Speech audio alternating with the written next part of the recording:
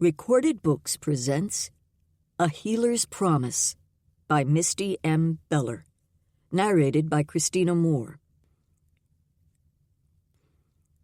From the Book of Proverbs, chapter 17, verse 22. A merry heart doeth good like a medicine, but a broken spirit drieth the bones. Chapter 1.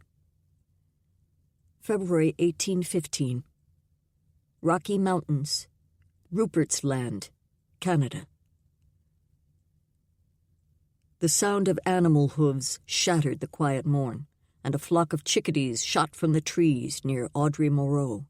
Recoiling, she slipped behind a brushy cedar. That noise reverberated much too loudly to be an elk or caribou, even a whole herd of them. Her breath puffed in icy clouds as she peeked through the snow-covered green needles, her heart thumping in her ears. Down the creek, a distance from her hiding place, a man sat atop a horse, letting the animal drink from the rushing stream. Her chest seized for a half-second until recognition settled in. Evan McManus. Her friend Brielle's betrothed had returned already. Brielle had been watching for him for days, but Audrey hadn't really expected his arrival for another few weeks at least. His trip must have gone smoothly, and his desire to see Brielle had likely driven him to travel faster than he might have otherwise.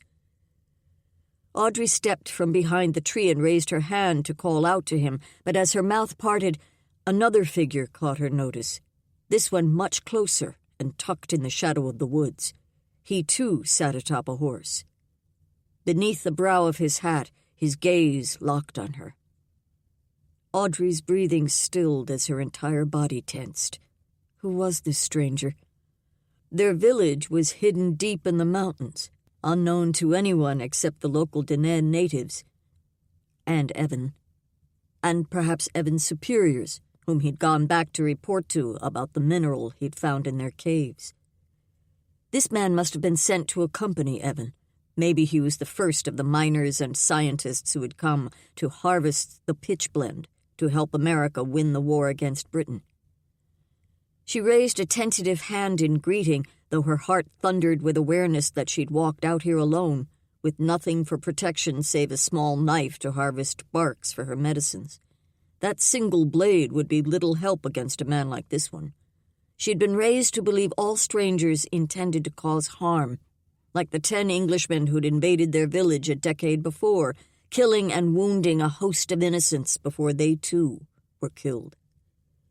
But if this man was Evan's friend, he must be safe. Right? He didn't return her smile, nor raise his own hand in greeting. He did nod, but something about the way he was tucked just inside the edge of the trees made it appear he was trying to keep himself separate, maybe even hiding from Evan. She glanced downriver to where Evan watered his horse, but he'd gone. Icy dread crept through her, but she did her best not to panic. She had to find out who this stranger was. If he didn't go with Evan, why would he be here? How had a stranger come to this remote area? She forced her posture to relax and curved her mouth into as close to a welcoming smile as she could manage. "Hello?" She used English, as it seemed most likely he was from the American states. The man studied her for a heartbeat. Then his gaze flicked toward where Evan's horse had stood, then refocused on her, all within the space of a single breath. He nodded once more. "Hello?" His voice held a different cadence than Evan's. He didn't seem to intend to say more. Did he think she ran into strangers on horseback every day in these woods? She lifted her chin. "I am Audrey Moreau. You are?" His response came quicker this time. Levi Masters." That unique cadence was even stronger, more stilted than Evan's speech. But then Evan had grown up in Scotland, so maybe that accounted for the difference. She offered another welcoming smile. "And from where do you hail, Levi Masters? Are you traveling with Evan?" His expression didn't shift, and he didn't flick his gaze again to the place Evan had been, but something in his eyes seemed to distance himself before he responded. "I've been traveling with Evan from America. It appears he's about to leave me behind, though. I'm pleased to make your acquaintance, Miss Moreau. Perhaps we'll meet again soon." As he nudged his horse forward into the clearing along the stream and turned the direction Evan had gone, a frisson of worry slid through her. He probably was traveling with Evan. What reason would he have for lying about that? But it was that slight shift in his eyes that raised the head of caution inside her. Brielle reminded her so often to be careful not to overlook a person's ill intentions just because she sought to see the good inside them. There were enough odd details in Levi's actions to give Audrey pause. Maybe this stranger simply wasn't comfortable around people. She well understood that condition, as her father also struggled with the pressures other people's expectations placed on him and how he thought others expected him to act in public. Perhaps this man simply felt ill at ease meeting a new person. Yet, the safety of her people might be at stake. Levi Masters rode directly toward Laurent's gate, the direction Evan had gone. She should catch up with him, surpass him even, and sound the alarm before he entered the village. Her people had created a signal for this very occasion, when an outsider who may be dangerous approached the gate. She started forward, quickening her step to catch up with the lanky stride of his horse. When he glanced back at her, she slowed. If his intentions were nefarious, would he change his plan if he thought she was following him? She was no good at stealth, that was for certain. She kept her gait as normal as possible, even though she dropped farther behind the man. If she ducked into the woods where she wouldn't be seen and tried to run around ahead of him, he would suspect her motives. At least this way she could call out to the village before he entered. Lord, let them be listening for me. With the joy surrounding Evan's arrival, the guard stationed by the wall might not have his ear attuned to a signal. Heavy clouds gathered on the horizon, threatening more snow. Along with the frigid wind against his back, Levi Masters could sense the woman trailing behind him, though he didn't let himself glance at her again. Perhaps he'd made the wrong move in saying he'd been traveling with McManus. When she'd asked the question, it seemed like the perfect cover to allay her suspicions about his presence in the woods. Technically, he had been traveling with the man, though McManus hadn't known it. Had the beauty by the stream suspected his duplicity? Part of him almost wished she'd seen through him. Then he could finally be honest and forthright. His gaze sought out the tracks in the snow ahead to ensure he was still following McManus's trail. The habit had become second nature, these long weeks that he'd followed the man from Washington. He'd perfected his ability to stay far enough behind that McManus didn't hear him, but close enough not to lose the trail. When they reached the snow-covered ground of these northern mountains, his job had become easier, though at times more treacherous as the horses maneuvered over the icy stone. A shrill whistle from behind him pierced the air, filling the open space around him so its source was almost hard to detect. But he knew. The woman trailing him must have signaled someone ahead of his presence.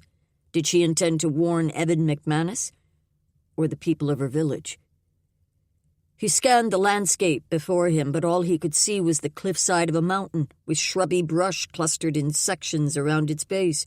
Were the caves the people lived in somewhere in that mountain? He'd overheard enough of McManus's report to his superiors to know of the caves and the mineral he'd found within them. A mineral the U.S. government thought would give them power to win any war. Those words had resonated so strongly within Levi that he knew he had to follow McManus and learn more of this situation. Other information he'd overheard in the past from this particular American spy had proven quite valuable. Though this American war might be behind them, who knew when another battle would arise? This intelligence might finally give Britain the upper hand they needed. British Parliament needed to know what the Americans were plotting now. A shift at the base of the mountain ahead drew his focus. Beside a cluster of skinny-needled trees, he thought he spotted a slight movement. His imagination? Maybe, but he tightened his grip on the rifle resting across his lap. McManus had traveled that exact direction, which couldn't be a coincidence. This must be the entrance to the cave village. He would have preferred to sneak around the edge of the woods to see what he was up against before making his presence known, but Miss Audrey Moreau had taken that advantage away from him with her alert. Tingles ran across his shoulders and down his back. How many sets of eyes watched him? Lord, what should I do? Station your angels around me for protection, and give me wisdom about how to speak to these people. When he'd neared 10 strides from the place where he'd seen the movement, what he'd thought was the mountainside separated at the top to reveal a V of sunlight.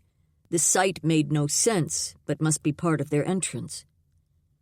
Sitting deeper in his saddle, he eased back on Chaucer's reins to slow the gelding. Any moment he would likely be stopped at gunpoint, or worse.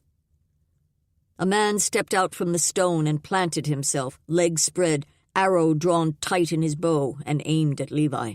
He barked a sharp command. "Halt!" Levi halted Chaucer as he studied the fellow. He wore furs, as anyone who lived in this frozen land would, though his light brown hair proclaimed him to be of European descent, not one of the natives. And his accent, he spoke the word with a lilt, maybe French or Italian. "Who are you?"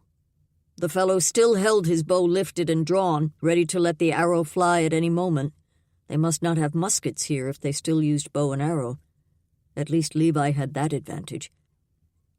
"I've come from the south, looking for a village of caves. Is Evan McManus here among you?" Maybe giving the man's name would allow him entrance, or at least keep that arrow from flying yet. Once he got inside, though, he had no idea what he would say to McManus. The American hated him. He'd worry about that when the time came. Working in the intelligence division had given him plenty of practice at coming up with creative stories to keep his neck from the noose. Yet most of those stories were lies. The man's chin shifted as though he was listening to someone behind him speak. Then he refocused on Levi and lowered his bow, though he still kept the arrow tight against the bowstring. "You may enter the courtyard." The fellow stepped to the side and motioned with the arrow for Levi to ride forward. Did he dare? Approaching whatever opening was hidden in that stone would be riding into a nest of vipers. But did he really have a choice? If he spun Chaucer and made a run for safety, this man would likely plant that arrow in his back, and Levi, if he survived, would have lost his best chance to see the village and find out more about the mineral, the secret tool that would win any future war for America, as McManus had claimed. He had to take this chance. He was a master's, after all, practically bred to sacrifice his life for Britain. His grandfather and uncle had died for the motherland, and most days his father wished he'd paid that ultimate sacrifice instead of being left without the use of his legs. Levi nudged his mount forward. He would do what he must to serve his people, though he might be riding to his death. If that happened, perhaps his father would finally be proud of his efforts for their country. Chapter 2. "Dismount!" The guard with the bow and arrow motioned for Levi to halt as his mount reached him. The man had finally pulled the arrow away from the bowstring and slipped it back into his quiver. Now he clutched a knife in one hand. Levi nodded to show he planned to obey, then eased down from the chestnut gelding. He kept his musket gripped casually in his right hand. If these people were so separated from civilization, maybe they wouldn't even know what the weapon was. But the man reached out for the gun. Perhaps they weren't so naive. Levi flicked his gaze toward the gap in the rocks that he could see better now. The opening ran all the way to the ground at an angle that made it impossible to see until you were standing directly in front.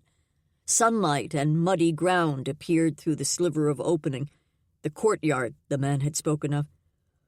He handed the rifle over, and the fellow snatched it away.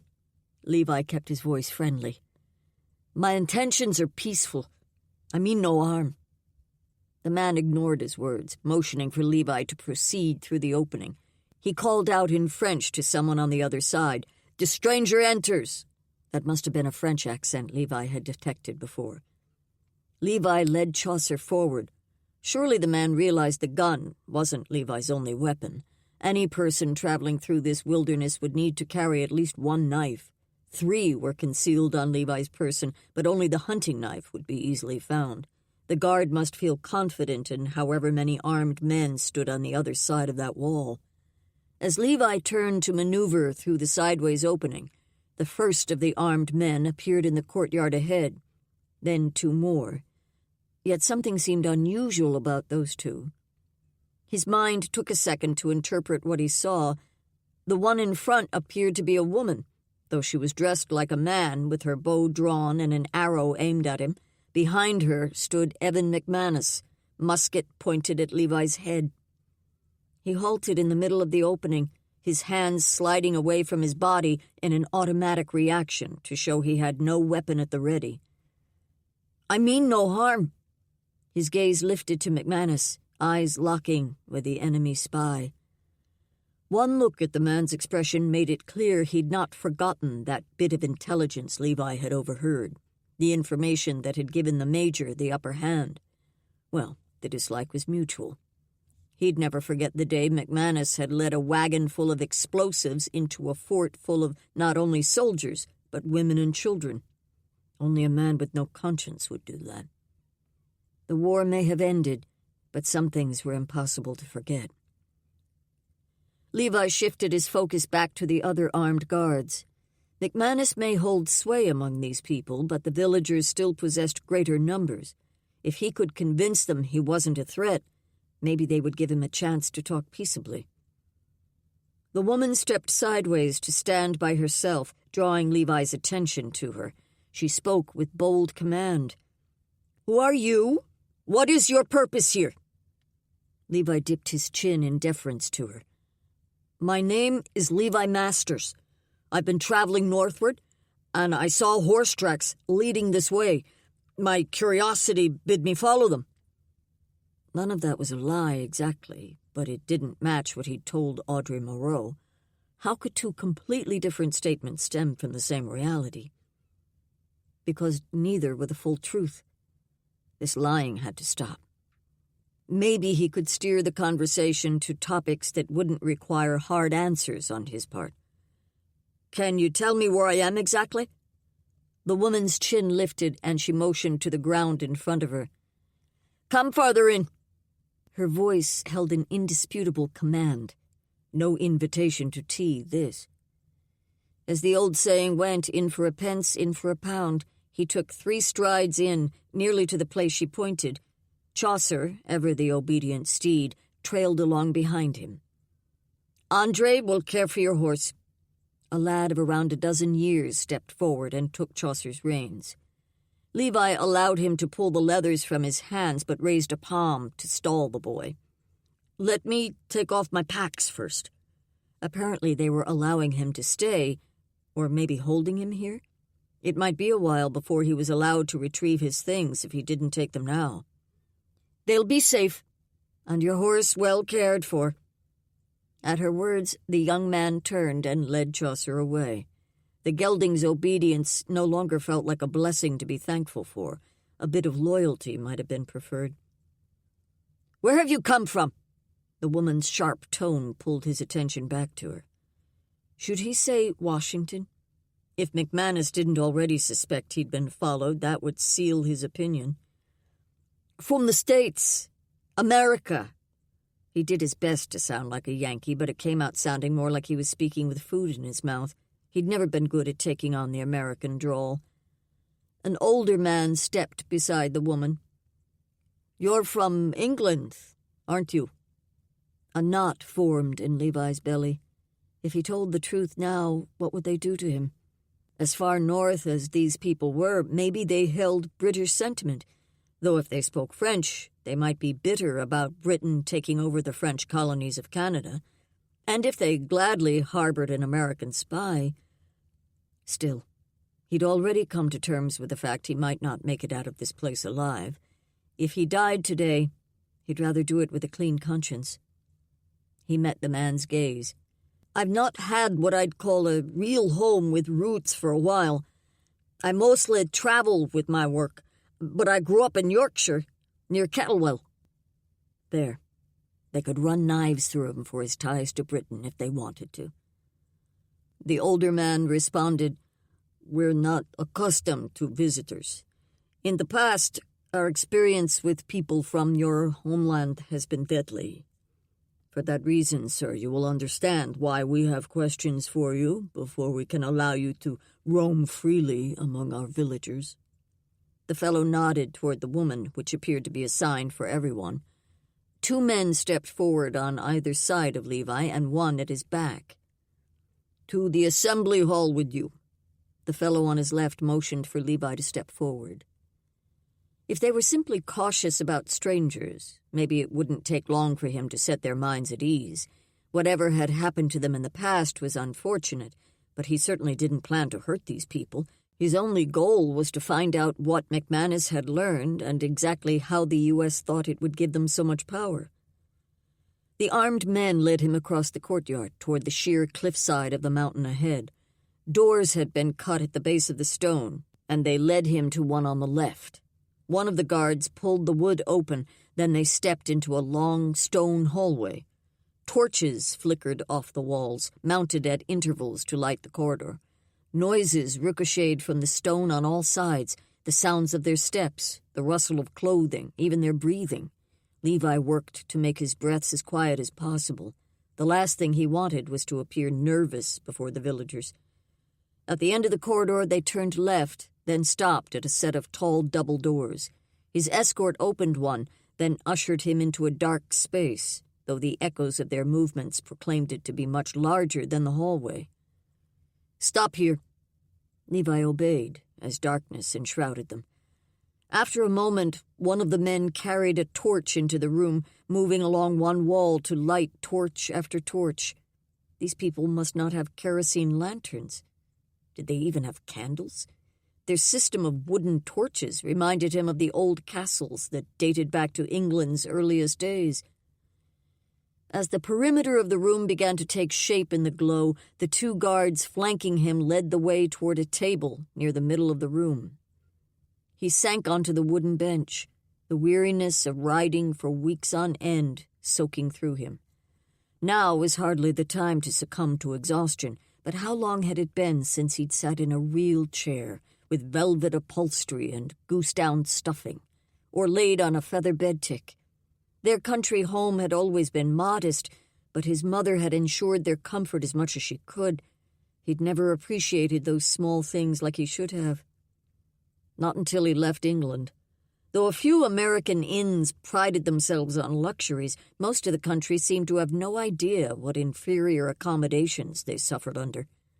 Sleeping on pine boughs spread over stony ground, or sometimes even on snow-covered rock, had been a pleasant reprieve from the flea-infested boarding house he'd stayed in the week prior to setting off after McManus. What sort of homes did these people live in? Would he be offered a place to stay or sent away before nightfall, locked outside their stone walls? The door widened, and a man stepped in, the older fellow who'd spoken in the courtyard. He must be a leader here, possibly the governor himself. Behind him entered the woman who dressed nearly as a man and had taken the lead at first, and following her was Evan McManus. Levi's chest tightened at the sight of him. Whether these people cast him out of this village of caves or not, he had to learn what McManus knew. A few others filed in behind them, all men. Most didn't seem to carry weapons, so perhaps they were elders of the village, come to hear what he would say and make a decision about him. This would be Levi's chance to ask his questions if he could lead the conversation well enough. The group formed a half circle around him, some of the men taking seats on benches. Those who appeared to act as guards or soldiers remained standing, including the woman, with McManus by her side. He stood close to her, far nearer than 2 acquaintances would stand. There must be something between them, an attachment of some sort. How long had the American stayed here with these people? Had he lived among them? He couldn't have stayed here more than a few months, for Levi had seen him entering and leaving the army headquarters several times through the course of the war. Now, the older man sat directly across from him, his hands on his knees as he studied Levi. "I'm Chief Durant. And these are members of the council. You said your name is Masters? Levi nodded. And you come from Yorkshire, which is in England? Again, he dipped his chin to confirm. What is your business in Laurent? Levi's chest clenched. He knew what he should say, the answer that might save his life and help him learn what he'd come here to discover. But when he tried to summon the words, bile rose instead. A twist on the truth had never been this hard before. He couldn't stall any longer, so he answered from his heart. I overheard Mr. McManus speaking of a village of caves that possessed a unique mineral. He let his gaze shift to the American long enough to catch his narrowed glare. Levi refocused on Chief Durand. I found the idea intriguing enough to learn more. He didn't have to say outright that he followed McManus. They would realize it. The conclusions they would draw likely wouldn't be far from the truth. The chief looked to McManus, and his gaze must have given him permission to speak, for he took a step forward. You're a British spy. Levi tried not to show the cringe that tightened his insides. The comment wasn't posed as a question, but he had to answer. If he spoke the truth, he would be labeled a concern if these people sided with the Americans. Yet McManus knew the war had ended. Surely he would abide by the Treaty of Ghent.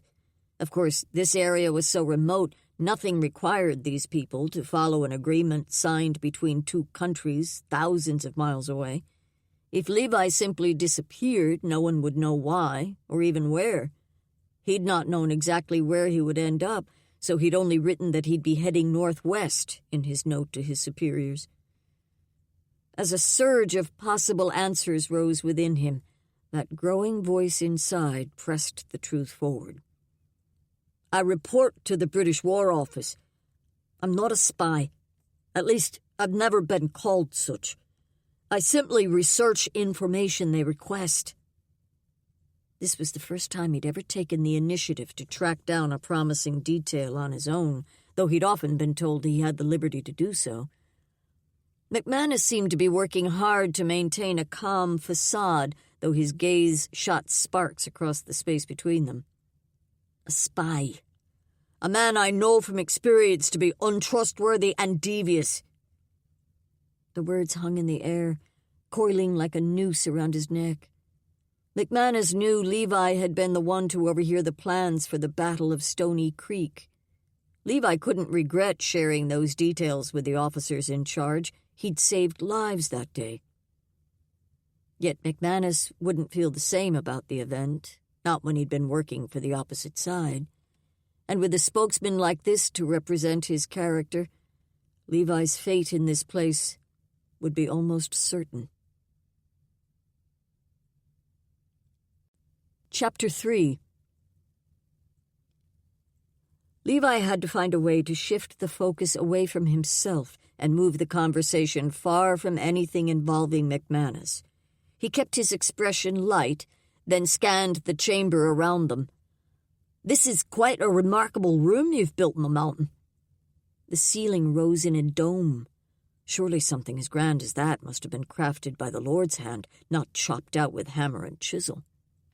He dropped his gaze to Chief Durand. How long have you occupied this area? The lines across the man's brow deepened. We appreciate your kind words, but our council needs time to discuss your presence here before we will consider answering your questions. First, though, we have a few more things to ask. Levi raised his brows. I'm expected to answer inquiries when you refuse to respond to my own? The man tipped his chin. You approached our gate of your own accord. We didn't summon you. Touché. Levi acknowledged the truth with a respectful dip of his head. What do you wish to know? He would answer honestly, place the outcome of this inquisition in the Lord's hands. I have set the Lord always before me. Because he is at my right hand, I shall not be moved.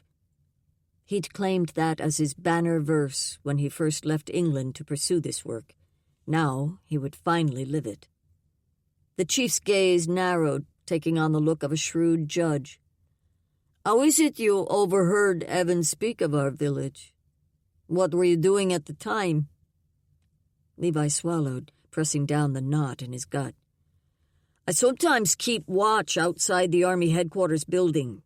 I saw him enter, and his appearance proclaimed him fresh from the frontier. It intrigued me enough that I followed him. The room where I hid stood 2 doors down from the chamber in which he met with one of the officers. I might have removed one of the ventilation pieces to better hear." Heat flared up his neck at the obvious spying he was admitting to. "Lord, you promised to protect me, right? But protect him from the results of his intentional deception? How did that work in God's eyes, exactly? If only he'd never accepted the Intelligence Commission, he could kick his brother for recommending him for the assignment. Levi had been so eager back then, relieved that he'd finally found a way to serve his country, something that might give him more acclaim than his brother's multiple merits of valor, a way that he could finally make his father proud. He'd had no idea the miry pit he was sliding into. But no more. From this moment forward, every word and every action would be matched up against God's guidance through Scripture. "And your purpose in following Evan so far was?" The chief left the sentence for him to finish. This time the truth wasn't as hard to push out. "I felt my country needed to know about this new discovery and what America planned to do with it. Evan spoke of a mineral, but I don't know how that would help America win a future war. That's what I came to find out." With each statement of truth, a weight lifted from his chest. Though the scowls around him grew darker, especially the one McManus aimed at him, the lightness inside meant he could finally breathe freely. A motion by the door caught the edge of his focus. He didn't let his gaze flick that way immediately, but swept his attention around the group until he glimpsed a single figure standing by the door. Miss Audrey Moreau. She must not be one of the elders or soldiers, or she would have been invited into the room. Of course she wasn't. She didn't look aged, nor did she dress as a man and wield a knife. She looked like a nymph standing in the shadows, but the darkness shrouded the beauty he'd seen so clearly outside. A brown-haired angel with wide green eyes. Had he frightened her, hiding in the woods like that? With everything in him, he hoped not. "What did you plan to do when you discovered the information you sought?" Levi forced his focus back to the chief, struggling to clear the muddle from his thoughts. "I had planned to take the details back to my superiors. With the war over, my commission is also ending. I had hoped this would be my last bit of intelligence." He'd also hoped it might earn him an award of merit. Consternation flicked across some of the faces around him, and he hastened to say more. "I'm assuming whatever news there would be to share would not endanger your village. Britain would not wish to bring harm." He sent a glance toward McManus. "Perhaps my country has not always been fair to its colonies." He returned his gaze to Chief Durand. "But Parliament wishes to bring aid and protection to its remaining colonies in the New World. I suspect your village is outside the border of the Canadian colonies, but our government would wish to extend the same kindnesses to you, I'm certain." Levi didn't dare a glance at McManus again, but the heat emanating from him made the room downright stuffy. Durand rose, and with him the rest of the group. He looked to the woman.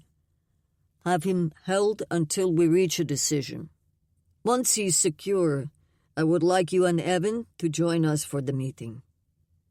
One of the guards who led him there stepped forward to grip Levi's upper arm and haul him up. He almost scowled at the fellow's roughness, but with so many around, he had to do his best to stay quiet and follow orders. Audrey slipped out the moment Papa Durand gave his final instructions. She shouldn't have listened to the questioning, but curiosity about the stranger had stirred too strongly within her. Not that any of the elders would object to her presence, especially since her father hadn't felt up to attending this unexpected council meeting, Every family was allowed a representative on the council, after all, though she rarely attended in her father's stead. But now the curiosity had turned into unrest, with a churning inside of her building with intensity. Everything the man had said would likely turn the council against him, though not for the reasons Laurent would have worried about 6 months ago. No, since Evan's coming, her people had finally opened themselves to the possibility that strangers didn't always mean danger to their people. Now they were more willing to hear out a newcomer before planting an arrow in his gut. But having promised pitch blend to the United States, they'd essentially thrown in their lot with that country. This Levi Masters worked for England, the United States' primary enemy, and the fact that the group that massacred 6 innocent Laurent citizens a decade ago were also from England would not encourage the council to extend grace to this man. Yet didn't everyone need grace? None of them were good in the sight of the Lord on their own power. Only the great God who freely offered mercy through the death of Jesus allowed any of them to live. So who were they to condemn any man based on his country or even his past? Levi Masters should be condemned or acquitted based on his character and current actions. His honest response to questions that he must have known would condemn him had spoken much for his character. Maybe she could get Brielle to allow her to speak with Levi, perhaps bring him food and allow her the chance to learn more about him. Then, if necessary, she would exercise her family's right to have a representative on the council. She would speak for this man if she had to, with the grace she'd been given so many times, both by her heavenly Father and her earthly Papa. She couldn't sit by while another person was judged according to something they had no control over. She padded to the apartment she shared with her father, then slipped inside. Papa sat in his wicker chair by the fire, carving a wooden bowl. He straightened when she stepped in, and his face wreathed in a welcoming smile as she made her way to the shelves of dishes mounted beside the fireplace. "Bonjour, my girl. You look like you're set on a task." She reached for a mug and bowl, then set them on a tray and carried it to the fire. She kept a pot of stew always warming for times like this, or if someone in the village took ill. "Evan's come back, and another man followed him here." Papa's gaze sharpened as she shared the details. He stroked fingers over his close-cropped beard when she finished with, "He's being taken to the storage room for holding until his fate is decided. I imagine he's hungry." "I suppose the council will be meeting to discuss him?" She nodded, but kept her focus on the stew she scooped into the bowl. Should she encourage Papa to go share his opinion? If he went, she had to make her thoughts known to him. But would he plead on the stranger's behalf if she asked him to? An image of Levi Masters' earnest face slipped through her mind. When he'd been speaking of his plans to the council, something in his tone, his expression, rang true in her core. He'd lost that veil of deception that had covered his features when she'd met him by the creek. This was the real Levi Masters. She would stake her reputation on it. And she was almost as certain the council would vote against him. Either against his freedom, or possibly even against his life. She couldn't let that happen. Yet Papa needed to represent their family on the council, if he was able. So many times his melancholy kept him from taking on that role, whether from an excess of drink or simply fear of what the others thought of him. The rest of the village knew his quirks and took it all in stride, but Papa couldn't always overcome his fears. If he could do so today, she should encourage him. She placed the dishes and a serviette on the tray, then turned to face her father. "You should go to the assembly room and join the conversation. I hope you'll vote in favor of this new man. He spoke honestly to the council, and I feel confident he's not holding back important details. Even more so, I don't think he means us any harm. We can't punish an innocent man who intends no harm to our people. Yet I fear Evan's influence and the commitment the council made to America will affect the others' judgment. Will you stand up for this Levi Masters?" Her father studied her, and his jaw seemed to tremble the slightest bit, something she'd noticed a few other times recently. Was he so deep in thought he'd lost his ability to control his bodily reactions? Or did this mean something more ailed him? Maybe there would be enough valerian in the herb garden to help him with these trembles. I wish I could meet this man who seems to have captured your regard. Audrey met his solemn gaze, even as she tried to ignore the heat rising up her neck.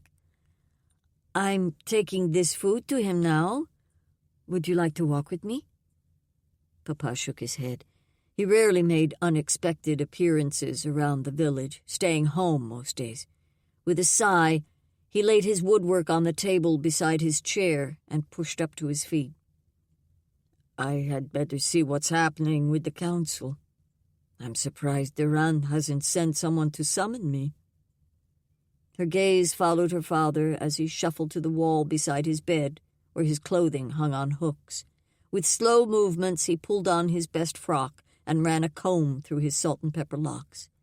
When he turned to her, straightening the tails of his coat, she sent him a warm smile.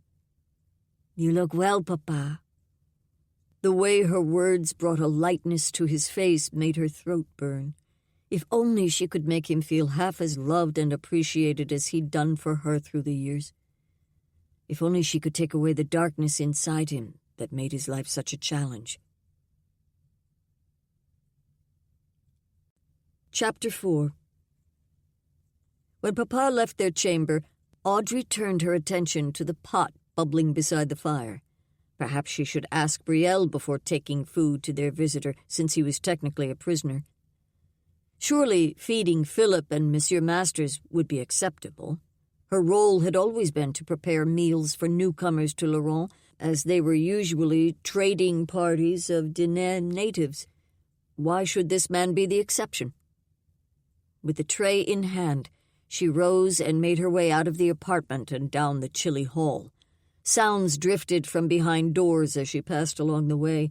The Mignons' 2 young boys must be squabbling again, and their mother's voice rose above their bickering with a hearty reprimand.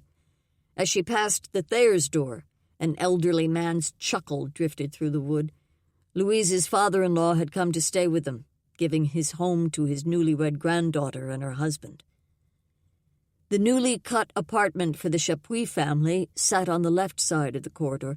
It was the only home built that far into the mountains so far, though Brielle said Evan would soon be constructing their own home across from the Durans' quarters.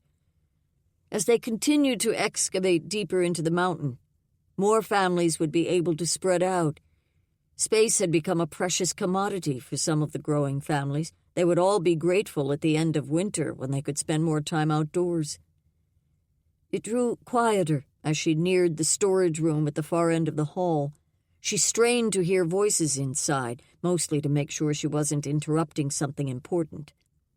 No voices, but a light scuffling noise sounded that might be footsteps. She tapped on the door. It's Audrey. I brought food. The footsteps neared from the other side. The bar clanged as it slid open, and the door parted to reveal Philip. Audrey glanced around the room, but no one else seemed to be inside except Monsieur Masters, sitting on a fur mat in the center of the room. Philip was one of the most trusted guards, as proven by the fact he'd been left alone to guard the new prisoner. Audrey stepped in and did her best to lighten the mood with a smile. I suspect our visitor is in need of something warm and nourishing.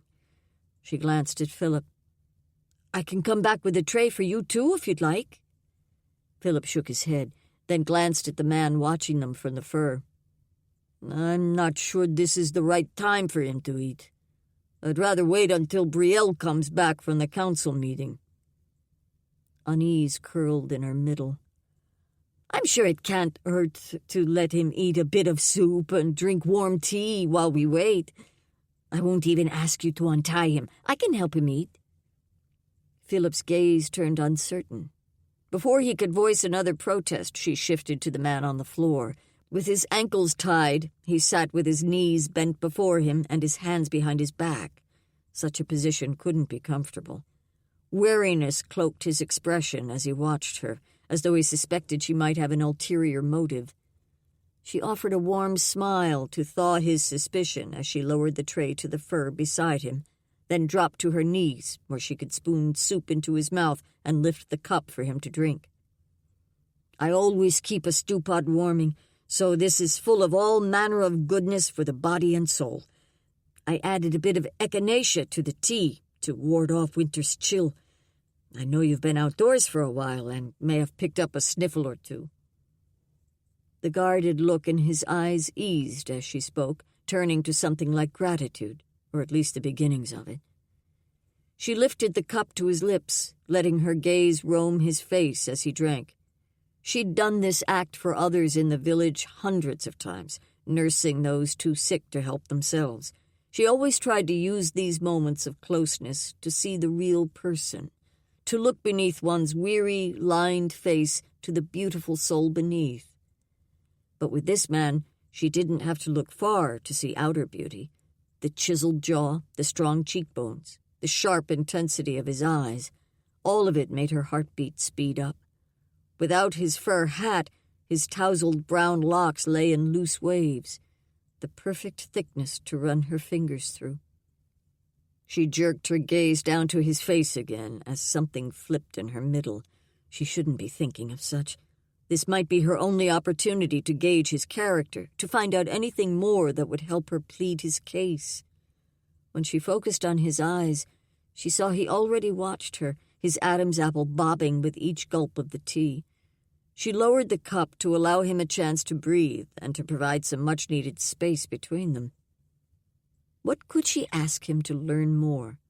Perhaps she should start with allowing him a chance to correct his earlier lie to her. Reaching for the bowl and spooning a hearty scoop of potato and meat, she kept her voice casual. "So, traveling with Evan, were you?" His expression took on a proper level of chagrin. More than chagrin, even, closer to shame. He dipped his chin, his eyes falling too. "I'd never realized how much lying was expected of my profession. Not until I got away from Washington. Away from the need for so many falsehoods. The Lord's been working with me on that very thing all the way up from America. That lie I told you was my first in months, and it brought back all the guilt I've been feeling for years now. Between when I saw you by the creek and when I reached the gates of your village, I finally decided, no more." He met her gaze, his eyes rich with earnestness. "I'm sorry for lying to you. I've asked God's forgiveness, and now I ask yours." Her chest squeezed as she studied the rich brown of his eyes. Of course. She could trust this man. His eyes held no guile, no sign of anything feigned, and now she should be equally forthcoming. She spooned a bite of stew into his mouth. "I'm afraid our people aren't very open toward the English. We had a bad experience with some of your countrymen, and I'm not certain our citizens will be willing to trust you." Monsieur Masters's brows lowered in concern. "I suspected your people were sympathetic to America with the way they welcomed McManus. They do know the war is over, right? Both countries signed the peace treaty not 2 months ago." Hope surged in Audrey's chest. The two countries no longer fought? Surely this news would help his cause with the council. She had to make certain they knew. Evan likely had told them, but she had to be sure. Though every part of her longed to leave the man and run to the assembly room, she held herself still long enough to spoon one more hearty bite into his mouth. "I think Evan would have told them, but perhaps I should go check." Hope flared in his gaze, the same as what swelled inside her. "Go then. Don't waste time on me."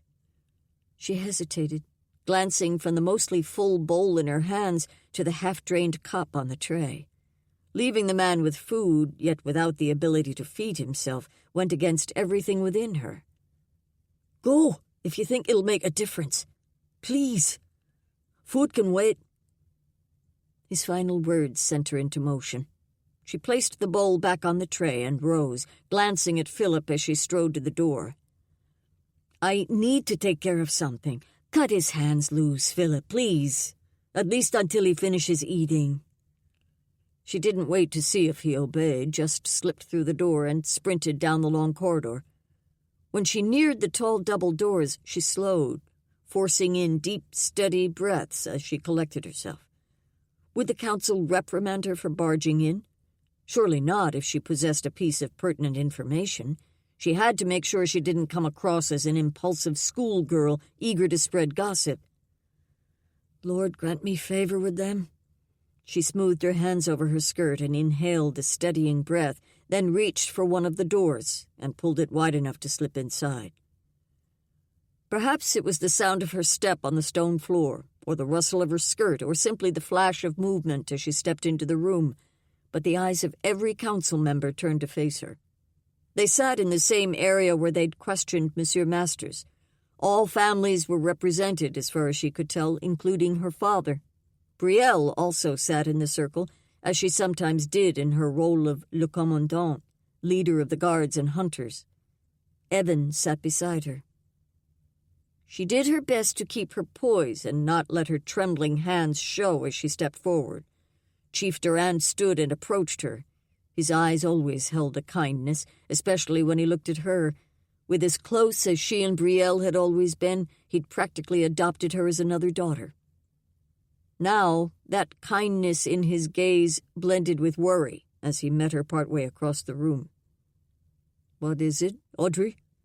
Has something happened?" She swallowed the knot in her throat as she slid a glance toward the others, then readjusted her focus to him. Maybe she shouldn't have come. Surely Evan had told them the news already. No matter how she worded it, her presence would seem unnecessary. But she'd come this far. She met Chief Durand's gaze. "I took food to our new guest, and he said the war between Britain and America is over. They've signed a peace treaty." The concern of his eyes slipped away, replaced with seriousness, almost a sternness as he regarded her. "Yes, Evan brought this news to us." She nodded. "I wanted to be sure you knew. With the two countries no longer at war, we shouldn't hold animosity toward him for his nationality." The lines deepened across his brow. "That's what we've been discussing." He laid a fatherly hand on her shoulder. "Thank you for coming to make certain we knew. We've much to talk through." That was her command to leave. Did she dare press harder? She had to. If she didn't speak for Monsieur Masters, would anyone? She stood straighter. "I would like to stay and hear the discussion." The words came out almost like a demand, so she softened them. "Please?" Chief Durand's expression turned troubled again as he studied her. "Your father is here." In other words, their family's single representative already attended. The only time more than one person from a family was allowed would be a case such as Brielle's, where she attended in her position as le commandant.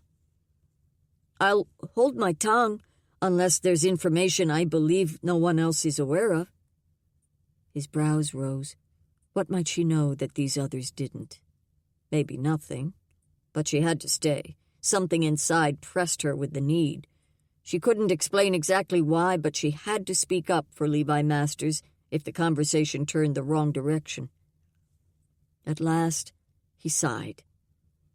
"You may sit with your father as an observer." He turned and strode back to his seat, impatience marking his gait.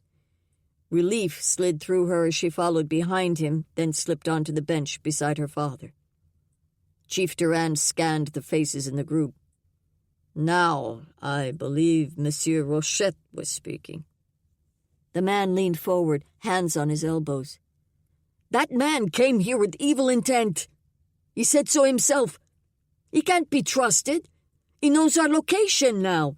Who knows what he'll do with that knowledge? We can't just let him leave. He'll be back with an army. Or worse." Audrey squirmed in her seat. The very fact that Monsieur Masters told them the truth pointed to the fact he could be trusted. "In your opinion, what should be done with him?" Papa Durand kept his voice measured. He must be silenced. He can't be allowed to leave here, and he certainly can't be allowed freedom among our women and children." Audrey clenched the bench beneath her. They were back to this? Pure distrust of all outsiders, especially Englishmen? "So, you think he should be put to death?" Audrey cringed at the strong statement. Surely not. The man had done nothing deserving. Rochette straightened, drawing back. At least hearing the blatant words gave him pause. "Well, yes, if that's the only way we can silence him. We can't put our people at risk of the same slaughter as 10 years ago." Audrey's heart ached. Rochette had lost a daughter in that massacre, so it made sense he would encourage caution. But death to an innocent man, simply because of his fear? Chief Durand scanned the rest of the group. "Who else wishes to speak?" She glanced sideways at her father. Would he raise his voice now, or had he already done so? She had no idea what had been said before she came. Had anyone spoken in favor of the Englishman? Papa caught her gaze and rested his hand over hers. He clearly meant the gesture to soothe her, but it only tightened the clench in her middle. Was he saying he'd already spoken for Levi, or trying to keep her from raising her voice? A shuffling sounded to her left, and she glanced over as Evan straightened. His face held a look of steel. "I know the man. At least I know of him. He works for the British Army, and he stole information from me. Troop plans I was carrying for the Battle of Stony Creek. He took them to the British commander, and it nearly decimated an entire regiment of our men. I don't trust him. He followed me all the way up here, staying hidden the entire time. That's not a small thing. Neither the journey nor the great effort he took to conceal himself. I'm not sure why he would do all that, then appear to come clean and tell us exactly who he is. Something's not right. I can't figure any motive that's not malicious, or at least sneaky." Audrey's chest compressed even more as Evan spoke. His words made sense. If you looked solely at Masters' actions, they appeared suspect. Yet the taking of information to use for the British Army's benefit, wasn't that typical during a war? Each side was trying to gain news about the other's movements so they could better their own strategy. And she couldn't deny her overwhelming feeling about the man. He'd not hidden anything from them as he answered their questions. He meant them no harm. But could a feeling be trusted? This seemed even stronger than a feeling. An instinct? A sign from God? The latter felt more accurate than anything, as strong as this sensation pressed. Chief Durand studied the faces around the room once more, giving everyone a final chance to speak. She had to take this opportunity. She lifted her hand enough to gain his attention. A new crease formed on his brow, but he nodded toward her. "Miss Moreau?" It would be easier to speak boldly if she stood up, but no one else had risen when they talked, so she lifted her chin and stiffened her spine. "I understand the manner in which he came here raises concern, but he answered every one of your questions with the utmost truthfulness, even when those answers showed him in a poor light. As I listened to him speak, I had such a strong feeling. Here," she pressed a hand to her chest, "too strong for anything I could have summoned on my own. An impression I believe wholeheartedly came from our Lord. This man is not a danger to us. If we shed innocent blood, that evil will be marked to our account. He must be set free." She could sense the stirring among the others in the group. Not only was she a newcomer to the council, an imposter really, but she advocated the opposite of what the others wanted. She didn't dare meet anyone's gaze except Chief Durand's. He regarded her for a long moment, his thoughts surely spinning, but in which direction? At last he shifted his focus to the rest of the group. "I believe a great deal of prayer is in order here. We cannot take lightly a man's life, nor can we disregard the safety of our people. I ask that we take time for prayer and fasting. Beginning at sunrise tomorrow, let every adult in the village fast until the sun rises the following day. Pray with your families. Beseech the Lord for his will. Ask him to set aside our own desires and fears and make his guidance plain. We'll meet here again in 3 days at the noon mark. That will give sufficient time for us all to hear the Lord's leading and discuss the matter with our families." He sat back and looked around the group once more, allowing the opportunity for any final comments. The others were nodding. Chief Durand had delayed decisions for prayer before, although she could only remember one other village-wide fast. That had been during the harshest winter she could remember, when their people had been near to starving. As she rose with her father and followed the stream of people exiting the room, she sent a glance to Brielle. Her friend was speaking with Evan, though from the softness in her expression, their conversation had nothing to do with the prisoner locked in the storage room. A new tightening clenched within her. Now that Evan had returned, Brielle would marry soon. How would that change the friendship Audrey had treasured since girlhood? Not that Brielle would change, but her focus would be on her new husband, on their new home, their new life. Audrey pressed the longing away. Whatever Brielle needed, Audrey would be there for her. Another thought slipped in. Brielle surely wanted to spend time with Evan now that he'd returned. How would that affect their prisoner? Brielle likely wouldn't have time to stand guard. She wouldn't be spending time in the man's presence to decipher his motives and intentions. Instead, she'd depend on information from others. Audrey would have to talk with the prisoner in her stead. She wanted to learn more about the man anyway, so extra time with him would be no hardship. If only she could find a way to get him out of the village so he could be on his way and the council wouldn't be forced to make a difficult decision. The moment the idea surfaced, she pressed it away. That couldn't be the answer. Could it? Chapter 5. I imagine Brielle is occupied. Audrey kept her hands furiously kneading dough while she waited for Chief Durand's answer. He'd come to their apartment for a visit with her father after the council meeting. Chief Durand was one of the only men her father knew well enough to relax in his presence. "She and her beau have gone for a stroll outside village walls. I'm sure they've much news to catch up on."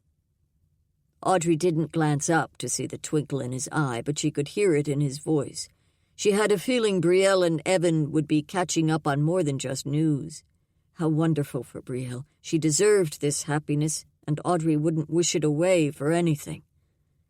But with Brielle so distracted, who was caring for Monsieur Masters? Not that Brielle would focus on more than securing him and learning his intentions.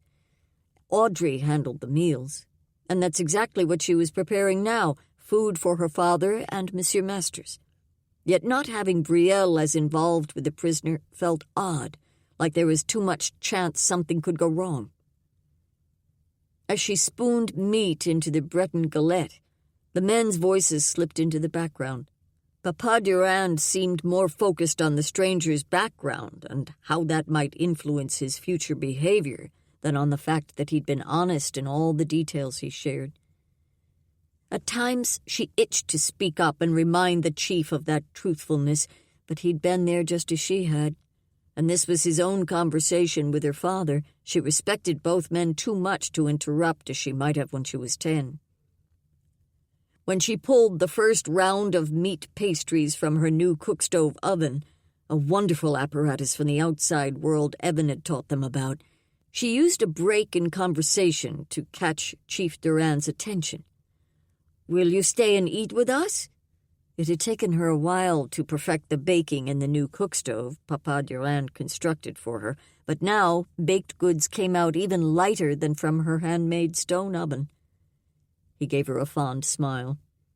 "Charlotte will have a meal ready for me soon. Thank you for your hospitality, though." He raised the mug he'd been sipping tea from and handed it to her. "I should head back to our quarters now." As he rose and made his farewells, Papa followed him to the door, and the two men clasped hands. Papa Durand held the grip a moment longer than usual. "It was good to see you at the council meeting, Martin." The warmth in his voice brought a sting to Audrey's eyes. If only Papa had 10 friends like Chief Durand, men who fought through the distance he placed between himself and others, men who saw the good in him and encouraged it, instead of only the way he secluded himself and sometimes hid in strong drink. After Papa closed the door, he stood with his shoulders a little straighter, though the shuffle of his step had slowed. "I'm not quite ready to eat, I think. I'll rest a while first. You go ahead, though." She worked for a smile to offer him. "I'll take food to the guardroom first. We can eat together later." With a weary nod, Papa turned to his bed. Once again, she was on her own. Levi itched to do something, anything. All this waiting drove him mad. Ropes still bound his wrists and ankles. The guard hadn't released him to eat, as Miss Moreau had suggested. Instead, the man had stood beside Levi and poured the stew from the bowl into his mouth. The fellow hadn't been rough in his handling, but he possessed none of the bedside manner Miss Moreau had used. The stew had settled well in his hungry belly, so he knew it wasn't food that caused the unrest now stirring inside him. Though the guard stood by the wall, casually leaning against the stone with his arms crossed and one foot cocked, his stare on Levi remained constant. The large hunting knife strapped at his waist and the tomahawk on the other side made him appear fully armed, especially since he likely had additional blades secured in places no one could see. Sitting quietly on the fur, Levi kept his gaze casual as he took in the room around him. There seemed to be only one entrance, the door that led to the long hallway he'd been escorted down. Would they keep him guarded at all times? Did they plan to hold him long? No one had come to tell him whether the council had made a decision. Maybe they were still deliberating, although several hours must have passed by now. Surely they couldn't find this much to discuss about him. A soft tread sounded in the hallway, and the guard straightened, coming to full alert. Levi focused on the door, but kept the corner of his eye aware of what the guard did. The bar clanged as it slid open, then the door cracked to reveal the same lovely face that had come before. Her smile struck him anew, its sweetness heightening her pleasing features so much that she looked like an angel bearing another tray of food. She graced him with the smile first, then turned to the guard. "I brought food for you both." She spoke in French, but her words were easy enough to follow. Levi had never been across the Channel to France, but his father made sure all 3 of his sons were fluent in that language and at least passable in Spanish. The guard studied Miss Moreau. "Is the council still meeting?" She shook her head. "They discussed the situation and have chosen tomorrow as a day of fasting and prayer. They'll meet again in 3 days to reach a decision."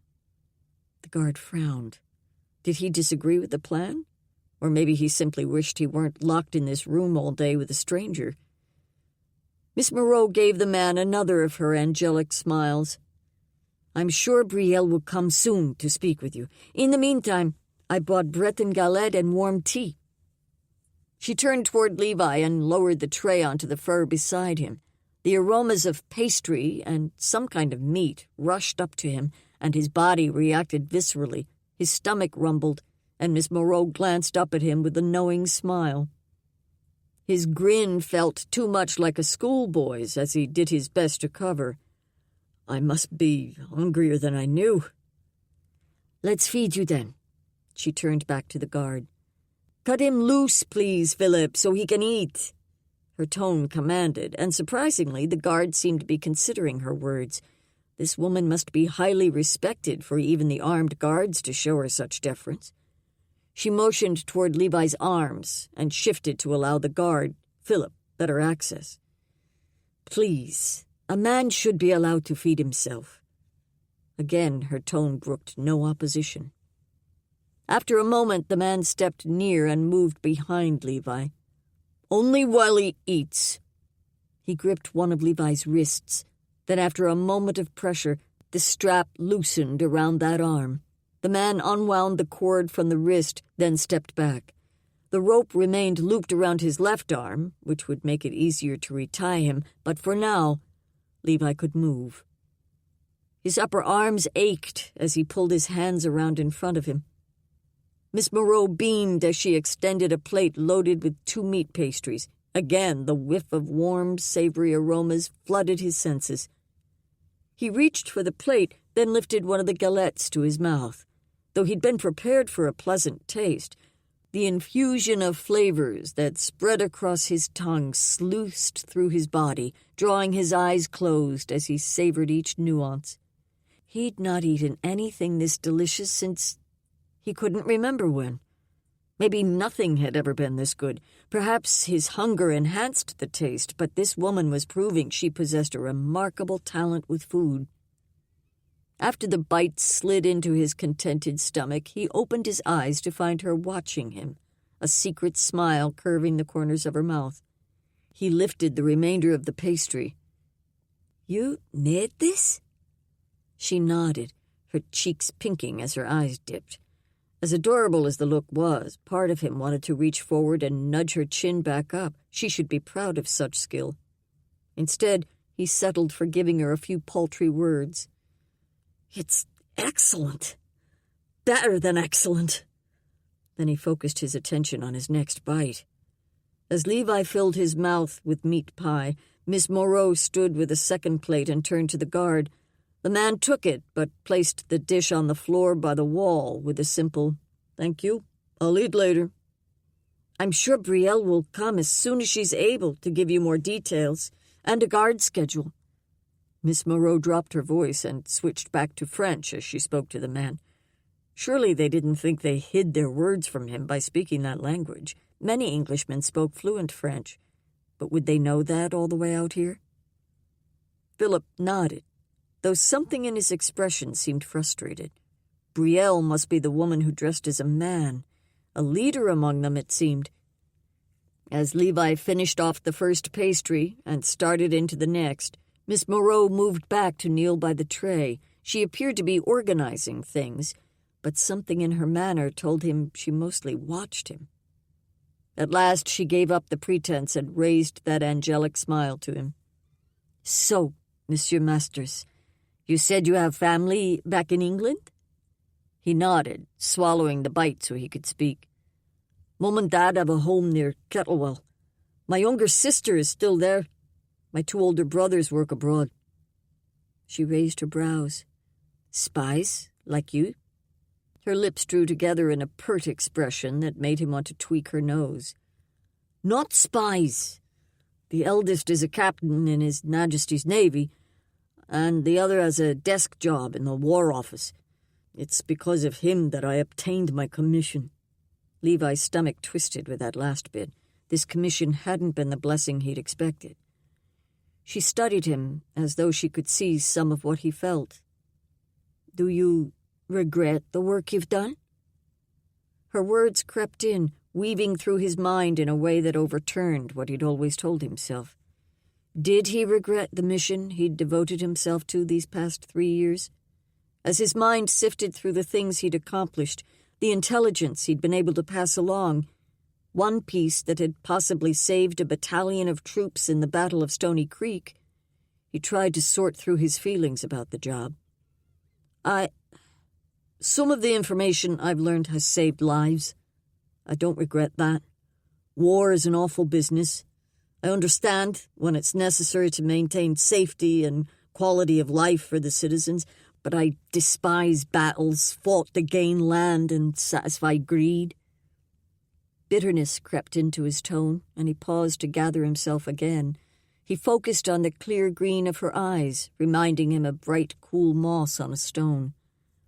I don't regret helping save lives, but I do regret every lie I've told along the way. I'm glad my commission is over, glad the war is ended too. What will you do now? Return to England? Her expression held curiosity, no sign of hidden intent. Even if she was probing to report back to her people, he'd committed to honesty, and the fact that she spoke as though he would be released soon boded well. "I think so. At least, that's what I'd planned. I suppose I'll go back to Yorkshire and see how I can help Mum. The town is small, so it's hard to find work there.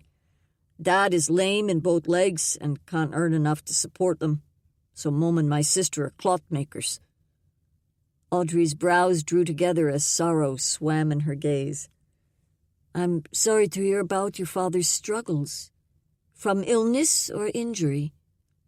The familiar cloak of weariness pressed over him. "Shot in one of the French Revolutionary Wars. The bullet hit in his lower back, and he lost feeling in both legs." "How dreadful."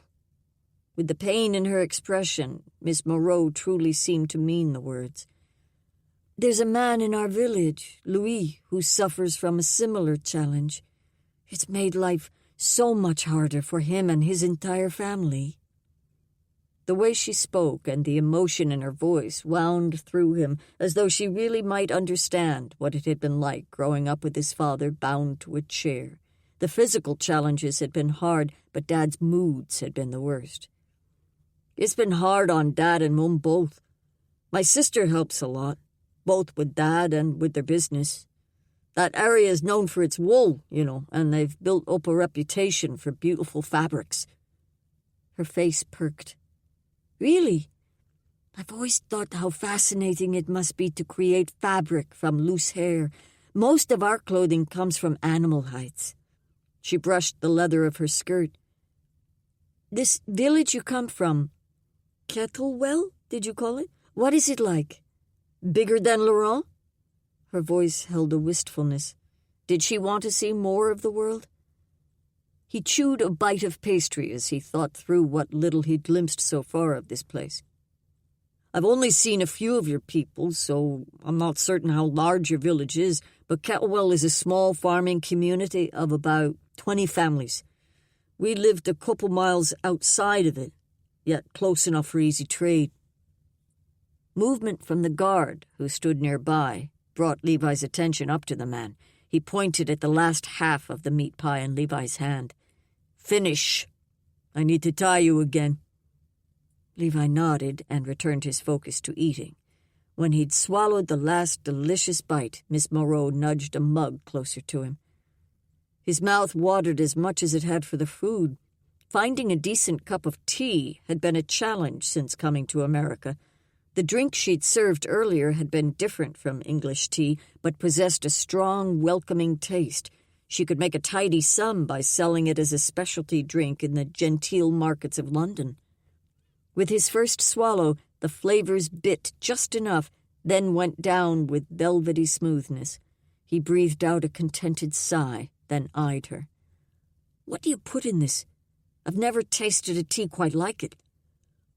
She graced him with another angel's smile. "Echinacea mostly, and a few other leaves to smooth the taste. It keeps us healthy through the winter." The guard moved behind Levi to retie his hands, so he downed the rest of the drink in 3 gulps. As he handed the mug back to Miss Moreau, he gave her a grateful smile. "A fine meal, ma'am. Thank you." She gathered up her tray and stood as Philip rebound the cord around his wrists. With the leather cutting into his flesh, he watched Miss Moreau send a final, sad smile, then step out the door. He couldn't help thinking of her as a friend, his only friend in this place of suspicion. Chapter 6. Audrey couldn't remember the last time she'd had such unrest in her spirit as she returned the tray and used dishes back to her apartment. Her heart told her Levi Masters was not only innocent, but also a good man. Their conversation over dinner had confirmed that suspicion. But what would the Lord have her do with the knowledge? She'd made her opinion known to Chief Durand and the council. Should she have been more vocal during the meeting? Perhaps, but it hadn't seemed the right thing at the time. Her father served as their family's representative. Maybe Brielle could do something. She would likely still be with Evan, which meant Audrey should leave the two sweethearts to their reunion. Yet this business with their visitor was urgent. Most of the villagers and council members would have their opinions set by tomorrow, even though Papa Durand allowed 3 days for discussion. Brielle could help influence those decisions, but Audrey had to speak with her soon to set things in motion. Evan's prior experience with Monsieur Masters would hold weight with Brielle, but she and Audrey had been friends their entire lives, the closest of friends, sisters in so many ways. Surely that would carry weight as well. After placing the dishes to soak in the wash water, she wiped her hands on a cloth and made her way back into the rear corridor. The Durand's apartment sat one door down, and she knocked gently on the door, then waited. Usually, she would enter after that first knock as though this were her own home, but with Evan having returned, she didn't want to walk in on something better left in privacy. "Enter." The voice inside belonged to Charlotte, her sweet tone barely carrying through the door. Audrey opened the door and stepped in, sweeping her gaze around the room. Charlotte worked by her food shelves while the rest sat around the table, Papa Durand, Andre, and even Brielle and Evan. The tension in her shoulders eased, and she smiled at the group. As natural a smile as she could manage. She'd located Brielle. Now she just had to get her alone to talk. Papa Durand and Evan both rose as she entered, then Andre hastily followed suit, stuffing a bite of food in his mouth as his chair nearly toppled behind him. She motioned them all down again. "Don't bother yourselves on my account. I've come to see if I could borrow Brielle a moment." She glanced at her friend and gave a hopeful look. Brielle nearly glowed, the happiness of the return of her betrothed showing clearly in her expression. "Of course." She pushed to standing, and her gaze slid to Evan as her voice lowered. "I'll be back soon." The besotted look Evan returned to her tightened something in Audrey's belly. It should be happiness for her friend, but Evan's words against Monsieur Masters still rang in her memory. "I don't trust him. Something's not right." Brielle followed her into the hallway, but Audrey kept going until they reached her own apartment, the only place they would have privacy to speak plainly. Papa still snored on his bed, but she and Brielle could keep their voices low. "What is it?" Brielle's tone held a mixture of curiosity and frustration. Audrey turned to face her. "I'm sorry to pull you away from your beau on the night of his homecoming, but this is important." Brielle's expression turned worried, and she sent a glance to Papa's sleeping form. "What's wrong?" More than once, Brielle had stepped in to help when Audrey was at her wit's end with her father. Sometimes she simply listened to Audrey's worries, but other times she'd come up with ways to make things better, to ease Papa's angst or keep him from using up all her winter supplies. This time, though, she needed help of a different sort. "It's the newcomer." Brielle's attention jerked up to her face. "The British spy? What has he done?" Audrey reached out to lay a soothing hand on her friend's arm, anything to ease the tension coiling through Brielle. "He hasn't done anything. Nothing bad, that is. It's just, I don't think he means us any harm, Brielle. I know Evan had a bad experience with him, but I've spoken with the man. Several times, actually. And You've spoken with him several times? Why?" Brielle's tone was half curious and half wary. Audrey started to make light of her time with the man, but paused just before the words slipped out. This was Brielle. They'd spoken of their deepest secrets, their innermost fears and dreams. She would understand if anyone would. Audrey inhaled a steadying breath. "Something doesn't feel right about his situation, Brielle. The way we're treating him, as though he's come to infiltrate our town and kill us all. That's not his plan, Brielle.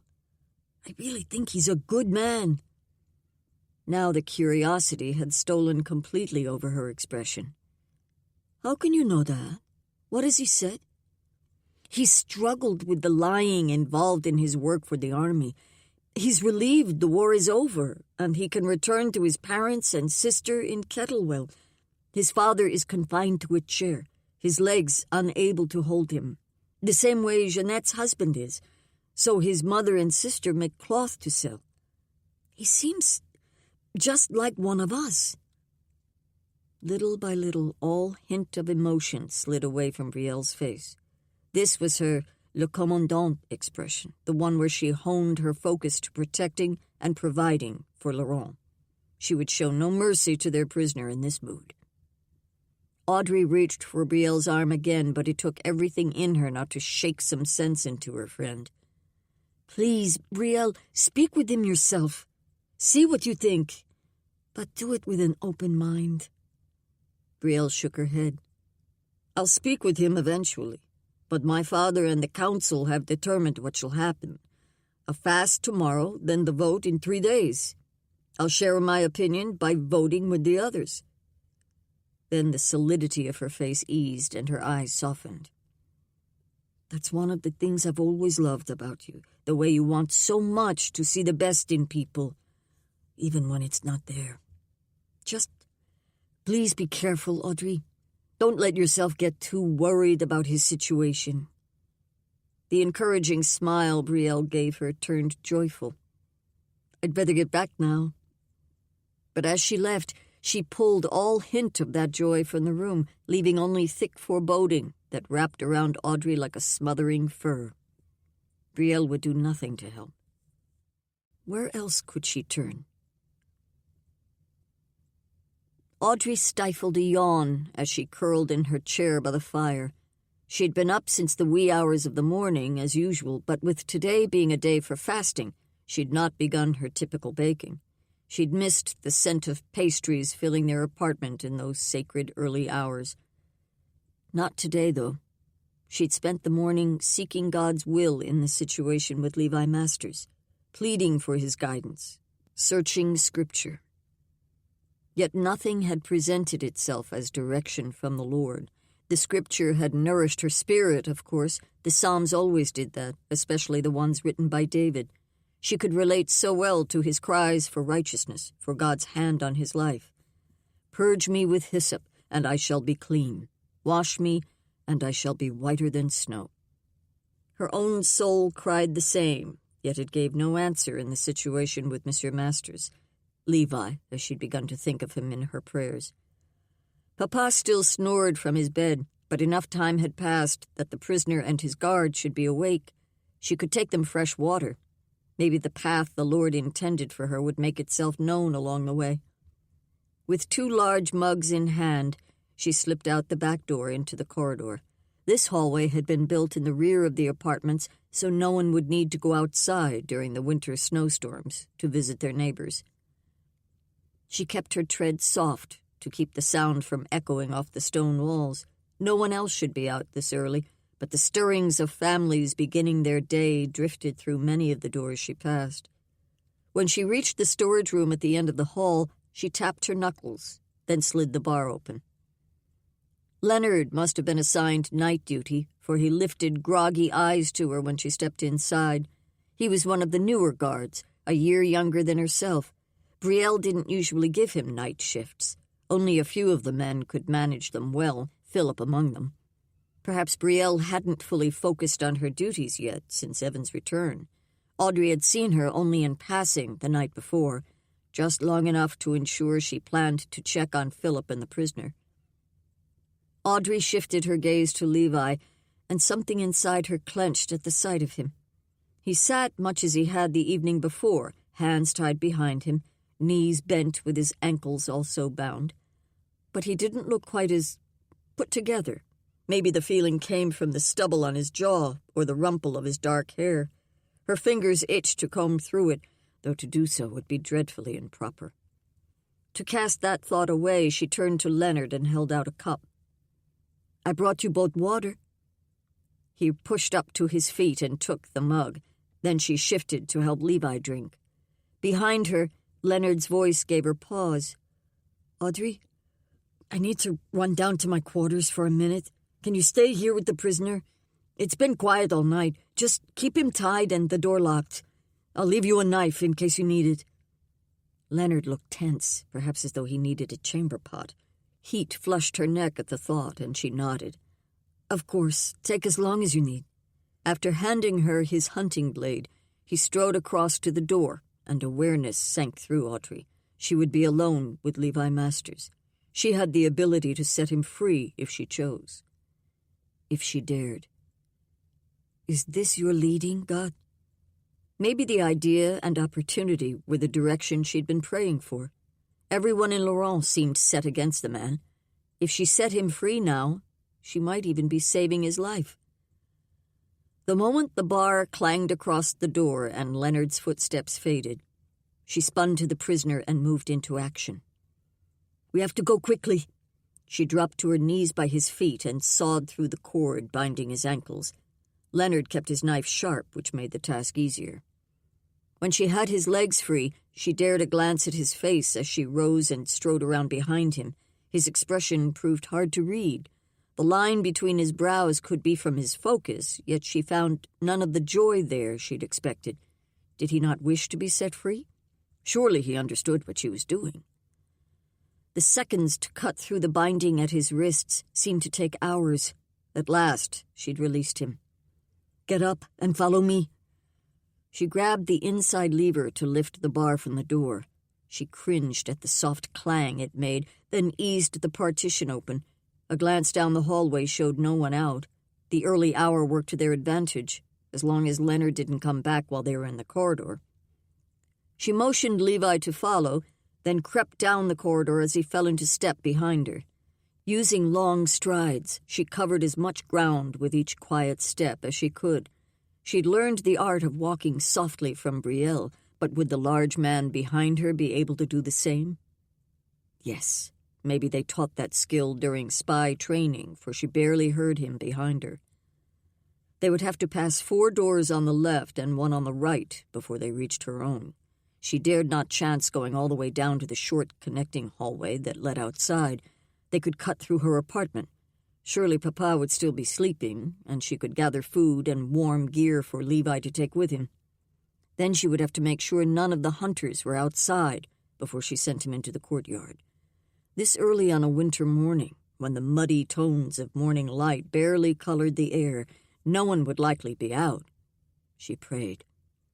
But she would address that challenge if it came. For now, they had to make it down the corridor. The first door they passed belonged to the Rochette family. The children were all older, so only a quiet murmur sounded through the door. She glanced back at Levi to make sure he was keeping up. He gave her a nod, only a step behind. She pushed out a breath and kept moving. The chatter of children's voices sounded through the second door. A man spoke from behind the third. Monsieur Thayer always thundered when he talked. At the fourth door, the latch bobbed as she passed. Her heart lurched into her throat, and she reached back for Levi's hand. She grabbed his wrist and tugged him forward, so anyone who saw them from behind would see a pair walking together. She didn't dare look back. Maybe someone had only been preparing to open the door and hadn't actually stepped out. She didn't breathe, her entire body squeezed tight except for her legs nearly running beneath her. At last, they reached her door. She tugged the latch string and pushed inside, pulling Levi with her. The moment they cleared the opening, she spun and pressed the door shut. Her entire body trembled, and she could only draw tiny breaths. Papa's snores still rumbled from the corner, a small relief. But Leonard would be striding back down to the storage room any minute. She had to get Levi Masters out of village walls before the guard sounded an alarm. She spun and ran to the shelf where she kept food, grabbing a satchel and throwing in rolls and pastries, nuts and dried berries and smoked meat. That would have to be enough. She motioned him toward the door leading outside as she ran that way herself. Setting the food bundle on the floor, she grabbed Papa's coat. Her own would never fit on him, and she'd already been working on a new garment for her father. This would have to do. She thrust the coat into Levi's hands. "Put this on, quickly!" As he obeyed, she donned her own coat. She finished before him, so she grabbed up the food bag, then reached for the door latch. "Miss Moreau." This was the first time Levi had spoken since she released him, and his voice rumbled deep enough to stop her short. She glanced back at him, raising her brows even as her heart thundered in her chest. His expression looked worried. "Will you be in trouble for helping me?" A weight pressed in her chest, slowing her ragged pulse. She'd not let herself think about that. She'd only seen an opportunity and grasped it. "What will they do to you?" His voice grew tighter, and his words were like a hand around her own throat. She shook her head, working to clear the panic. "I'll be fine. We have to get you across the courtyard." She would work out her own problems after he'd gone. Surely once she explained her reasons for aiding him. The villagers knew her well, knew her heart to help those in need. Wouldn't they trust her instincts? Too much worry answered that question. She couldn't let fear slow her down now. She'd gone too far to turn back, and she still believed strongly that Levi should be allowed to go free. "My horse?" She frowned as she thought through where they might have taken the animal. Laurent didn't own any livestock. "Evan's horse was limping badly, so they kept him in the courtyard. He's not fit to travel. I suspect your horse was tied somewhere outside the village walls where he could graze, either to the southeast or maybe to the west." She pointed each direction she named. "I don't think you have time to look for him now. Once Leonard finds you missing, all the men will begin searching. You have to be gone by then." They couldn't waste another minute. Cracking the door, she peered outside. Apartments lined two sides of the square courtyard, and the stone wall formed the other two sides. A gatehouse had been built in one corner where dwellings met the wall. Would it be occupied right now? Even though the council put a great deal of importance on safety, she knew better than anyone that the guard manning the gatehouse didn't always actively scan its tiny windows for threats, especially this early on a morning so cold. No motion appeared in the courtyard. She scanned the fronts of the apartments once more to make sure no one stood quietly in front of their quarters. Then she pulled the door wider and stepped outside. After Levi followed, she closed the door, then strode toward the front gate. Everything in her wanted to sprint forward and be done with this final leg of the journey, but if they kept to a walk, anyone glancing outside might think she was strolling with her father. Of course, anyone who knew Papa would find it very odd that he would be up and moving so early. She glanced sideways at Levi. "Pull your hood up. People might think you're my father." The way the words sounded struck her the moment they left her mouth. Anyone who got a look at this man's face would never think he looked like her father. His shoulders were broader, too, but they only had to convince people from a distance. They'd nearly reached the gate when shouts sounded from behind. She grabbed Levi's arm and broke into a run. By the time they stepped through the opening, he'd switched to pulling her. Outside the wall, she scanned the open area. There was no sign of his horse grazing nearby. "Go. Run through those woods.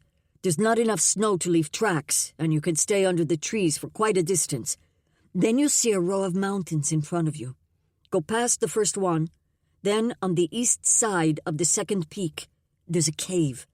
There's a cliff just below it that makes it look impossible to reach, and a juniper tree blocks the entrance, so you can't see the opening until you're standing at the branches. You'll find a steep path to the left of the cliff that will get you up to the tree. I don't think anyone here knows about the cave behind it. I only found it when I was gathering juniper bark. God go with you." He spun to face her, his eyes almost fierce. "I don't like leaving you in danger. What will they do to you?" Worry formed deep lines across his handsome face. Her chest ached, partly from breathing the icy air, but mostly from the fear that now gripped her insides. Again, she shook her head to clear it away. "I'll be fine." Although this new pounding in her chest didn't feel fine, it felt like she would face severe punishment. "Come with me." The earnestness in his voice drew her gaze to his. "I'll keep you safe." The thought appealed to her more than it should, so much so that it scared her. She pulled back and shook her head once more, breaking their gaze. "Go! Quickly!" The pounding of footsteps behind them gave urgency to her words. Without another sound, Levi turned and sprinted into the trees. as the crackle of his feet stamping twigs faded. She prepared to face the oncoming horde. Chapter 7. Leonard burst through the gate first, sliding to a stop when he saw her. As he panted, Brielle plunged through behind him, Evan nearly stumbling on her heels. "Where is he? Did you see him?" Brielle pushed past Leonard and scanned the area around them. Then she turned to Audrey. "Where did he go?"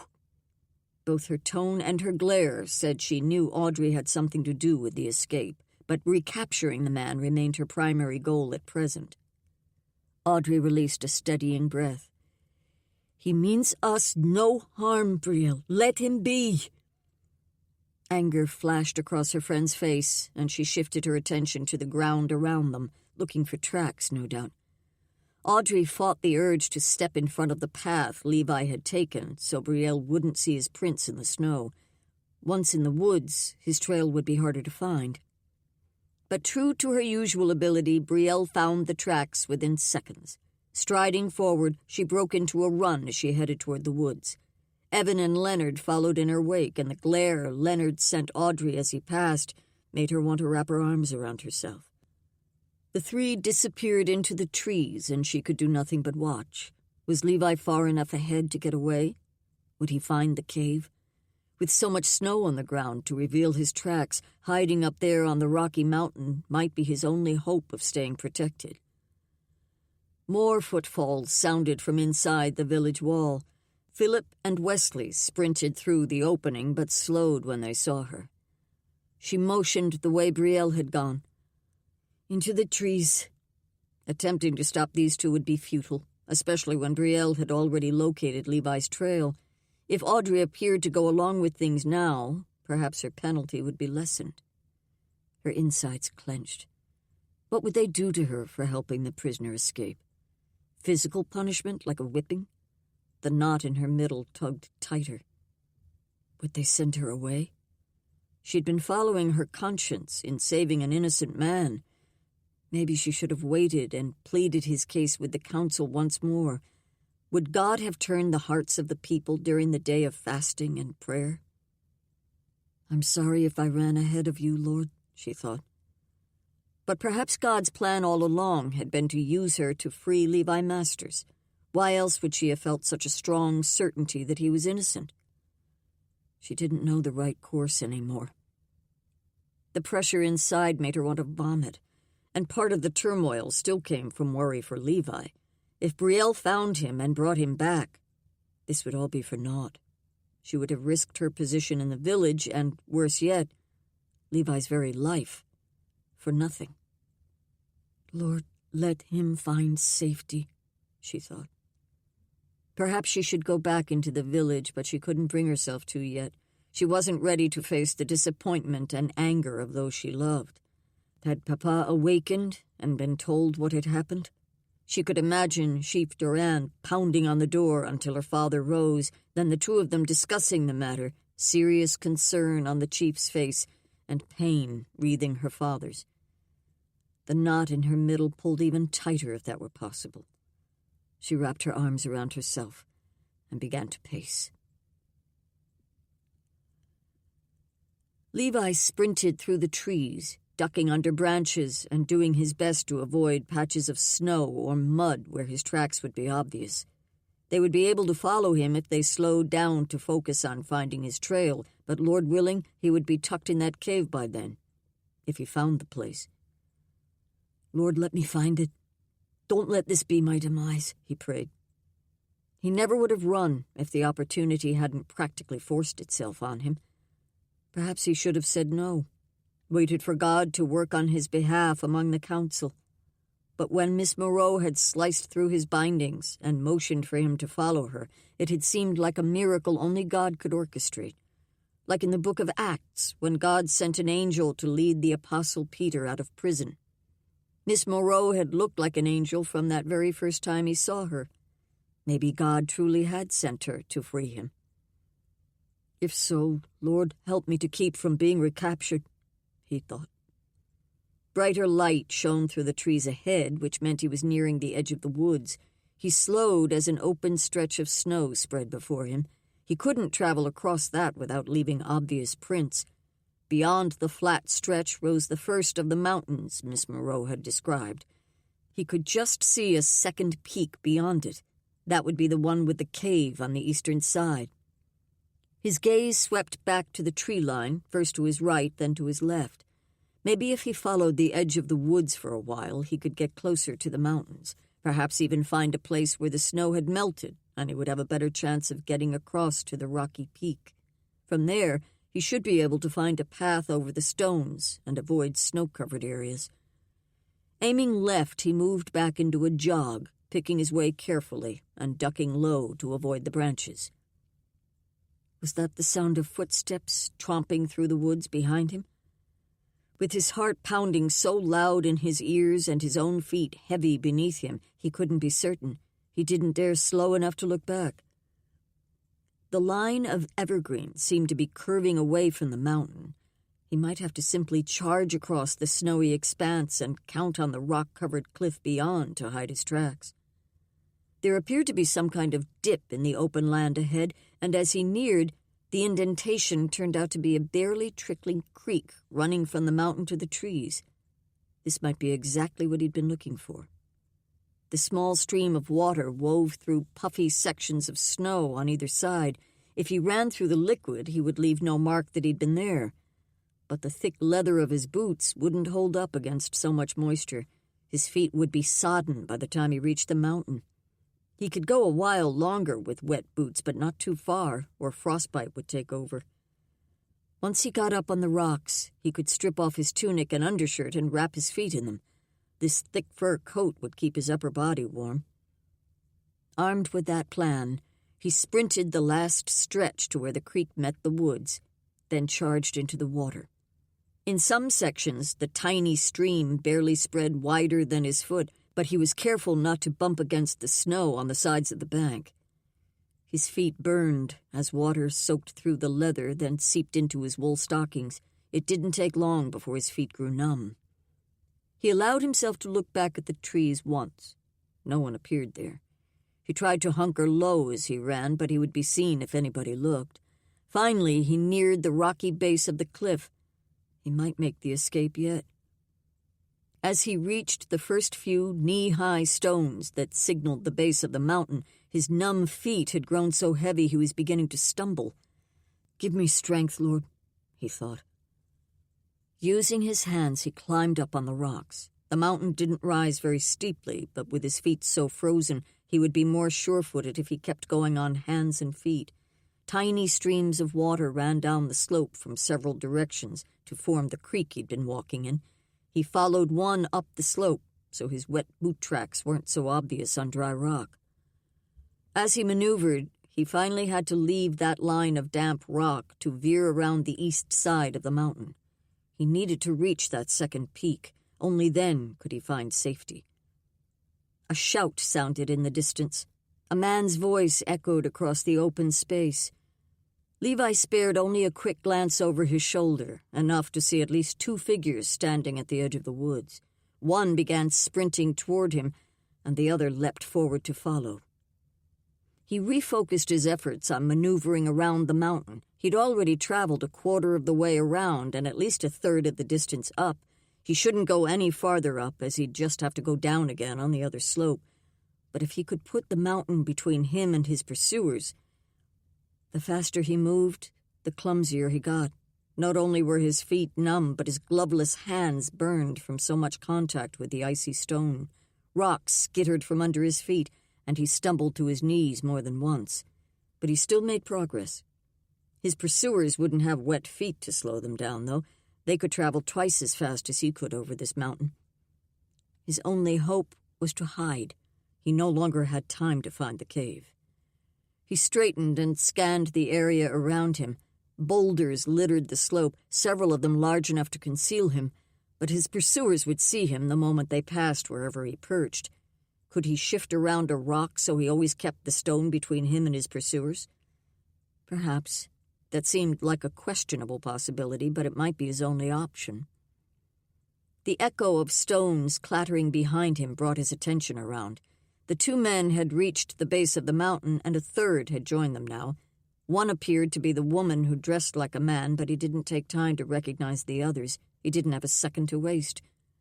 Spinning back around, he glanced from boulder to pick the best choice, a rock that would shield him completely and allow him to shift around it when his pursuers passed. There, the stone about 15 strides forward and a little down the slope should do. Just as he started forward, a force slammed into his side. He stumbled to the left and barely kept from tumbling. A piercing pain penetrated his awareness like a knife between his ribs. He twisted to see an arrow protruding from his right side. His breath came hard. His thick fur coat had stopped the missile from going in deep. He could pull out the head and keep moving. Fumbling with the buttons of his coat, he finally worked enough to pull the right flap away from his body. As he moved the coat, the arrowhead shifted inside him, biting deeper into his flesh. He reached for the place where the shaft met his side. The stone head penetrated his skin but hadn't fully submerged in his flesh. "Thank you, Lord," he thought. Locking his jaw, he wrapped his hand around the base of the shaft and gave a hard outward tug. The arrow pulled out of his flesh, leaving behind a fresh burning. He pressed his shirt to the area to staunch any blood flow. He could bandage himself later. The arrow still protruded through the hole in his coat, but he didn't have time to work it out now. Sounds of footsteps on rocks drifted toward him, but his pursuers had disappeared temporarily behind boulders on the slope. He had to move now. Ducking low, he scrambled forward and down to the boulder he'd chosen to hide behind. He reached the stone and tucked behind it, then forced himself to still. His breath came in deep gasps, the icy air burning his lungs and making his vision wavy. His side still stung, and his feet felt like limestone blocks that didn't belong to his body. But maybe he was safe. The steps grew nearer, perhaps reaching the place he'd been when he was struck with the arrow. A man's voice sounded, too low for him to understand. The woman responded, her words also indecipherable. Levi forced his breath to slow and quiet. His eyes struggled to focus as though he were lightheaded. He worked for deeper breaths, though still as silent as he could manage. Was this a side effect of so much exertion with his feet benumbed? He'd never felt this odd sensation, like he was both heavy and light at the same time. Of course, he'd never run through an icy creek, then climbed a mountain before. The footsteps came closer, but didn't sound like they were on the same path as before. Had they gone farther up the mountain? Or down? Maybe the searchers had spread out. His vision became even more blurry, and a fog descended in his mind, making it hard to think through the questions.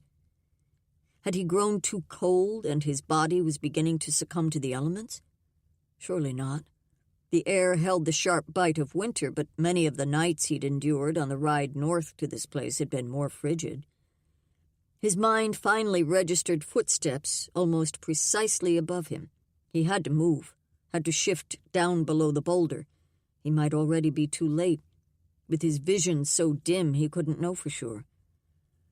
With as much effort as he could manage, he lifted the foreign blocks his feet had become high enough so they didn't scrape on the stone. If he tucked down on his belly and curled his feet underneath him like a turtle, the light fur of his coat might blend into the rock. If they saw him, they may think him an animal and come to investigate. Still, he bent low, tucking as close to the boulder as he could. Though his sight seemed to be growing darker, his ears picked out the sounds of footsteps above him still. Were they moving faster now? Past him? As he strained to focus his eyes, a yawn forced his mouth open. Why would his body not cooperate? The cold must have addled him completely. He'd heard that sleepiness could be one indicator that a man's body had grown so chilled that he risked freezing to death. He had to stay awake, had to make his eyes work again. As best he could tell, his pursuers had moved past him. He needed to shift around to keep the stone positioned between him and them, but he didn't dare move when he couldn't see where he stepped. Only a faint light penetrated his vision now. Fear shivered through him. Would the blindness leave when he got warm? How could he start a fire if he couldn't see to find the cave?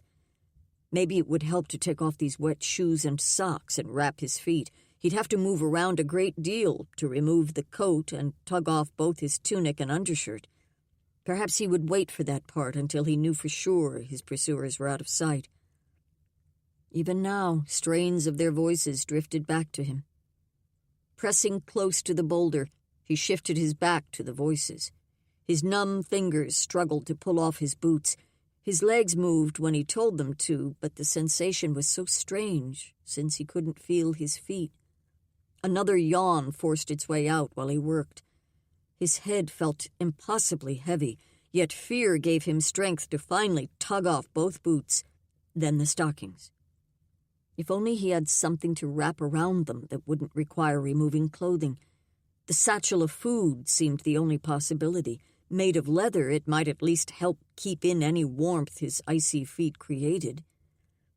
He fumbled with the opening, then lifted first one foot inside, then the other. He did his best to close the bag around his trousers.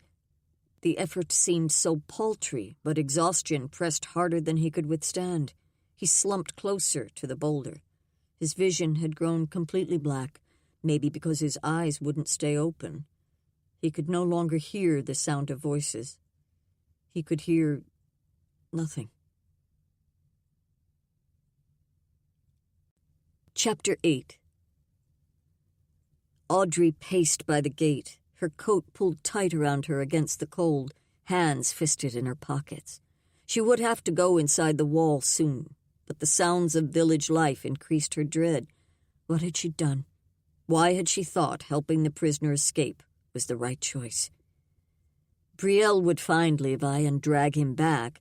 Then the council would punish her and him both. What a foolish choice she'd made. How much longer would it take Brielle and the men to return? They'd been gone at least an hour so far. Did Audrey dare stay out here and wait more? No matter what lay in store for her back in the village, returning alongside Brielle didn't intimidate her as much as returning by herself. Though Brielle would be as angry as a prodded mother bear, they'd been like sisters as far back as she could remember. She desperately needed a friend right now, even one furious with her. She spun and paced back the other direction. Her tracks made a muddy mess of the snow out here. Surely whoever manned the gatehouse watched her, but as long as they left her alone, so be it. Maybe she should have gone with Levi. She could have showed him the cave instead of letting him waste precious time searching for it, and she wouldn't have to endure the disappointment of all those she loved. The weight on her chest pressed even harder. How could she face this? The crackle of footsteps on leaves sounded, and she spun to scan the woods where Brielle last disappeared. Her friend emerged from the trees, expression grim, her bow in hand. Evan strode just behind her, and Leonard brought up the rear. Where was Levi? Her heart leapt in her chest. Maybe they hadn't caught him. But how could he have slipped away? Brielle was a master at tracking. Audrey stepped toward them, then paused as she did her best to read what had happened on her friend's face. She looked angry, as would be expected, frustrated. Brielle finally glanced at her. I hit him with an arrow, then we lost him. I'm getting more men and supplies for a full hunt. As the three filed by her and proceeded through the gate, Audrey fell into step behind them. Her belly clenched with the thought of men spreading out for an expansive search. They would find him, surely. And if Brielle had hit him with an arrow, he must be injured. How badly? A new thought plunged through her. Brielle's arrow tips. She dipped them in a sleeping tonic Audrey had created. They'd mixed the substance so the prey she shot wouldn't wander away before she could catch up to it, and Evan was the only human who'd ever been pierced by the tonic-covered arrowhead. He'd slept for half an hour, then awakened groggy. Was Levi lying out there asleep somewhere? Lord, let him wake up and get to safety before all the men begin searching, she prayed. When they'd trekked halfway across the courtyard, the door to the Durand family's apartment opened. Chief Durand stood in the opening, silent and watchful as they approached. Brielle stopped in front of her father and spoke the same terse sentences she'd said to Audrey minutes before.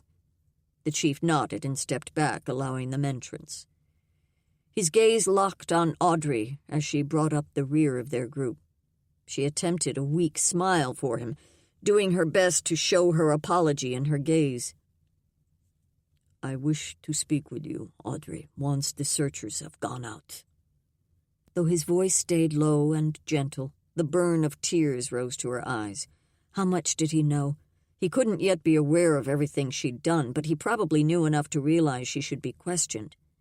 She nodded, and they both shifted their attention to the people swarming Brielle, Evan, and Leonard. Brielle took charge immediately, calling for every able-bodied man to take part in the search. She instructed which weapons and gear each should bring, then told them to meet her in the courtyard in a quarter hour. As the group disseminated, Audrey craved the security and quiet of her own chamber next door. She slipped forward and murmured as she passed Brielle, "I'll prepare food to send with you all." Her friend didn't stop her, but the weight of Brielle's gaze pressed heavily as Audrey stepped out the rear door. She'd seen her father among those in the Durand home, so it didn't surprise her that he was also gathering weapons when she stepped into their quarters. He glanced at her as she shut the door, but kept at his work, so she strode across to her food supplies. Collecting 3 different satchels, she stuffed them with baked goods and dried meats. The act reminded her too much of the bag she'd packed for Levi that morning. If the men of Laurent found him, what would they do to him? Brielle had already shot him once, which told her they might not hesitate to do something more drastic to stop him. "Lord, surely that's not your will. Surely you don't want his life taken so needlessly," she thought. Grief welled up in her throat at such a thought. Was there any way she could stop this? She'd already made her belief in his innocence clear. Speaking again now wouldn't stop the search party being gathered. Maybe it would be better to try to protect Levi. Could she find him and get him to the caves safely? She would have to leave right away to get there before the rest of the group left. With all the commotion, it was possible they may not discover she'd gone. She could take a few extra supplies, maybe a knife, too, for he'd need that for hunting and cutting wood. She should have thought to send it with him the first time. A hatchet would be easier to cut wood, but the handle on theirs had just broken, and she'd not had a chance to have it repaired. She should also tuck her meat knife into her own moccasin just in case she needed it. If she could get Levi to the cave, she could give him medicine for his wound, then circle around the long way back to the village to avoid those out looking. Her pulse thundered through her.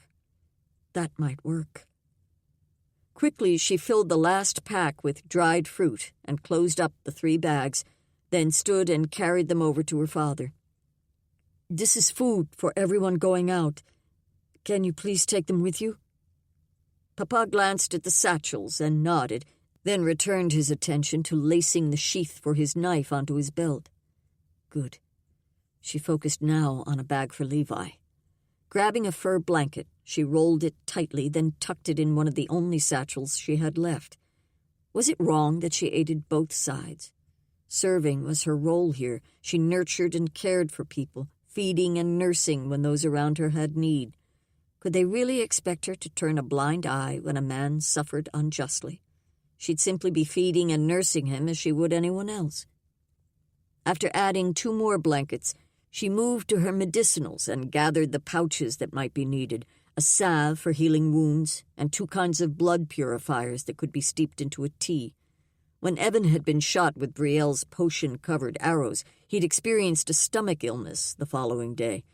Audrey had never been sure whether it was a random ailment or an effect of the tonic, but if she worked to purify Levi's blood immediately, maybe he would be spared the same experience, or at least not be afflicted so severely. Evan had been weak as a babe for days afterward. Once she'd gathered everything she could think of, including one of her extra meat knives, a small kettle and cup, and needle and thread for stitching wounds, she glanced at Papa. He'd begun layering on the underclothes he wore when he went outside in the winter. He seemed intent on his own preparations, so it might be best not to draw attention to her leaving. And he would also be looking for his coat soon, the one she'd sent with Levi. Better she be gone before she had to explain its absence. Slipping the satchel over her shoulder, she opened the door and stepped outside. A cold breeze wrapped around her as she retraced her earlier steps, being careful to walk in existing footprints the entire way. Thankfully, no one seemed to be in the courtyard at the moment, except some children at the far end. The men must all be readying for the search, their women helping them. She barely breathed until she stepped through the gate to exit the village walls. She didn't dare glance toward where a guard should be perched at the peephole from the guardhouse. She just turned and strode toward the woods. As soon as she stepped into the shadow of the trees, she broke into a run. She didn't worry as much about stepping in existing footprints now, only avoided the patches of snow that would make her tracks obvious. Her breaths came thick and heavy the longer she ran, and a cramp bit into her side. She enjoyed regular walks to gather herbs and berries in their seasons, but she rarely ran at a pace like this. She hadn't trained, as Brielle had for such a moment. But the thought of Levi lying injured on the mountain drove her forward. When she reached the far edge of the trees, an expanse of unbroken snow stretched out over the meadow before her. She scanned the right, then the left, for tracks. A faint line of darker snow lay to the left, and a glance at the ground beside her showed prints following the tree line in that direction. She did the same. When she stepped away from the woods into the tracks that must have been made by Brielle and the others, she moved into a run again. As she neared the mountain, she lifted her gaze to scan the slope. So many boulders littered the surface, offering hundreds of places a man could hide. As soon as she stepped up on the stone, she lifted her voice in a half-whisper, half-call. "Levi, are you here? I've come to help you get to the cave. Monsieur Masters?" She had begun thinking of him by his Christian name in her mind, but she shouldn't speak that aloud. No return calls sounded, so she pressed on, scampering over the stone in the most likely path around the mountain. It was impossible to know where the others had traveled before, since the stone showed no tracks. As she went, she peered around every rock she passed. "Monsieur Masters, are you here? I've come to help you get to safety. It's Audrey Moreau." She kept her voice just loud enough that he would hear if he was nearby, but not so piercing that it would ring across the open area. How much time did she have left before the searchers came? 5 minutes? 10? She had to move faster. With fear pressing her forward, she trekked a quarter of the way around the slope, moving higher up the mountain as the terrain required her to. "Levi Masters!" She called a little louder this time. If he was asleep, perhaps hearing his given name would prod him awake. A sound tickled her ear, bringing her up short. Was that the groan of a man or merely a trick of the wind? She scanned around her, first downhill, then up. There were several large stones he might have hidden behind. Moving as quickly as she could, she started up the slope first. "Levi!" She circled all 3 rocks that seemed likely hiding places, then moved down the mountain. "Levi Masters, it's Audrey Moreau. I've come to help you get to safety." If Brielle or one of the other searchers heard her say those words, or knew she was out on this mission of mercy, there was no telling what would happen. Her heart hammered faster at the thought. Then another groan stilled her. She paused mid-step to scan the area. He might be behind any of these boulders. She shifted into action, scampering down to first one rock, then the next. "Make another sound." This felt a little like the games of All Hide she and Brielle played as young girls. When one of them would come near to giving up, the other would make a faint noise to point the seeker in the right direction. This time, the groan was accompanied by the sound of something scraping across a rock. She homed in on a mid-sized stone farther down. As she scrambled toward it, the slope propelled her body faster than her feet could keep up. Her hands slammed into the boulder just in time to keep her from sprawling head first. Using her palms to brace herself as she maneuvered around the rock, she jerked to a halt, nearly stumbling over Levi Masters' form. He sat with his back against the boulder, one leg spread out in front of him with his foot in the food satchel she'd sent, and the other leg bent sideways. She focused on that leg long enough to decide the angle wasn't so odd as to be broken, at least she hoped not. It seemed more like he was simply too exhausted to straighten it. She refocused on his face, his eyes barely open enough to look up at her. She dropped to her knees by his side. "Are you hurt? Can you walk?" "Cold. Can't keep my eyes open." She scanned the length of him once more. He wore the coat still, though the buttons were unfastened. He would be chilled from sitting here, but shouldn't be too miserable. Unless maybe the potion that had coated the arrow made his body more sensitive to the elements.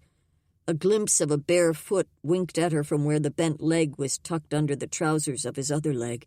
She leaned forward to brush the material aside. Yes, the foot was completely bare. A glance around the area showed 2 shoes propped nearby, stockings too. "Why aren't your shoes on?" She started to lean over him to grab them, but they were too far away. "Wet. Walk through the creek." His voice sounded a little stronger now. She sank back on her heels, then turned to the bag she'd brought. "I'll wrap your feet in these leather blankets. That should help until we get you to the cave." Within moments she had both limbs bundled. Seeing his bare skin and the long, angular, very masculine feet felt intimate. She did her best to remind herself he was simply a patient, but covering them with blankets was the only thing that took away the sensation. Turning back to the man, she reached for his arm. "Can you stand? We have to hurry." Chapter 9. Audrey watched as Levi struggled to stand. He moved painstakingly slow, and his eyelids nearly closed. He didn't seem to have the strength to rise. "Here, move onto your hands and knees first. That way you can hold onto the boulder until you get your balance." The blankets wrapped around his feet would make him unsteady, especially since it looked like the sleeping tonic still had a strong hold on him. While he struggled into that position, she hurried to gather up his shoes, his stockings, and their 2 bags.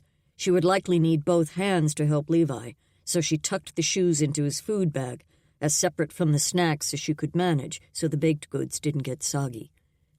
Levi had worked up to his knees and was using his hands to crawl up the side of the boulder to a standing position. "Good. Now put your left arm around my shoulders. I'll help you balance with those blankets around your feet." She would be on the downhill side, so hopefully she could act as a brace to keep him from tumbling. He didn't obey right away, and urgency pressed through her. "Hurry! They could be here any minute." She glanced back in the direction of Laurent. No movement appeared that she could see from this angle. Her words seemed to prod him into moving a little faster, almost into a regular pace. She helped settle his arm around her shoulders and tugged him the direction they needed to go. He was so unsteady, but she wrapped her arm around his waist to help hold him secure. Together they moved around the mountain and up to a game trail that would make for easier walking. Levi didn't stumble as much now, but he seemed to require her help to support part of his weight. Was this all truly from the sleeping potion? She needed to dilute the strength of that tonic. She'd been careful to use only ingredients that could be safely consumed by people, in case the tonic punctured areas of meat on the game Brielle shot with her arrows, but she'd had no idea how well the stuff would work. They were moving at a medium pace now. Would this keep them far enough ahead of the search party for Levi to be safe? She tugged him a little faster, and he trudged along with her. Her body was coiled too tightly to think overlong on the fact that this man was practically embracing her, this achingly handsome man who currently staggered along as though he'd imbibed too much fermented drink. His unsteadiness certainly wasn't his fault, though. At last they reached the base of the mountain at its farthest side and began to scale the second slope. The cave would be part way up, but this was the hardest stretch because they climbed uphill. It was also the most dangerous because they would be more visible at a distance. As they ascended, Levi finally became better able to walk on his own. He still kept his arm around her shoulders but didn't lean on her. The touch felt almost like he was helping her up the slope, or maybe they were assisting each other. She kept them moving around the mountain while still climbing with each step. Only once did she dare glance back. Were those figures on the side of the other mountain? Her breath caught as she froze and studied the landscape. Levi, too, turned to look. "Get down! Behind this rock!" He dropped low, pulling her with him. Audrey knelt beside him and peered around the stone. In the distance, a male figure moved up the slope, checking around every rock he passed. Monsieur Rochette. If she wasn't mistaken, he searched near the place Levi had been hiding. "Thank you, Lord. You got us away just in time," she thought. Levi sent a look over his shoulder, farther up the path they'd been taking. "How far to the cave?" She followed the line of his gaze. "If the opening weren't so well hidden, we could see it from here, just above that cliff, behind the scrubby tree. We'll have to stay low. Better to go one at a time, so there's not as much movement." She gave him a quick glance. Was he well enough to duck and run by himself? He seemed alert enough to be capable now. "I'll go first, since I'll be able to find the opening easier. Be careful. Stay behind rocks as much as you can." He reached for a satchel. "I'll carry one of those." She shook her head. "I have them." He might be able to get himself there, but they had no reason to make his struggle harder. Before he could protest, she ducked low and sprinted 6 strides toward the nearest rock large enough to provide cover. Once there, she took the opportunity to check the other mountain once again. Still only one figure visible. The searchers must have spread out. She didn't allow herself to glance at Levi, and instead turned back to map out the rest of her route to the cave. From boulder to boulder she ran, keeping as low as she could and stopping at each one, so a person watching from a distance couldn't see a steady stream of movement. At last, she reached the path beside the cliff, and she was breathing hard as she ducked behind the scrawny tree with its sharp needles.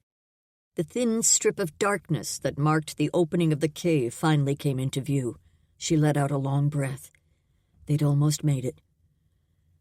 Leaning around the tree so she could see Levi, she motioned for him to come. Another glance at the other mountain showed 2 figures now. They didn't seem to have spotted her movement. Levi started along the same path she'd taken, although he ran slower, maybe in part because of the blankets on his feet. As he bent low to move, he sometimes had to touch the ground with his hands for balance. "Don't let him fall, Lord," she thought. If he sustained another injury, his chances of getting away safely would be so much worse. She needed to light a candle and check the cave to make sure there weren't any unwanted guests inside, but she couldn't tear her gaze away from Levi as he ran. At last, he slipped between the tree and the rock as she had. He was breathing hard as he came to a stop beside her. She dropped one of the satchels to the ground and fished inside it for a candle and tinder box. When she pulled out the flint and steel, Levi reached for the tinder remaining in the dish. "I can hold that." Working together, they had a candle lit within moments. Levi picked up the satchel from the ground, then started toward the cave opening. She moved to step around him. "I can go first, since I know a little of the layout." He didn't step aside. "I'll go first. Might be better if I hold the candle, though."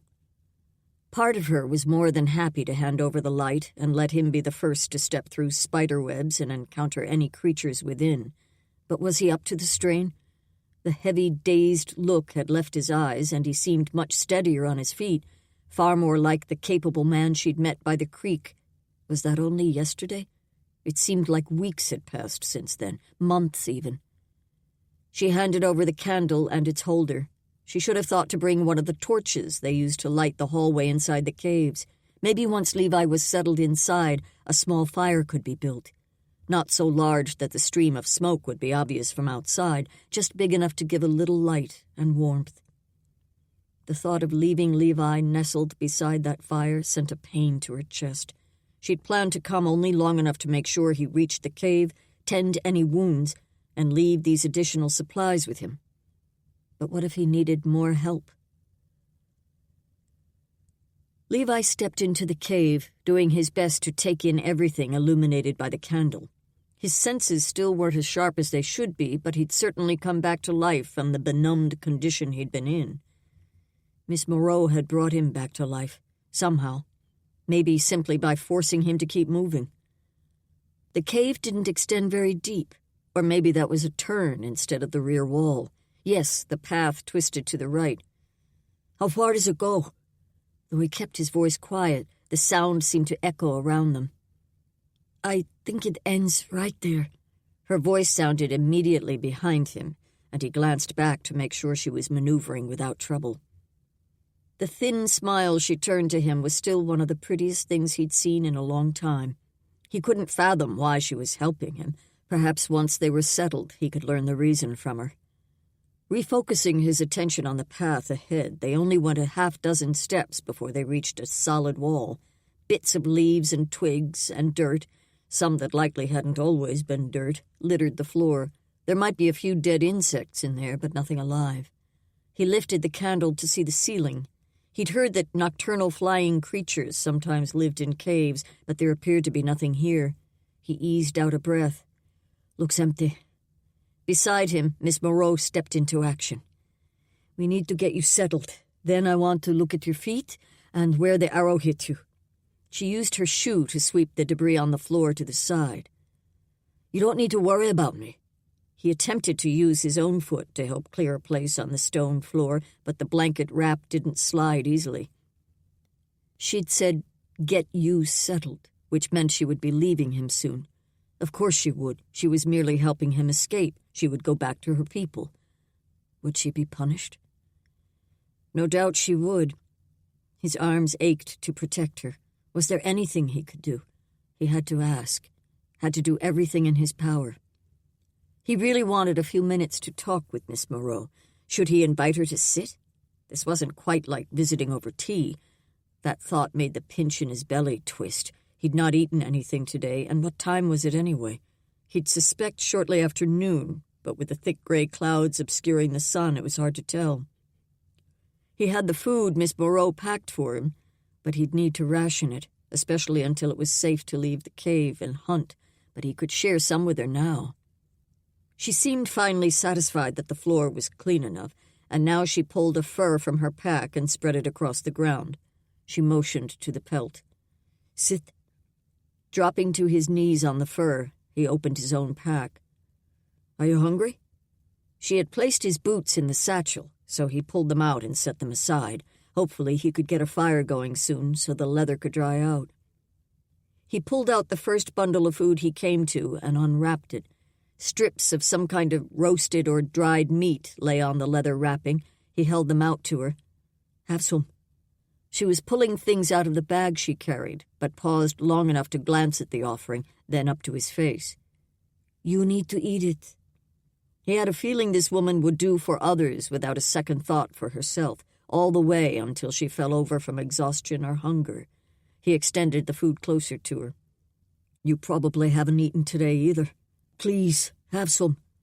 She dropped her gaze back to the food, and as she took a strip of meat, the hungry glimmer in her eyes showed more than she probably meant to. He bit into his own piece, smoked venison that tasted better than any venison he could remember.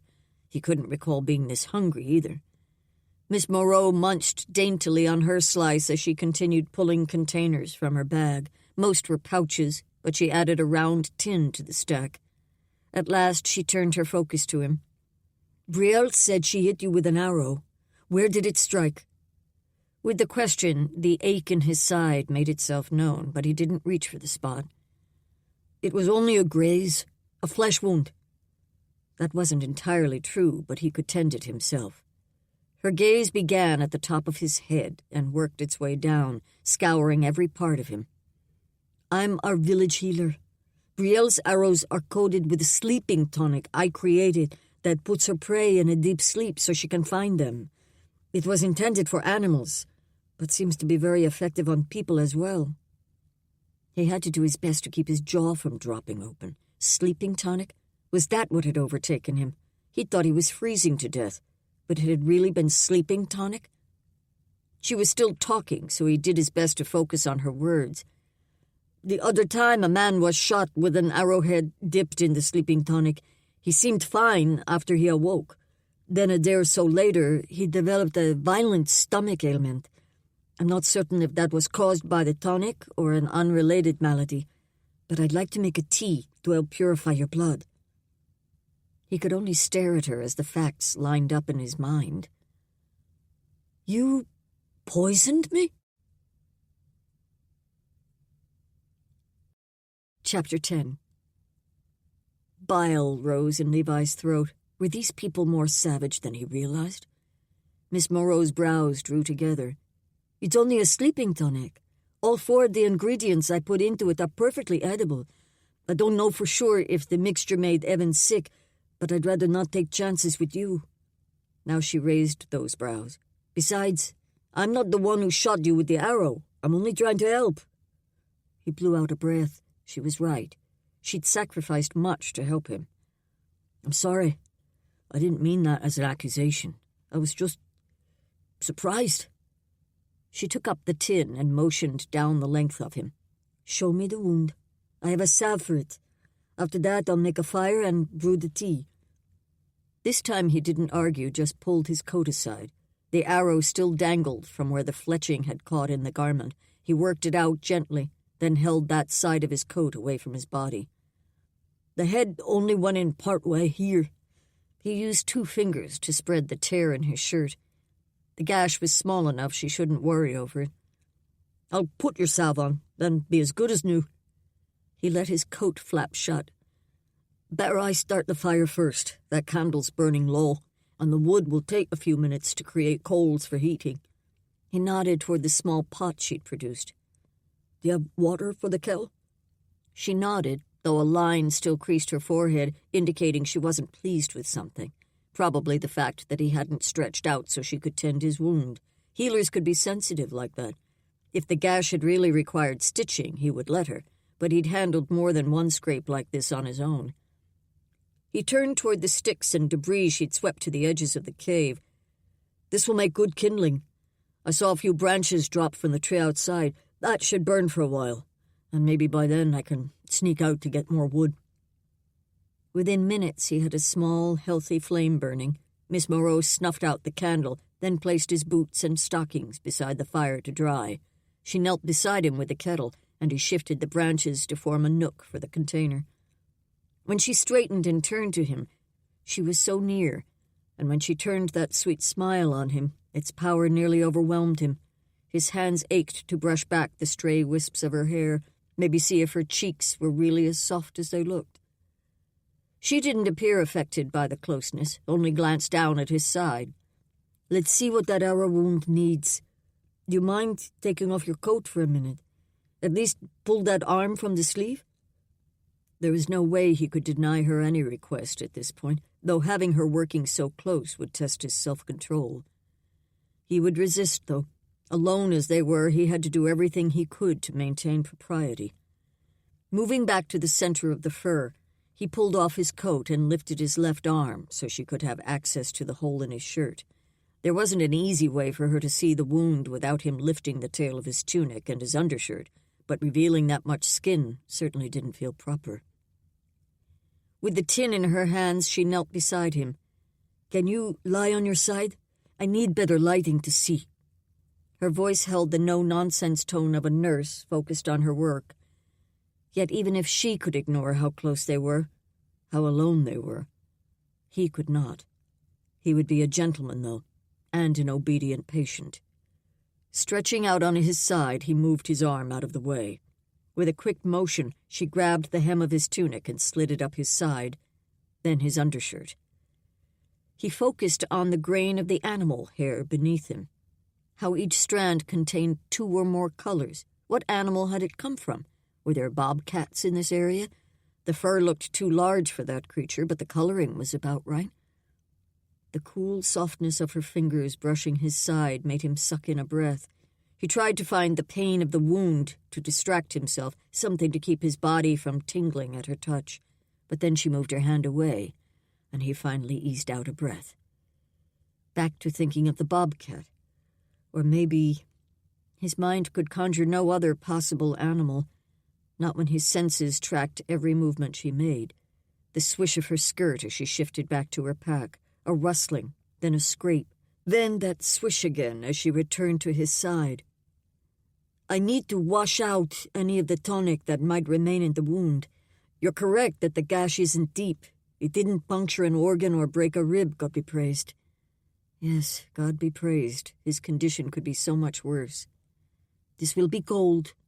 She didn't lie. He barely kept from sucking in a gulp of air as icy liquid burned inside his wound, then dribbled down his back. A cloth brushed the liquid away from his unmarred skin. This might sting a bit. He prepared himself, and good thing, too. She seemed to be digging around inside the gash, loosing a fiery blaze in his side. He didn't move, didn't breathe, could only hold himself in a constricted knot as he waited for her to finish her torture. There. It's as clean as I can manage with what I have. The salve should keep it from festering and aid healing. We'll wrap it to keep the medicine in place and the wound clean. She dabbed a cold substance in the cut, then her fingers settled on the healthy skin beside his wound. The softness of her touch almost made up for the pain from moments before. A shifting sounded like she was reaching for something. Do you think you could come up on your elbow so I can wrap this bandage fully around you? He did as she asked, keeping his attention on the fur. A glance at her now would be far too intimate, what with his shirt pulled halfway up. As a healer, she might be accustomed to this type of thing, but surely she always had a brother or father around in these situations. Perfect. Something in the tone of her voice drew his notice as she began to wrap a bandage around his middle. She sounded almost breathy. The thought distracted him so much that when her wrist brushed against his belly, his body flinched before he could stop it. This torture, the desire sluicing through him that he was doing his best to bind up with heavy chains, had to end soon. He'd always prided himself on his strength, but it turned out he was far weaker than he'd thought. Finally, she gave a tug on the bandage. There, that should stay put for a while. She worked the hems of his shirts down, her knuckles only brushing his skin twice in the process. He sat up, keeping his back to her. Thank you. So much energy coiled inside him, he had to do something to release it, preferably something that gave him a bit of space from her. Maybe this would be a good time for him to peek outside the cave and see what was happening with their pursuers. He started to push to his feet, but the action quickly reminded him of the confounded blankets wrapped around his feet. He eyed his shoes and stockings. They wouldn't be dry yet, and taking them away from the small fire would slow the process. But keeping these blankets on made him clumsy. He couldn't chance the possibility that he might stumble or accidentally do something else to draw attention. Better to go barefoot for a while. He quickly cast off his footwear and stood. I'm going to see what's happening outside. Be careful. Miss Moreau's tone sounded hesitant, maybe even a bit worried. He sent her a confident smile. I'm just going to the opening. I'll be back soon. As Audrey waited for Levi to return, she had to do something to keep her worry at bay. She couldn't leave yet with all the searchers out there. She'd have to wait for the cover of night. She removed the contents of the 2 satchels: food, doctoring supplies, blankets, candles, the knife. She sorted the food atop one of them, using the leather as a counterspace. Animals didn't appear to be a concern inside this cave, so it might be fine to leave these rations out today to allow them to get what they needed easily. After all, each food item was still wrapped in leather. She did the same with the rest of the gear, spreading it on the second satchel, including the blankets she'd wrapped around Levi's feet. When he came back, she would show him all the items so he would know what he had to work with. But when she finished, he still hadn't returned. Maybe she should go ensure nothing had happened.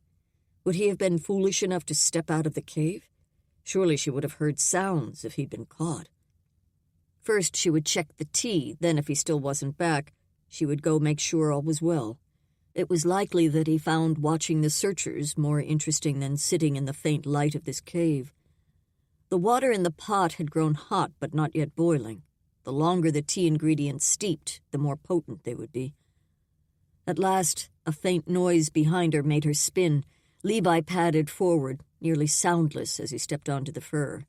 Her gaze dropped down to his bare feet, maybe because her kneeling position put her close to them already. Once more, the sight of their angles and masculinity felt intimate. His feet, of all things. She tore her gaze away, shifting her focus upward to his face, to read from his expression if he'd seen anything of concern outside. He towered above her, but then he dropped to his haunches to bring them closer to eye level. I saw 4 people searching, 2 of them on this mountain, but still farther back. One of those was the woman who dresses like a man. The odd description nearly brought a smile through her worry. Brielle. She's the leader of the guards and hunters, and my closest friend. She tried to make that last part sound casual, but it came out more yearning than anything. His gaze softened, his brows tenting in an earnest expression.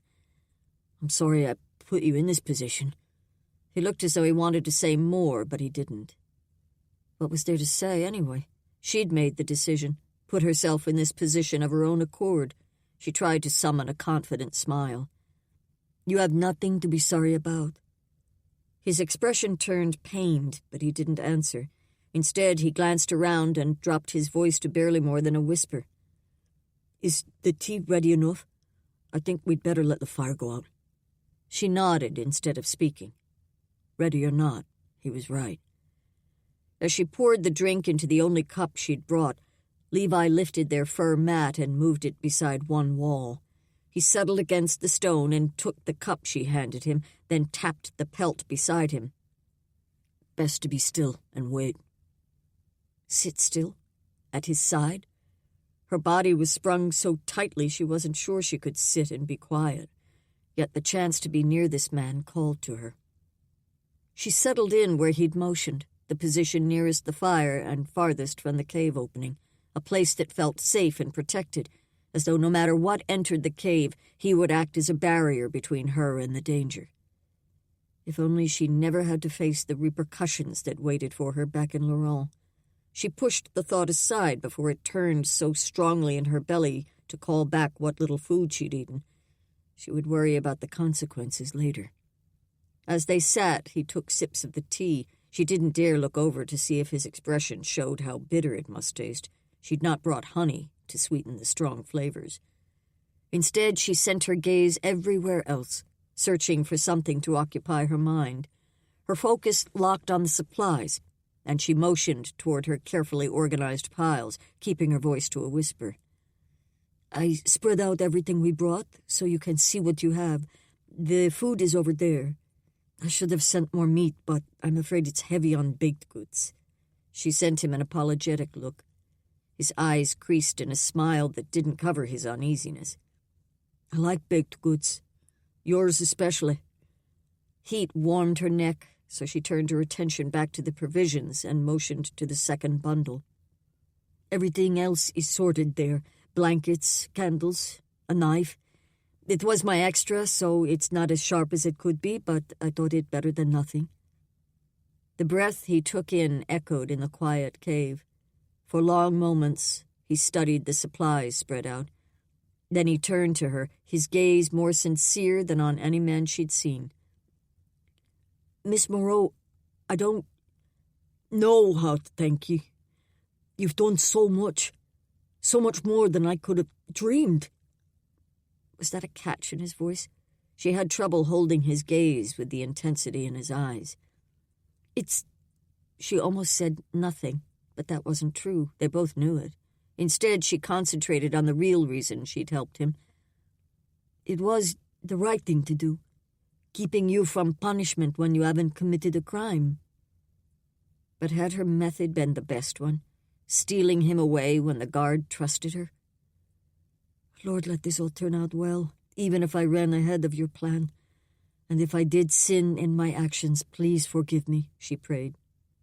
She had a feeling that if she really analyzed the situation through the lens of Scripture, what she'd done would definitely be labeled as sin. But she couldn't let herself examine it yet, not when Levi's safety wasn't confirmed. For long minutes they sat in silence. Levi sipped from the cup until he'd drained it dry, then placed the empty container beside him. They needed to remain still and quiet, in case the searchers neared the opening of the cave. The fire had faded to only a few glowing embers, but enough light still filtered from the opening around the corner. How much time passed she couldn't have said. It felt like hours. Felt like darkness should have set outside, but it might be no later than mid-afternoon. At last, Levi stirred beside her and spoke in a whisper. "I'm going to see where they are." She itched to stand and follow him, but two were more likely to make noise than one. She settled for placing the cup with the other food supplies and checking his boots. Still damp. If they'd been able to keep the fire burning, the leather might be nearly dry by now, but letting it go out had been the wisest choice. As the temperature dropped with darkness, Levi would need something to warm his feet. With the cold, neither these shoes nor stockings would be dry enough to help him. A new thought slipped in. They had a blanket and a knife to cut with, and she'd brought needle and thread in case she needed to stitch his wound. With those supplies, stockings she made would be rough, but at least they would keep his feet warm and help him get around easier than when they were bundled in blankets. She set to work, using his wet stockings as a pattern. By the time she had the first piece cut and stitched halfway up, Levi still hadn't returned. She tried to keep her attention on her sewing, but the thought of what might be happening outside stole her focus far too much. At last she set down her work and rose, creeping as quietly as she could toward the mouth of the cave. When she peered around the bend in the hall, the brightness outside made her squint. The light outlined Levi's form as he knelt just inside the opening, peering out to the left. She tiptoed forward, her feet only making an occasional whisper. Levi didn't give a sign that he heard her until she'd nearly reached him. He glanced back, and though the light cast a shadow on his features, his expression seemed animated. He touched a finger to his lips as a reminder for silence, then motioned her forward and shifted to make space for her on his left. Sidling forward, she slipped in beside him. He pointed where he'd been looking, and she followed the line of his finger. She nearly gasped as, less than a stone's throw away and a bit farther down, a person appeared on the mountainside. Chapter 11. Leonard. Where had he come from? When Audrey had first glanced that way, he'd not been there. Then he was, stepping from the stone itself. Maybe a bend in the rock gave the illusion. "I think it's another cave." Levi's breath warmed her ear as he kept his whisper soft enough to barely reach her. "They've all got in and out at least once." His nearness sent a tingle all the way down her back, making it hard to focus on his words. But another cave? She'd never seen that particular one, though there were caves spread all through these mountains, some only small, shallow holes, and some much deeper and winding. It seemed unusual to have two caverns so close together, and both with openings mostly hidden. The one she and Levi had taken refuge in was a bit higher up, and the cliff below made it appear as if nothing could reach this place. Not that anyone would see the opening with the juniper tree concealing it so well. She'd never seen that other cave, yet the searchers had been diligent enough to find it. Would they also discover this one? Maybe that other cavern would be a distraction to them, keeping this opening hidden. "Let that be the case, Lord," she thought. As they watched, two more men emerged, Philip and Evan. Then Brielle and Monsieur Rochette stepped out. The five gathered, and the latter spoke first, motioning back toward the cave, then in the direction of Audrey and Levi, though it appeared more of a general gesture, not a specific pointing. Still, Audrey shrank back until she could barely see them. Brielle responded to Monsieur Rochette, pointing several directions as she spoke, probably giving orders. Where were the rest of the men from town? Brielle had been planning a large search party, but now there were only 5. Philip and Evan started toward the juniper tree hiding their cave, and Audrey's chest tightened. Levi's hand closed around her arm in a light touch, giving a tug to guide her backward. She tiptoed behind him around the corner to their little campsite against the back wall. The fire no longer glowed, and no remnants of smoke wafted upward. The smoky scent did linger in the air, though. Would the searchers smell it outside? She settled back into her seat beside the rock wall and took up her sewing. Levi sank down beside her, and the weight of his gaze watching her work made the skin on her arm tingle. At last, she stretched out the stocking across her lap and whispered, "I thought these would help keep you warm until your shoes dry. I'm almost done with this one." Just a few more stitches, then she could tie off the thread and work on the second one. She sent a quick glance to check his expression. With brows lifted, he stared at the garment in her hands as though he was still trying to decipher her meaning. He finally lifted his gaze to meet hers. Even in a whisper, his "thank you" rang thick with earnestness. She sent him a quick smile to acknowledge the words, then refocused on her stitching. Within a minute, she finished the first stocking and laid it out to measure for the second. Cutting the material with the knife blade was the hardest part of the project. Levi held the soft leather in place as she wielded the blade. He kept his fingers well out of the way, but still their hands brushed several times in the process. Each time, heat swept up her arm as though she'd been licked by a flame. Why was she so aware of this man, so affected by him? When she finished cutting, he moved back to his position by the wall, but she remained sitting in the center of the fur mat. If he commented on why she didn't sit beside him again, she could say the lighting was better here, which might be true. Though this entire end of the cave was dim enough to make her eyes ache from squinting over her needlework. After securing the first few stitches, she proceeded quickly, finishing the last within minutes.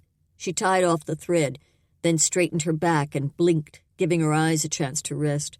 She tucked her needle back in her kit of healing supplies, then took up both stockings and turned to Levi. "See how they fit?" He took them almost reverently, but as he lifted his foot to obey her command, she jerked her focus away. She daren't watch him dress. This man affected her far too much, even his feet. Turning away, she busied herself with food for them to eat. They both needed sustenance to keep their strength up. From the corner of her eye, she watched Levi's outline enough to know when he'd finished donning both stockings. She glanced back just to make sure they fit. He sat with his knees bent, soles of his feet resting on the floor.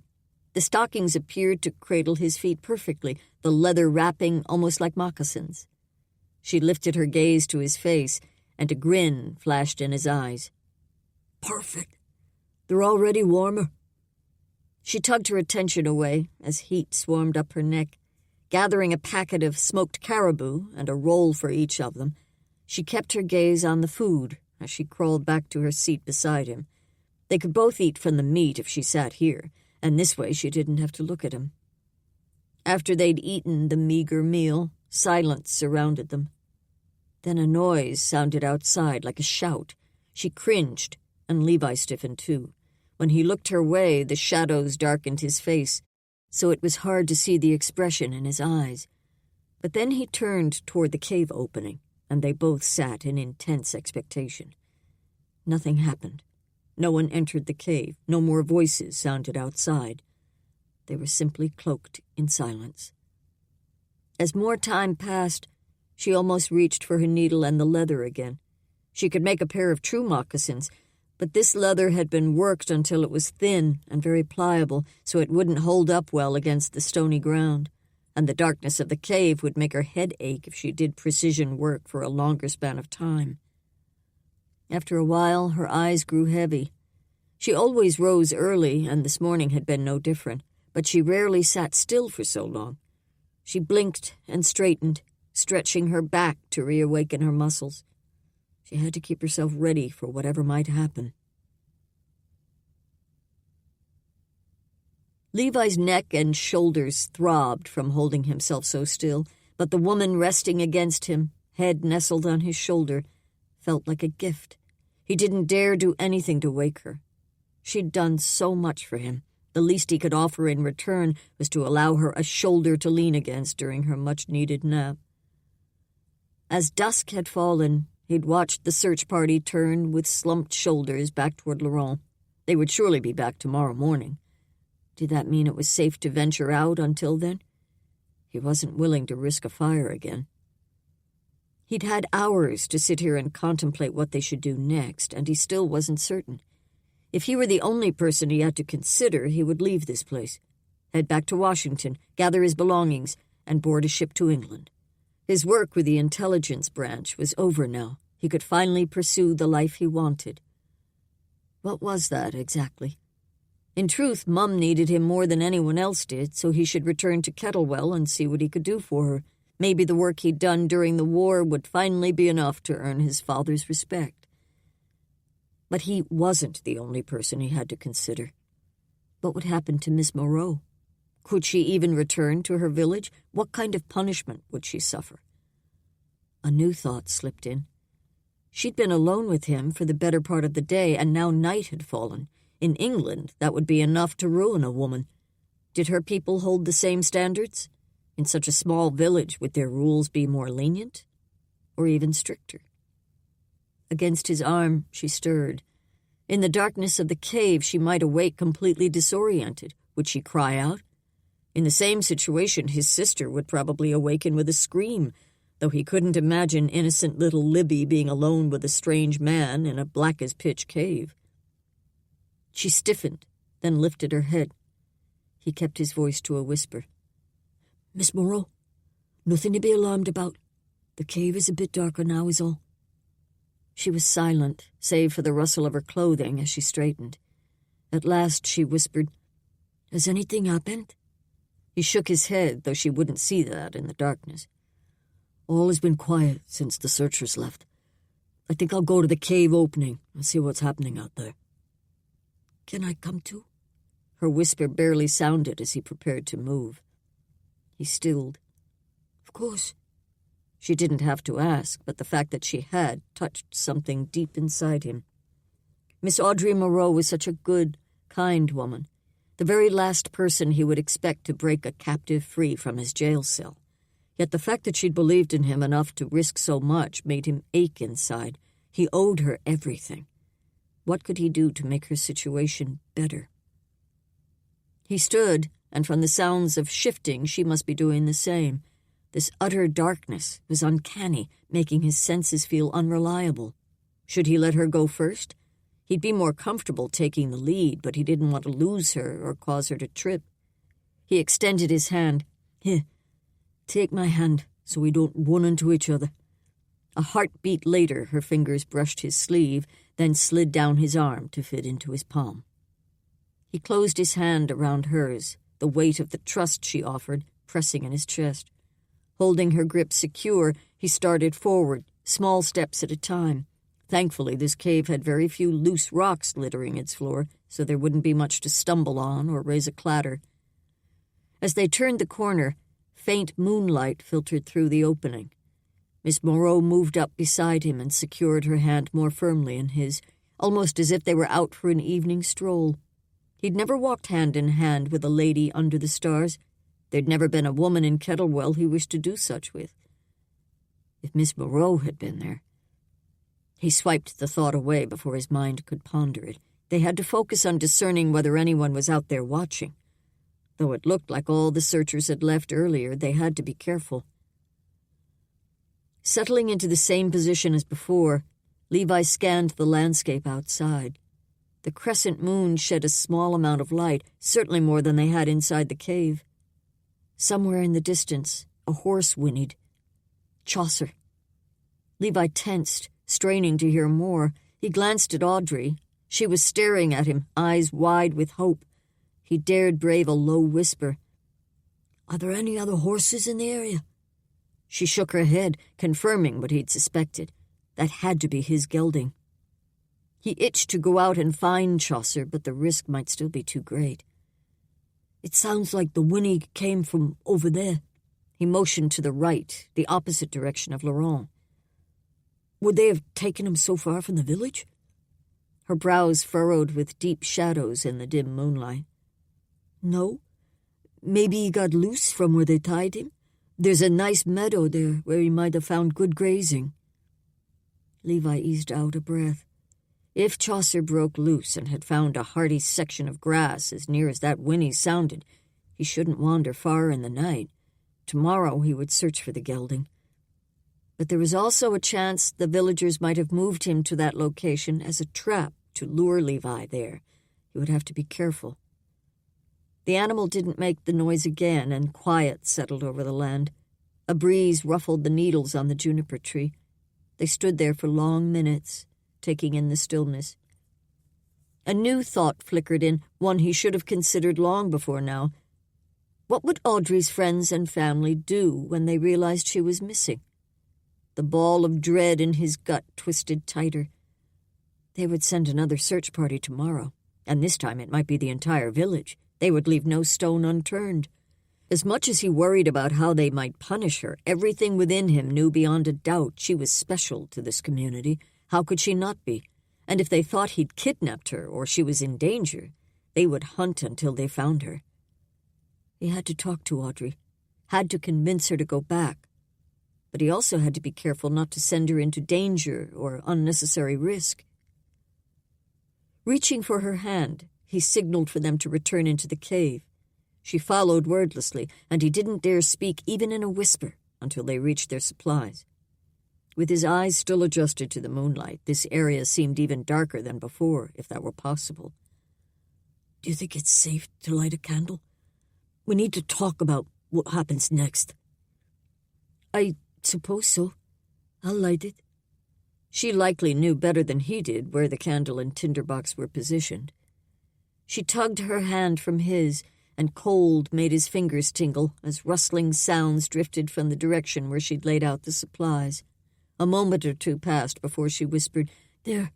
The sound of metal clicking came next, probably her flint and steel. A spark illuminated the darkness, but faded almost immediately. Another flashed, and this time the glimmer lasted long enough to cast light on her chin as she blew a gentle puff. The spark wasn't strong enough to survive, though. The third flash bloomed brighter, illuminating her mouth as she sent a steady stream of air. The light grew brighter, revealing her cheeks and nose. Then a tiny flame sprung up in the tinder, casting a glow in her eyes, illuminating her smile, just like an angel's. Within seconds, she lit the candle and snuffed out the flame in the tinderbox. She turned to him and held out the light. He took it, then motioned for her to be seated. Instead of sitting against the cave wall, she settled beside the supplies. If he rested against the stone, they would be able to see each other as they spoke. That practical positioning would help with the conversation. Surely she hadn't moved simply to keep from sitting beside him.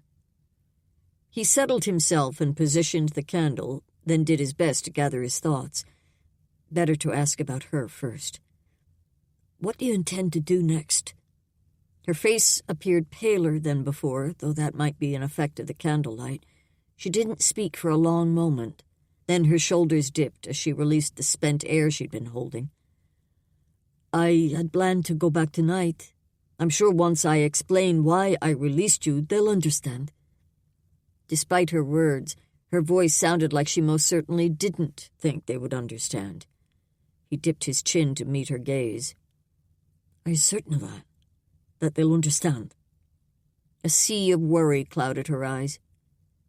"I pray they will. They know my heart is to help people, not inflict pain. I hope they'll be lenient." She must hear how unlikely her line of reasoning was. He leaned forward and propped his arms on his legs. "What can I do to make it easier for you? If I go back with you, would they pardon you?" She jerked upright, her eyes widening and chin lifting. "I'm not taking you back to Laurent. That would defeat all our efforts so far. All of our risks would be for naught." He inhaled a steadying breath, then released it. She spoke the truth there. He couldn't cast aside everything she'd done to help him as if her sacrifices meant nothing. But he also couldn't leave her to face the wrath of her people alone. He leaned forward again as a new thought took hold. "Come with me, then. I have to go back to Washington to retrieve my belongings. Then I'm going home to England. My family would welcome you. My sister would be overjoyed. Her dearest friend moved away last year, and she's been pining for neighbours who aren't in their dotage." She tipped her chin, concern and hesitation marking her expression. "Travel with you? To England?"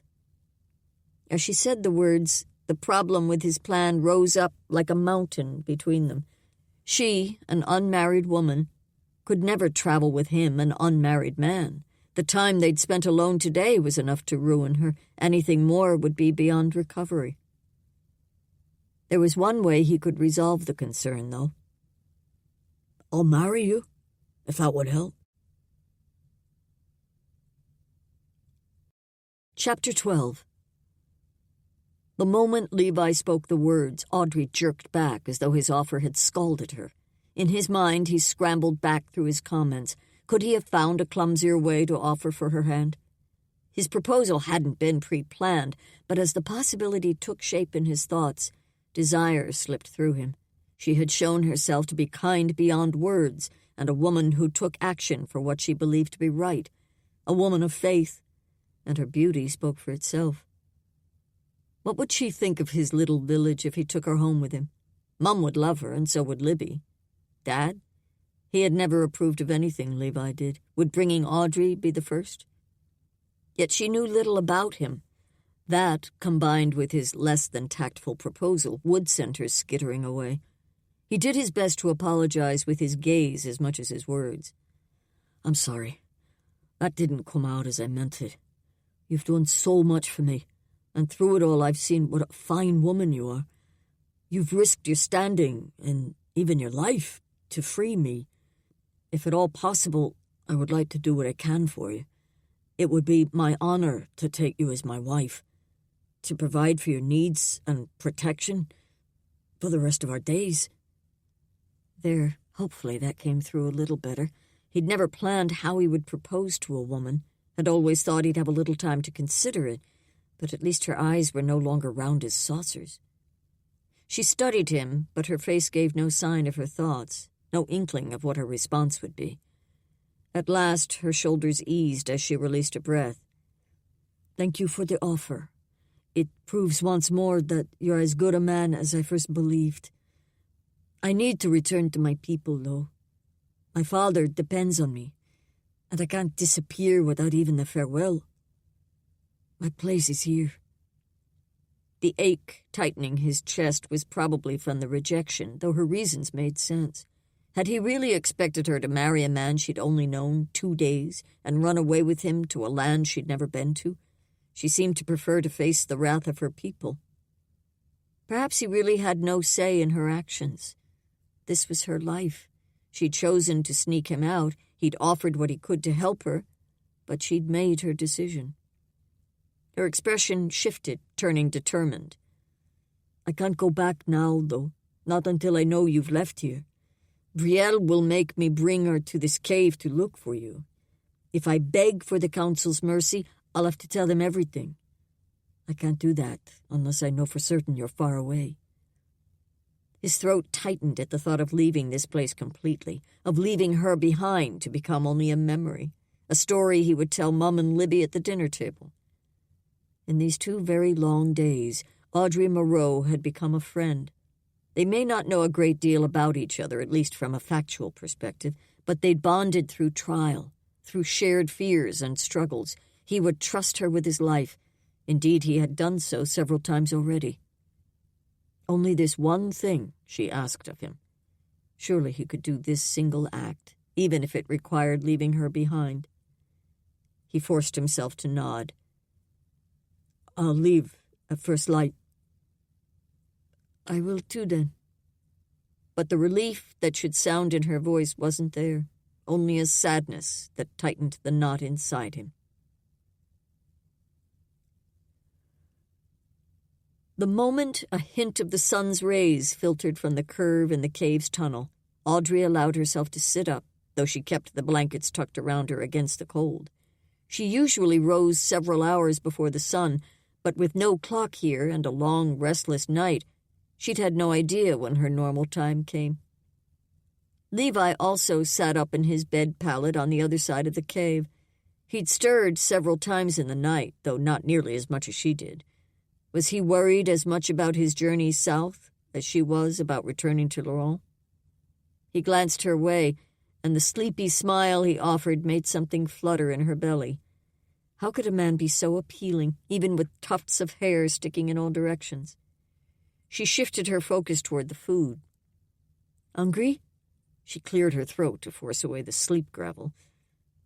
I am. The morning rasp in his voice sounded so much better in his rich baritone. With the food positioned beside her bed pallet, she didn't have to stir from her warmth to prepare their morning fare.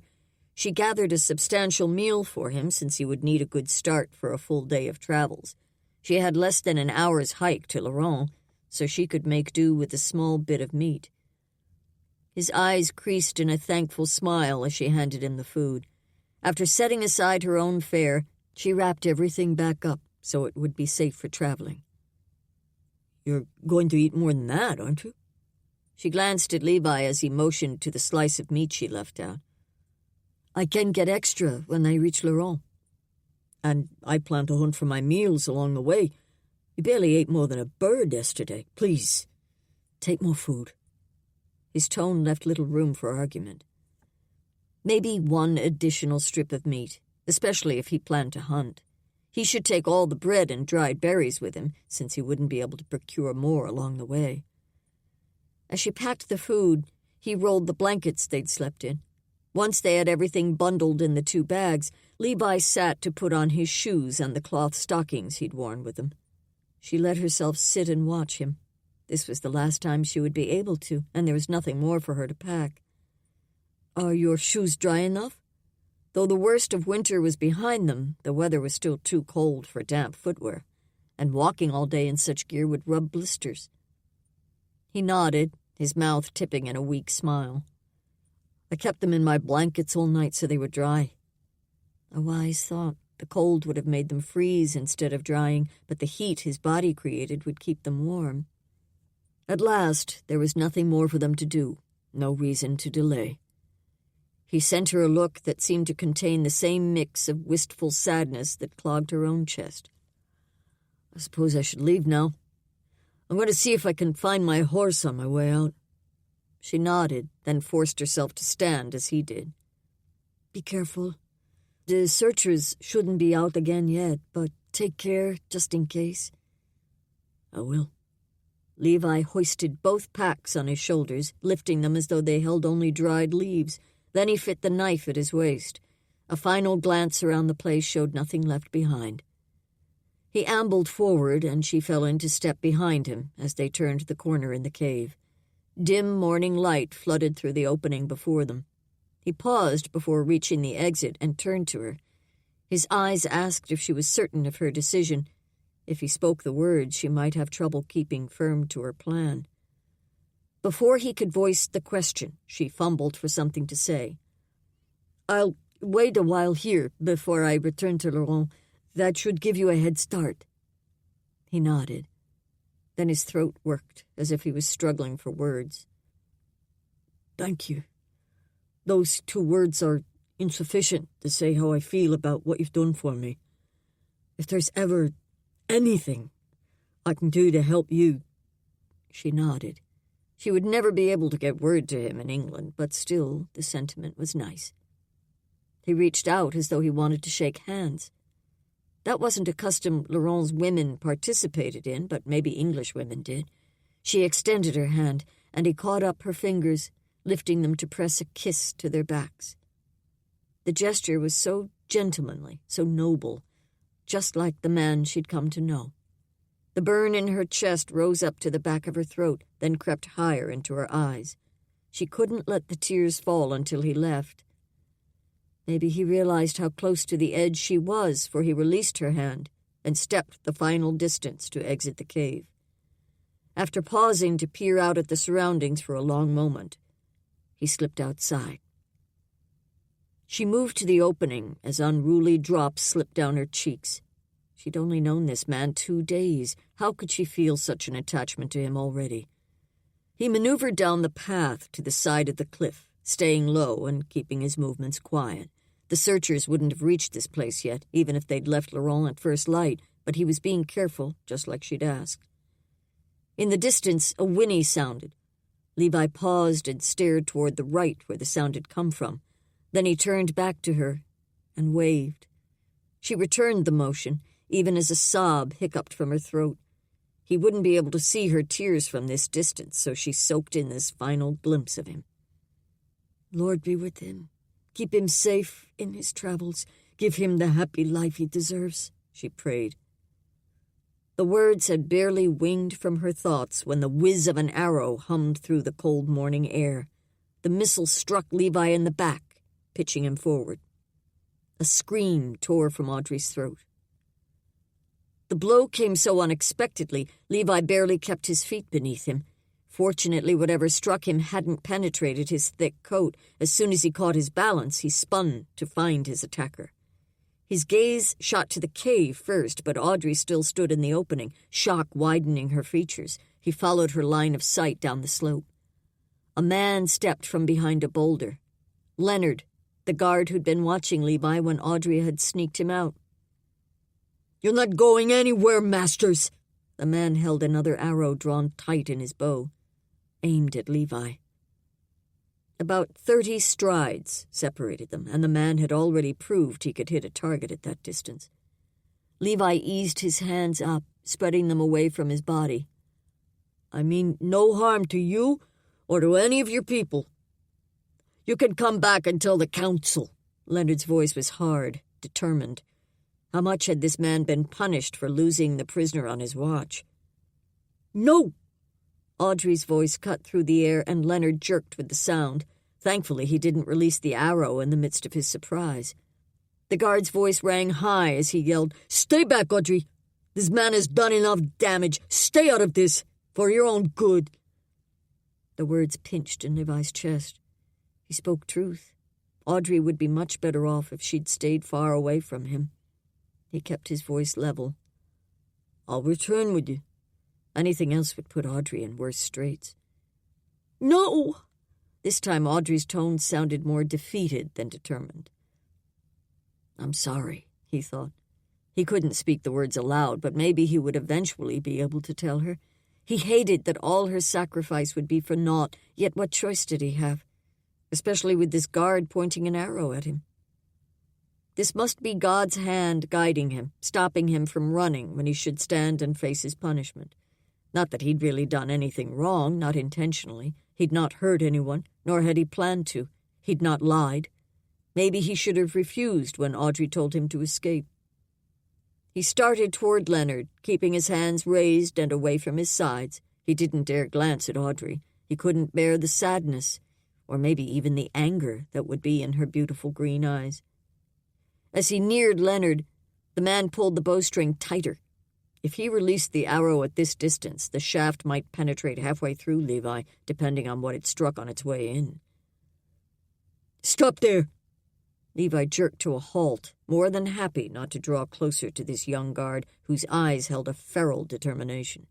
Surely he didn't plan to kill Levi now, then drag his body back to the village. "Drop those bags and the knife. Move slowly." Leonard's voice was as tight as his bowstring. Levi eased the satchels from his shoulder and dropped them to the ground, then moved one hand down to grasp the knife handle. He kept his movements painfully slow so he didn't give this young guard a reason to release the arrow. Leonard nodded to his left. "Toss it down the mountain." Below the boulder the man had been hiding behind, the slope dropped off steeply, forming a vertical cliff farther down. Levi tossed the blade far enough that it skittered over that steep incline. "Now your other weapons." Levi met the man's gaze, returning both hands to the positions away from his sides. "That was all I had." He was near enough to see the sweat glistening on Leonard's brow, despite the cold. It took a great deal of strength to keep a bow drawn as long as he had, but the man looked as cagey as a cornered bobcat. How old was he, anyway? He didn't look more than 1 or 2 and 20. The pressure to make up for letting his prisoner escape must be intense. Had Leonard spent the entire night out here, lying in wait, even when the rest of the searchers went home? Levi kept his voice as steady as he could. "You don't have to worry, Leonard. I'll go back with you. I won't try to escape again." "You won't get away. Not this time." The guard nearly snarled the words. Levi's meaning clearly hadn't penetrated. The fellow stepped up the mountain and motioned for Levi to walk past him along the animal path.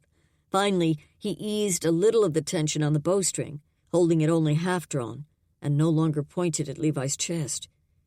As he passed the man, Levi kept an eye on him from the corner of his gaze. A man as nervous as this guard might do something dangerous, either intentionally or not. When Levi had taken 3 steps past him, Leonard moved back down to the trail. Something flashed in the corner of Levi's gaze farther off the mountain. He glanced back, more from instinct than conscious intention. Audrey stepped from behind the tree that guarded the cave, clattering down the mountain with no attempt to conceal her approach. A yelp of frustration sounded just behind him. Levi turned to see Leonard's reaction to her approach, if he thought to hurt her or restrain her in any way. The guard's vexation must have thrown him off balance, and he took a step backward to catch his footing. The movement took him off the path, his foot landing down the slope and sideways on a loose stone. He twisted to right himself, and a grunt slipped out as he scrambled for purchase with his other foot. The slope was too steep, though, with too many fist-sized rocks. Leonard stumbled forward, his upper body joining the battle to regain his balance, but the momentum forced by the incline sent him toppling downward. With the bow still in his arms, he tried to brace himself with his hands. Levi lunged forward to help, sliding down the slope on the sides of his feet as he fought to keep himself from tumbling, like Leonard. The man was on his side now, so maybe he could use his hands to keep from rolling, but he still held the bow, was tangled in it maybe. His body flipped over before Levi could reach him. The fellow cried out, almost at the same moment as a scream echoed from behind them. Chapter 13. The descent was steeper now, and Levi had to drop to his knees as he moved, but he had to go faster, had to stop Leonard before his tumbling picked up speed. The guard had begun to howl. The rocks must be pounding his face and every other part of him. He didn't seem able to use his hands to stop himself. Though the bow rolled with him, he didn't look entangled anymore. Maybe he'd broken his wrists in the fall. Levi had to move faster or he'd never reach the man. Leonard was only a few rolls away from the drop-off that tumbled down in a sheer cliff. A single scrubby tree caught his eye. The overgrown bush perched right at the top of the cliff and looked to be in line with where Leonard's feet would hit. Was the tree strong enough to stop the man? It had the same prickly needles as the one blocking the cave. "Grab the tree!" Levi screamed to Leonard, even as he himself launched toward the plant. The man might be too roughed up to hear and understand. If his wrists were broken, he wouldn't be able to obey. But if Levi could reach him before he toppled over the precipice, he could use the tree to stop them both from tumbling over. "No!" Audrey's scream barely penetrated his mind as he landed head-first in the prickly branches.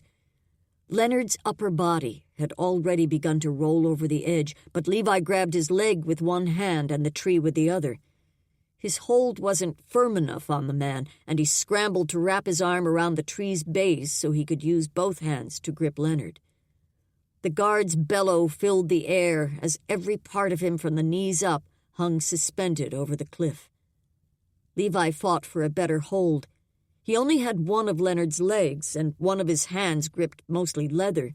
He strained with everything in him to keep Leonard from falling farther. His awkward position kept him from using the strength in the core of his body, so he had to rely almost completely on the abilities of his arms. His fingers were the weak link. With Leonard's entire bulk dangling over the edge, the grip Levi clung to relied heavily on the strength of the man's leather leggings. His grip slipped. First a little. Then an awful ripping sound rose even over Leonard's cries. Levi had to get a better hold on the man's leg, a firm grip with both hands on more than leather.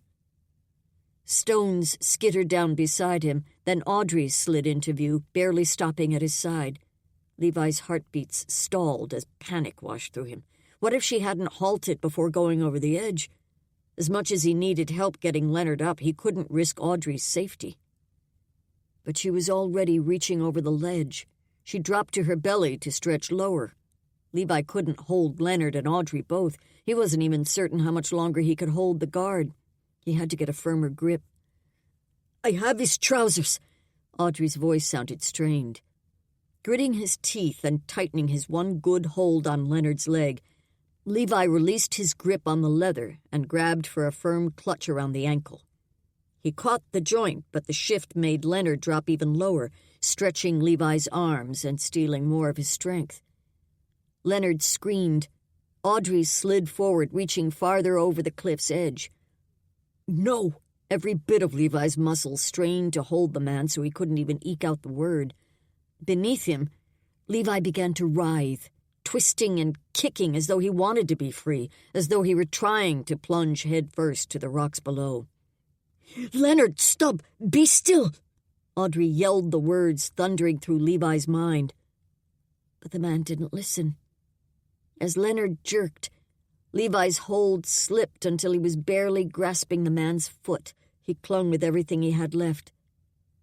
But with another kick, the frantic guard broke loose. Audrey screamed and jerked forward. Levi scrambled to reach her, but with his body leaning so far over the ledge and one arm wrapped around the tree, he couldn't grab her. So he twisted, half rolling so his legs could pin Audrey to the ground. He landed atop her, enough to keep her from sliding farther over the cliff. His own head had snapped backward, the sharp stone of the ledge biting into the base of his skull. He didn't dare move, just sucked in deep breaths. Audrey was safe. He was alive, too, though his arms felt like they'd been stretched to twice the length of his body, and he might have a rib or two broken from his efforts. But Leonard, "Dear Lord, take him to paradise with you today," he prayed. He squeezed his eyes shut as the awful ordeal played back through his mind. He couldn't let the images fester, not now, when he still had to get Audrey back up the mountain. At last, he drew enough breath to speak. "Audrey." "Yes." Her voice was so soft he barely heard it. She was lying motionless, too, though part of that might be because of his weight. Yet surely she'd been affected by watching Leonard die. He had to help her focus on their next tasks. "Can you crawl backward away from the edge?" "You're on my legs." Her voice sounded stronger now, though still soft, perhaps because she faced the ground. "As I move, scoot back. All right?" "All right." Something didn't sound normal in her voice, but he would find out more once they were back on solid ground. He slid one leg off her, then the other, keeping his body twisted so he could see for sure that she moved away from danger. He clung to the tree with both hands now, though his grip trembled so much he probably wouldn't be able to stop himself if he somehow slid over the ledge. But that wouldn't happen. He wouldn't allow it. Audrey finished crawling backward, then sat on the slope, far enough away that his heart might finally return to its regular pace. Now he had to get himself upright. Shifting his legs one over the other, he untwisted his body and did his best to roll onto his belly. His face pressed into the tree needles again, and he tried to get his hands underneath him to move into a crawling position. But his arms wouldn't hold him. His entire body was weak as a babe's. He lay there for a long time, gathering his strength. "Levi?" Worry tinged Audrey's voice. "I'm all right. Just need a minute." He should make another try now that his breath had mostly returned to him. Using the strength of his legs more than anything, he managed to crawl backward from the ledge. His chest definitely ached, down near his lower ribs. Maybe he'd only bruised them, as he'd pressed against the stony ground while he clung to Leonard. The ache in his side from yesterday's arrow wound had all but disappeared amid all the chaos. Every inhale pressed into his ribs like a knife, and he did his best to keep his breath shallow. At last he struggled to a sitting position beside Audrey. She stared toward the edge of the cliff, as though remembering the moment Leonard tumbled over. As Levi settled beside her, she glanced his way, sending her gaze down the length of him. A frown drew her brows together, and her attention jerked up to his face. "You're hurt?" He shook his head. "Probably just a bruise." His hand slid across his ribs, but the moment he neared the spot, the pain told him he'd better not touch. "We should go back to the cave and let me check." There was something distant in her voice, maybe simply the hollow tones of grief. She'd probably known Leonard his entire life. They'd likely played together as children, and now to see his life ended in such a violent way. Her focus drifted forward again, back to whatever she'd been thinking or reliving before. I need to go check on him, just in case. Levi's entire body tensed. That glimpse of Leonard sprawled out on the rocks below would stay with him for a long time. Audrey shouldn't see a death like that, especially someone she knew well. Besides, he couldn't imagine there was a chance the man still breathed. I'll do it. But with the way his body felt, even if he made it down the mountain, it might be a while before he found the strength to climb back up. She turned to study him again, and after a long moment, she spoke once more in that hollow voice. All right. I think you can get down over there. She pointed to the left, where the steepness of the mountain's base eased. It looked like goats or some other animal had pounded out a route through the stones. He gave himself 3 more breaths to gather his strength and steel himself against the pain. When he attempted to stand, even using his hands to push off from the slope behind him, the knife in his ribs plunged deeper, twisting as though on fire. He only made it part way to standing before his body forced him to stop. He froze in that position, not daring to breathe until the flames inside cooled. At last, he eased back down. He would have to roll over on his hands and knees and work up to standing that way. By the time he turned over, Audrey was already on her feet and placed a staying hand on his shoulder. Rest here. I'll go look. Not as long as he had breath in his body. He clenched his jaw against the pain and finished standing. Audrey must have realized it wasn't worth the attempt to stop him, for she slid her hand down to his arm and helped with the last of his efforts. After straightening, he took in steady, shallow breaths to let his insides settle. To cover his weakness, he used the time to map out the best path down the slope. I'll walk down with you. Without waiting for him to respond, Audrey turned and started toward the goat trail. He let out a careful breath and followed. She could go to the bottom of the mountain, but he would be the one to approach Leonard. Keeping his eyes on the next step ahead was the only way he managed to maneuver down the slope. Audrey easily outdistanced him, but she paused to wait for him several times on the descent before continuing on. At last, they reached the area where the ground leveled off. Everything in him begged to stay here and rest, to catch his breath, and let the burning in his ribs subside before he proceeded. But if he didn't move now, Audrey would start off without him again. He stepped past her and held up a hand. Wait here. As he picked his way around a section of boulders that looked like they'd once come from a rock slide, he prepared himself for what he would find. Blood, undoubtedly, limbs in unlikely positions from broken bones. The life of a promising young man snuffed out. After finally making his way around the rock slide, he reached the area where the cliff met the ground, except it didn't meet the ground exactly. The base of the vertical slope joined a flat stone platform as tall as his shoulders that he would have to hoist himself up onto. His arms had regained some of their strength, but lifting his body like that would be a challenge. He could see Leonard's form on the platform about 15 strides away, but from this angle he could only make out the top of the man's head and one arm. He'd have to climb up there and check Leonard's pulse to be sure no life remained. By the time he managed to wriggle and groan his way up onto the stone platform, he was more than grateful Audrey hadn't watched his awkward, exhausted attempts. His ribs felt like they'd never heal, especially if he kept climbing up and down this mountain. He lay on his back for a long moment to gather himself, then prepared for the arduous task of standing. When he gained his feet, the thought occurred that maybe he should have just crawled over to Leonard. He had to come back to his knees when he reached the man anyway. But his pain-numbed mind wasn't thinking quickly enough to save himself the effort. He stilled himself as he approached the body, forcing his emotions back and letting his mind focus only on the facts. Blood coated the man's face, streaking through his hair and pooling beneath his head. One arm lay twisted, the wrist bent down in a position that had to mean it was broken.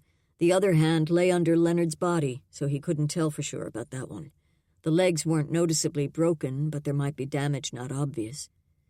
As he dropped to his knees to check the man's pulse, he had to look away from Leonard's young face.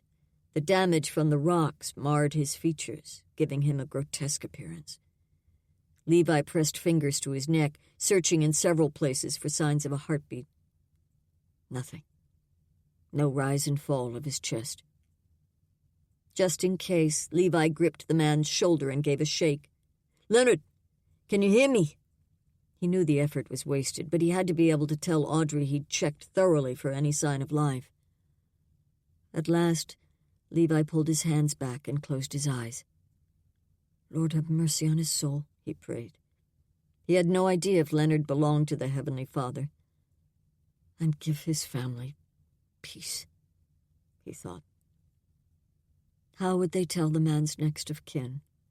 Audrey would have to let them know when she returned. A new wave of pain crept through him. Her return would be hard in so many ways. He finally stood and gave a final salute to the fallen guard. Then he turned his attention to getting back to Audrey. Likely, searchers would come again today.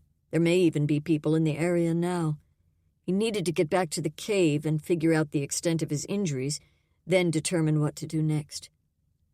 He reached the edge of the platform and bent to sit on the ledge.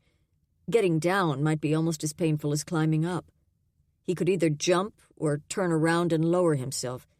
The latter would be harder on his ribs, so he would do better to jump and brace himself for the pain that would ricochet through his body upon landing. Inhaling a breath to prepare, he launched forward to land far enough away from the platform that he avoided the loose stones at its base. When his feet hit the ground, something shifted under his boot. His left leg twisted inward, shifting his weight sideways.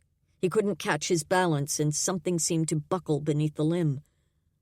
The ground rushed up to meet him, slamming hard into his shoulder. He squeezed his eyes shut as the pain blinded him. Chapter 14. Should she follow Levi around this pile of rocks or not? Audrey's body had begun to shake as she waited. The cold played a part, no doubt, but so did the layers of reality sinking through her shock. Leonard was dead. She'd never known him well, as he'd been a year behind her in school and he had no sisters. He was a gangly lad with freckles covering his cheeks and nose. He'd always played with the adventurous boys, so it hadn't surprised her when she learned he was training to be a guard. But now, how would she tell his mother? How would she tell anyone in Laurel? When she turned herself in, she would have to be the one to give the awful news. Until now, her actions had resulted mostly in good. Levi was safe and free to return to his home and family. But Leonard, one of Laurent's own, who had taken an oath to protect and provide for the village, had died as part of this debacle. She squeezed her eyes shut as the shivers grew stronger. Pressing her hands into her coat pockets, she pulled the covering tighter around her. "Lord, forgive me," she prayed. A yell from the other side of the fallen rocks jerked her eyes open. She stepped forward, then paused to listen. Had that been a person? As she replayed the sound in her mind, it could have been made by a bird. Still, she would go see what was happening with Levi. As she strode around the rocks, her teeth began to chatter. Now that she was moving, she thought the shivers would fade, but they didn't. When she rounded the boulders, a ledge appeared ahead about level with her eyes. If she'd gauged the distance correctly, that should be where Leonard lay. She quickened her step, straining to hear any voices as she walked. A movement on the ground shifted her focus to the left. Realization pressed a cry through her lips. A body lay among the stones and half-melted snow. She broke into a run. Had Leonard's fall knocked him all the way out here? Yet the body was moving. Could he still be alive? Then the figure turned so she could see the face, and a jolt passed through her. Levi. She sprinted faster, then slowed as she neared him to take in what might be wrong. Panic tried to well, but she forced it back. He was moving. Maybe he'd only tripped and had the breath knocked from his chest. He opened his eyes and relief swept through her. She dropped to her knees by his side. "What happened?" His eyelids dropped to half-mast, pain cloaking his face. "My leg." He touched his right leg near the hip. Fear gripped her chest as she ran her gaze down the length of him. Nothing looked out of place. "I fell. Or tripped. Can't move it." His words grated out through his clenched jaw. She honed her focus on the limb, scanning from top to bottom. His leggings didn't show any sign of swelling. The knee and foot pointed inward, but not enough to be abnormal. She needed to feel the limb all the way up to learn what her eyes couldn't see. "I need to remove your boot and check for injuries." She worked to settle her insides as she glanced at his face for a response. Pain twisted his expression. "Do it." She worked as quickly as she could, forcing her mind to focus on all the possible injuries and symptoms she should watch for. Broken bones were most likely, and also easiest to discover, as there would be swelling and heat, and sometimes an awkward angle or protrusion. After removing the boot, she used both hands to start with the toes. "Tell me if I touch the place that hurts." "That's numb. I only feel a tingle." She still had one hand gripped around his toes and the other around his heel, but she stilled, thinking through what numbness might be a symptom of. Only one type of injury sprang to mind, but surely there were others. With careful movements, she kept going. Down the foot, over the ankle, pressing with all her fingers to touch each bone, up the lower leg, over the knee. He didn't alert her to new pain, and her fingers found nothing unusual, except the leg seemed to move so easily any direction she prodded, though it always came back to rest pointed inward. She cocked her head, perhaps leaning a bit too much to the inside. That would go along with the symptom of numbness in the toes. She pressed the thought away, focusing on finding heat or swelling or anything abnormal. She was working her way up his thigh bone now. How much farther did she dare go? When she'd checked halfway up that part of the limb, she pulled her hands away. She couldn't ignore what her instincts kept pointing her toward. Better to address that possibility head-on before making this inspection even more awkward than it was becoming. She did her best to give her voice the tone of a healer working with a patient. "Can you point to the place where the pain is the worst?" He pressed a hand to the outside of his hip. Her own stomach dipped. That would match everything else. Inhaling a breath for courage, she focused on the area. "I'm going to touch it to feel if the joint might have come out of place." He moved his hand away, giving space for her to do what she'd said. His eyes were closed, his breathing thick and labored. She couldn't delay any longer. As her fingers worked over the outside of his leg, she probed for the knot that would tell her for certain. The entire joint seemed to be swelling, but there it was, the telltale sign she'd only felt once before. Madame Mézé had been white-haired and wrinkled when she began to teach Audrey some of the ways of a healer. Many of their ministrations stood out boldly in Audrey's memories, for she'd soaked in every tidbit the woman shared. Even now she could close her eyes and remember the time they'd worked the vignette lad's hip joint back into place. He'd fallen from a cliff and had cried out in a steady stream of sobs and moans while they worked. It had taken both of them, Audrey and Madame Mézé, to leverage the joint back into place. That had been 6 or 7 years ago, so perhaps Audrey was strong enough to manage it alone now. She would have to, and the sooner she accomplished it, the sooner his pain would subside. She shifted so she was facing his thigh bone, doing her best to recall everything she could about the maneuver. "Your hip joint is out of place, so I'm going to try to work it back in. This will hurt at first, but then you should feel much better." If she could get this done right.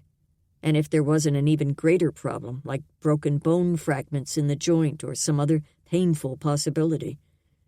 She wouldn't know for sure until she tried.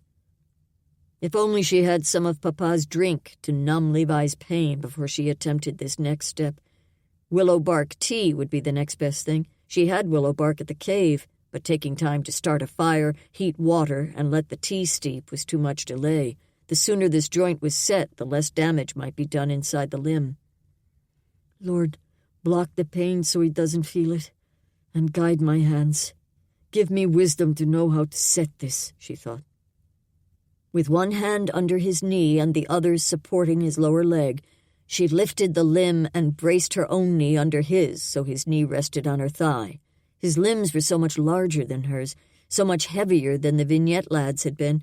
This brawny man needed her to be strong. No half-hearted attempt would do. Settling herself in the right position so she could press down and inward on his lower leg, using her own raised knee as a lever, she began applying pressure. First a little, then more. Levi groaned, and she allowed herself a single glance at his face. The lines in his jaw pulled tight, his eyes squeezed shut. She refocused on her work, feeling the strain in her arms through her core and through his leg. She pushed harder, leaning into the effort, listening for the pop and jerk that would signal the joint was back in place. A grunt slipped from Levi, louder than the groan from before, but she stayed focused on every sensation, every bit of pressure that ebbed through her hands and down his hip to the joint. Nothing was happening, save the torture she was inflicting on this strong man. She angled her knee to the left and pushed down harder on his foot. This had to work. God help it work. Move this joint back into place, she prayed. As she clenched her jaw with the effort, she tipped his knee a bit inward. A jerk pulsed up from his hip, and a surge of relief washed through her, stealing her strength. She glanced at Levi's face. He lay still, his skin almost as pale as the snow. Had he lost consciousness from the pain? Levi, she barely spoke above a whisper.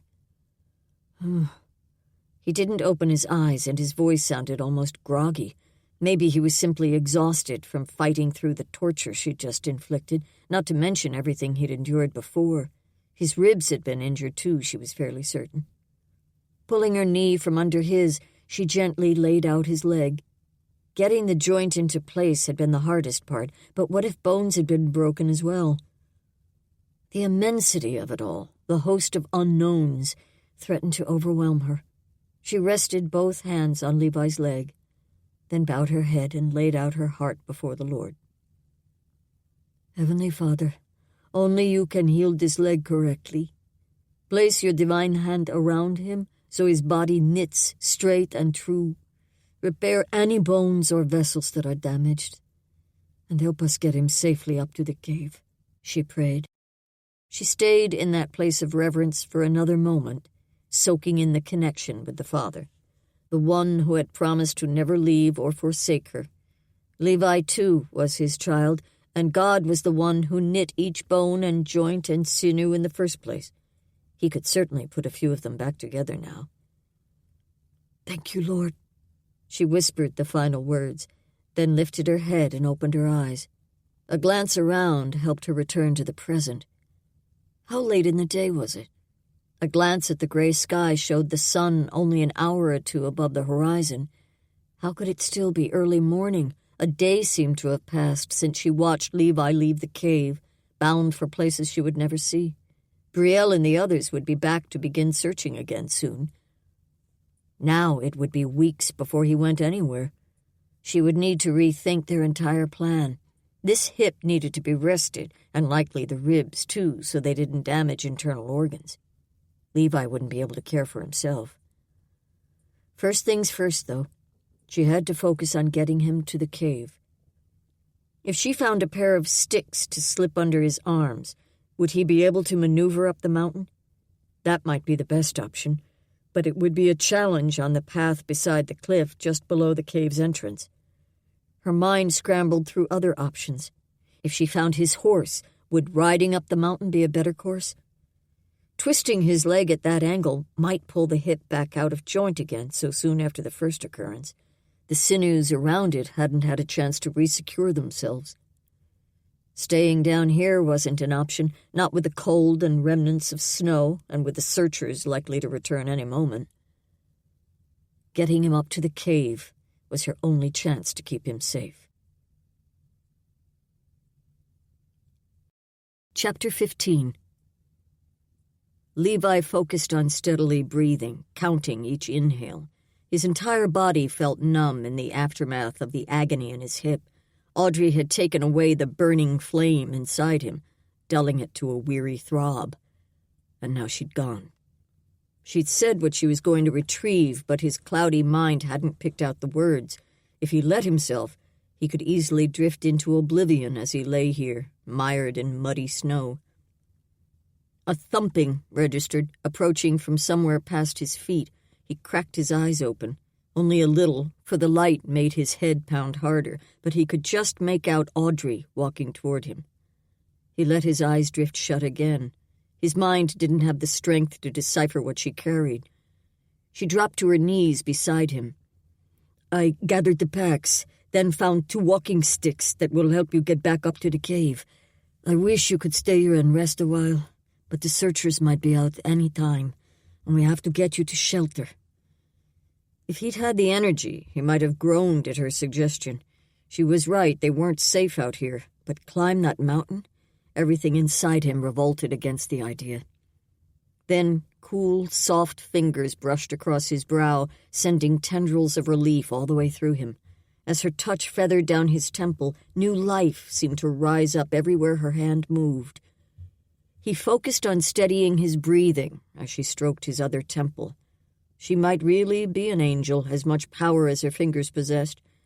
Then she pulled her hand away, and the ache resumed in his head. "More." The words slipped out, a desperate attempt to restore the comfort of her touch. Those gentle fingers settled on his brow again. "This?" Her voice sounded uncertain, tentative. He leaned into the touch as she slid her hand down the side of his face. "Helps." If only he could tell her how much. She continued to stroke his face, his brow, his temples, his cheeks, but when she ran the tips of her fingernails through his hair, he nearly groaned. He'd better get up now before her fingers lulled him to sleep. Forcing his eyes open, he saw her beautiful face. Even with worry lines fanning under her eyes, just the sight of her brought something alive inside him. She'd done so much for him. The least he could do was put forth whatever effort he had to so they could both get up to the cave. He couldn't let her be discovered helping him. When she was ready to return to her people, it had to be on her own terms. Locking that determination inside to fuel him, he dropped his gaze to the bundles beside her. "Let me have the walking sticks." Getting on his feet sent a new wave of pain through him. Not the all-consuming inferno engulfing his hip from before, but a smaller flame had definitely rekindled there. His ribs and head had resumed their pounding too, making even shallow breaths a challenge. As he gripped the poles, he worked to steady his breathing. That might take days, though, so he finally turned himself toward the mountain. He managed the first few steps with a little of his dignity intact, but as they ascended, Audrey hovering on the side of his injured hip, the pain and exhaustion pressed him lower, stealing both breath and strength. Only his grip on the sticks kept him from crumpling onto the stones he stumbled over. "You can do this. We're making good progress." Audrey kept up steady encouragement, her gentle tone nudging when he wasn't sure he could manage another step. It might have taken all day to reach the trail beside the cliff where the path grew steepest. It certainly felt like hours had passed since they started out from the mountain's base. Audrey had grown tense beside him, probably worried about searchers appearing. He hadn't the strength to focus on anything other than the next movement. "We're almost there." Her hand gripped his arm, pushing him up the last part of the slope. The green of juniper needles appeared in his blurry vision. A few more steps. Once he reached the darkness of the cave, he could give in to the fathomless exhaustion that was desperate to overwhelm him. The moment the shadow of the cave covered him, his arms slackened like custard and his knees buckled. His ribs screamed, but they could hardly grow louder than when they'd screeched as he struggled to climb. Audrey's arms were at his back, easing him to a sitting position, then helping him lie back, laying his legs out straight to soften the pounding in his hip. Without her, he might have died down in the muddy snow, a slow, torturous end. He had so much to thank her for. and he would make sure he said the words as soon as his body found the strength. Audrey finally let herself pause to breathe. As they'd climbed the last few steps to duck behind the juniper tree, she'd glimpsed people on the mountain beside theirs. Brielle had been one of the figures, but Audrey hadn't waited to determine who was with her. She could only pray they hadn't looked to this spot before she tugged Levi to safety. There was nothing she could do about the muddy footprints marring the ground where Levi fell. At least their tracks disappeared on the stone mountainside. Levi needed to be moved deeper into the cave where they'd camped before, but that could wait a little while for him to regain some strength after the climb. She should bring a few blankets to keep him warm and provide a softer pillow than the hard stone. She also needed to wrap the hip to support the joint as it healed. And the arrow wound on his side should be retended. That bandage could also help wrap his injured ribs. She should do a full check for other injuries, though the thought of that sent heat swarming up her neck. But all that could wait a few minutes. Levi needed rest, and her own mind needed a moment to clear. This was a good time to see how many searchers had come out today. When she peered out the cave opening, people had already moved on to their mountain, so she stayed well within the shadows of the cave, leaning out only enough to see them. 2 of the men entered the nearby cave they'd found yesterday. They brought a torch this time, which they lit just before entering with knives drawn.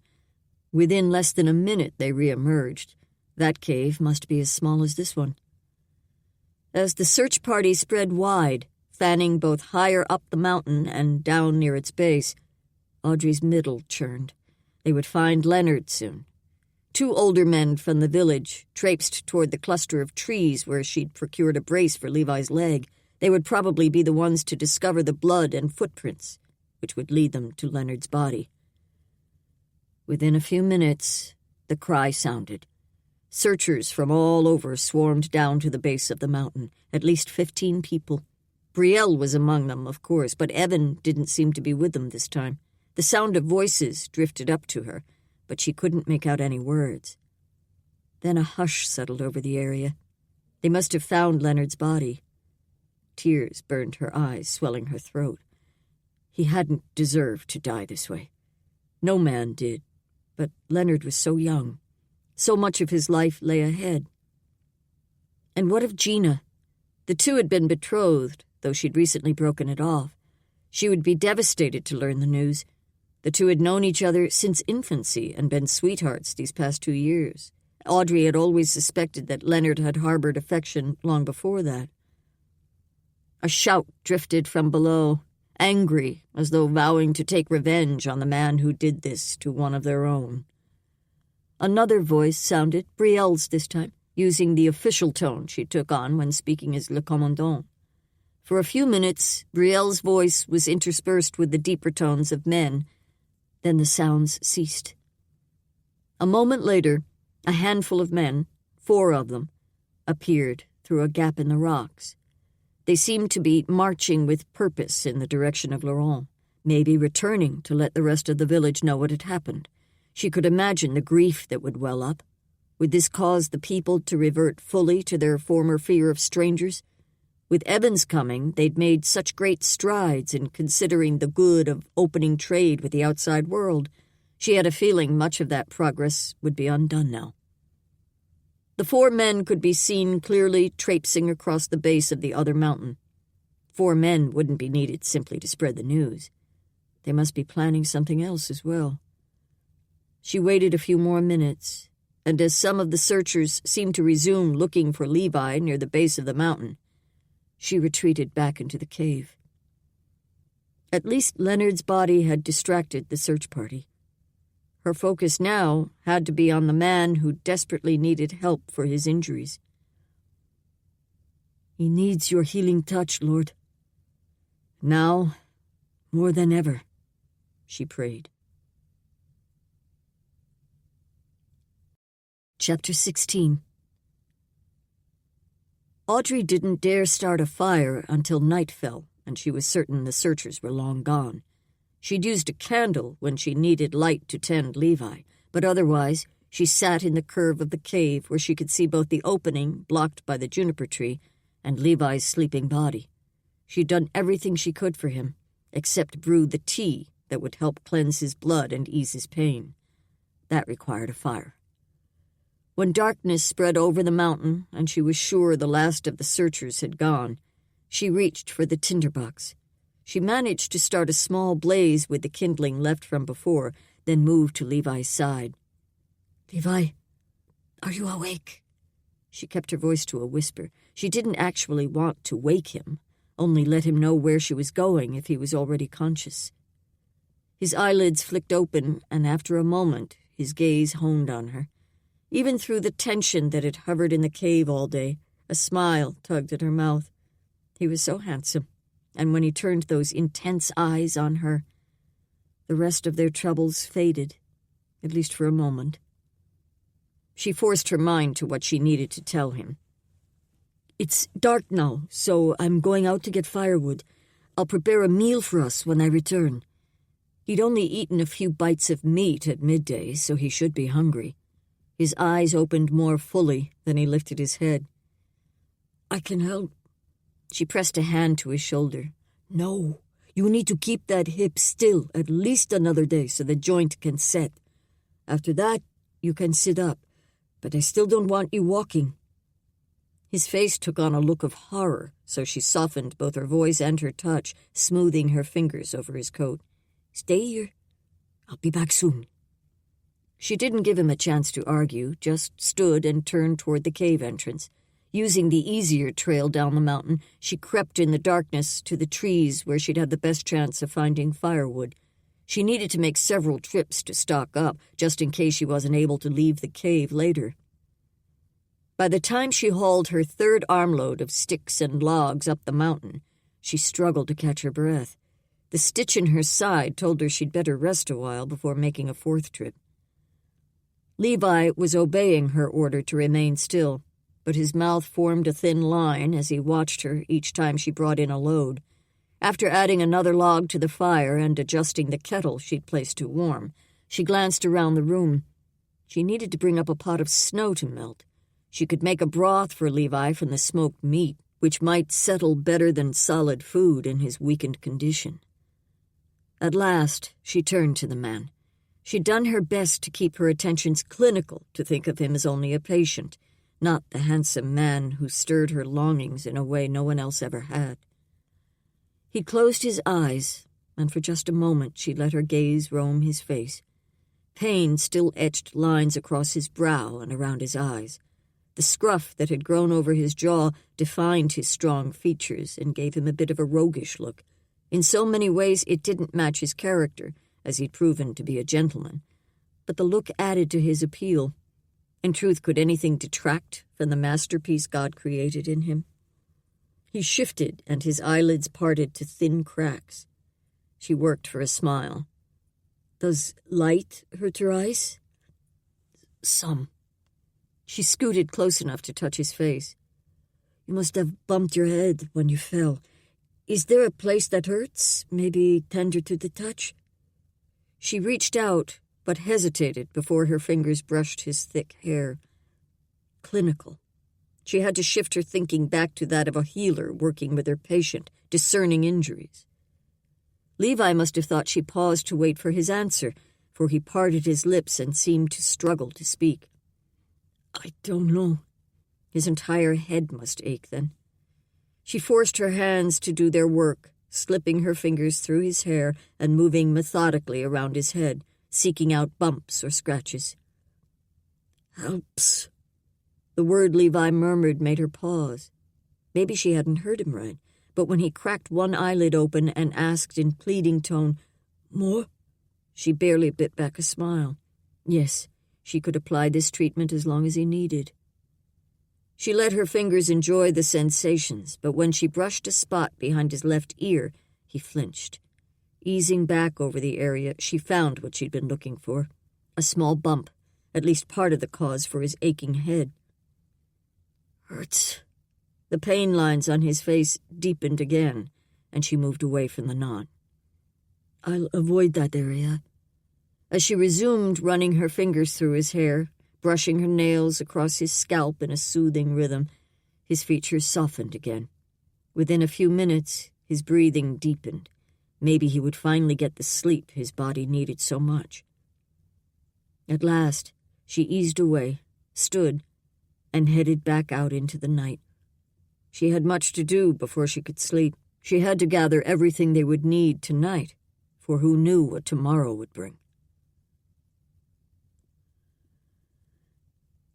When Levi awoke, a dim light filled the cave. Daylight. His eyelids cracked open easier than they had before. The pain still gnawed at him, but his mind felt a little clearer, not as clouded by numbness.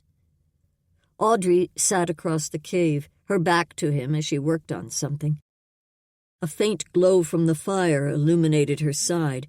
Waking to her nearby seemed natural, as though they'd always lived like this. Yet what of her people? Her father? He must be frantic to find her. She must have sensed him watching, for she glanced back, and a gentle smile warmed her face, even in the shadows. Turning partly to see him better, her gaze lingered on his face, maybe checking for pain or awareness or who knew what.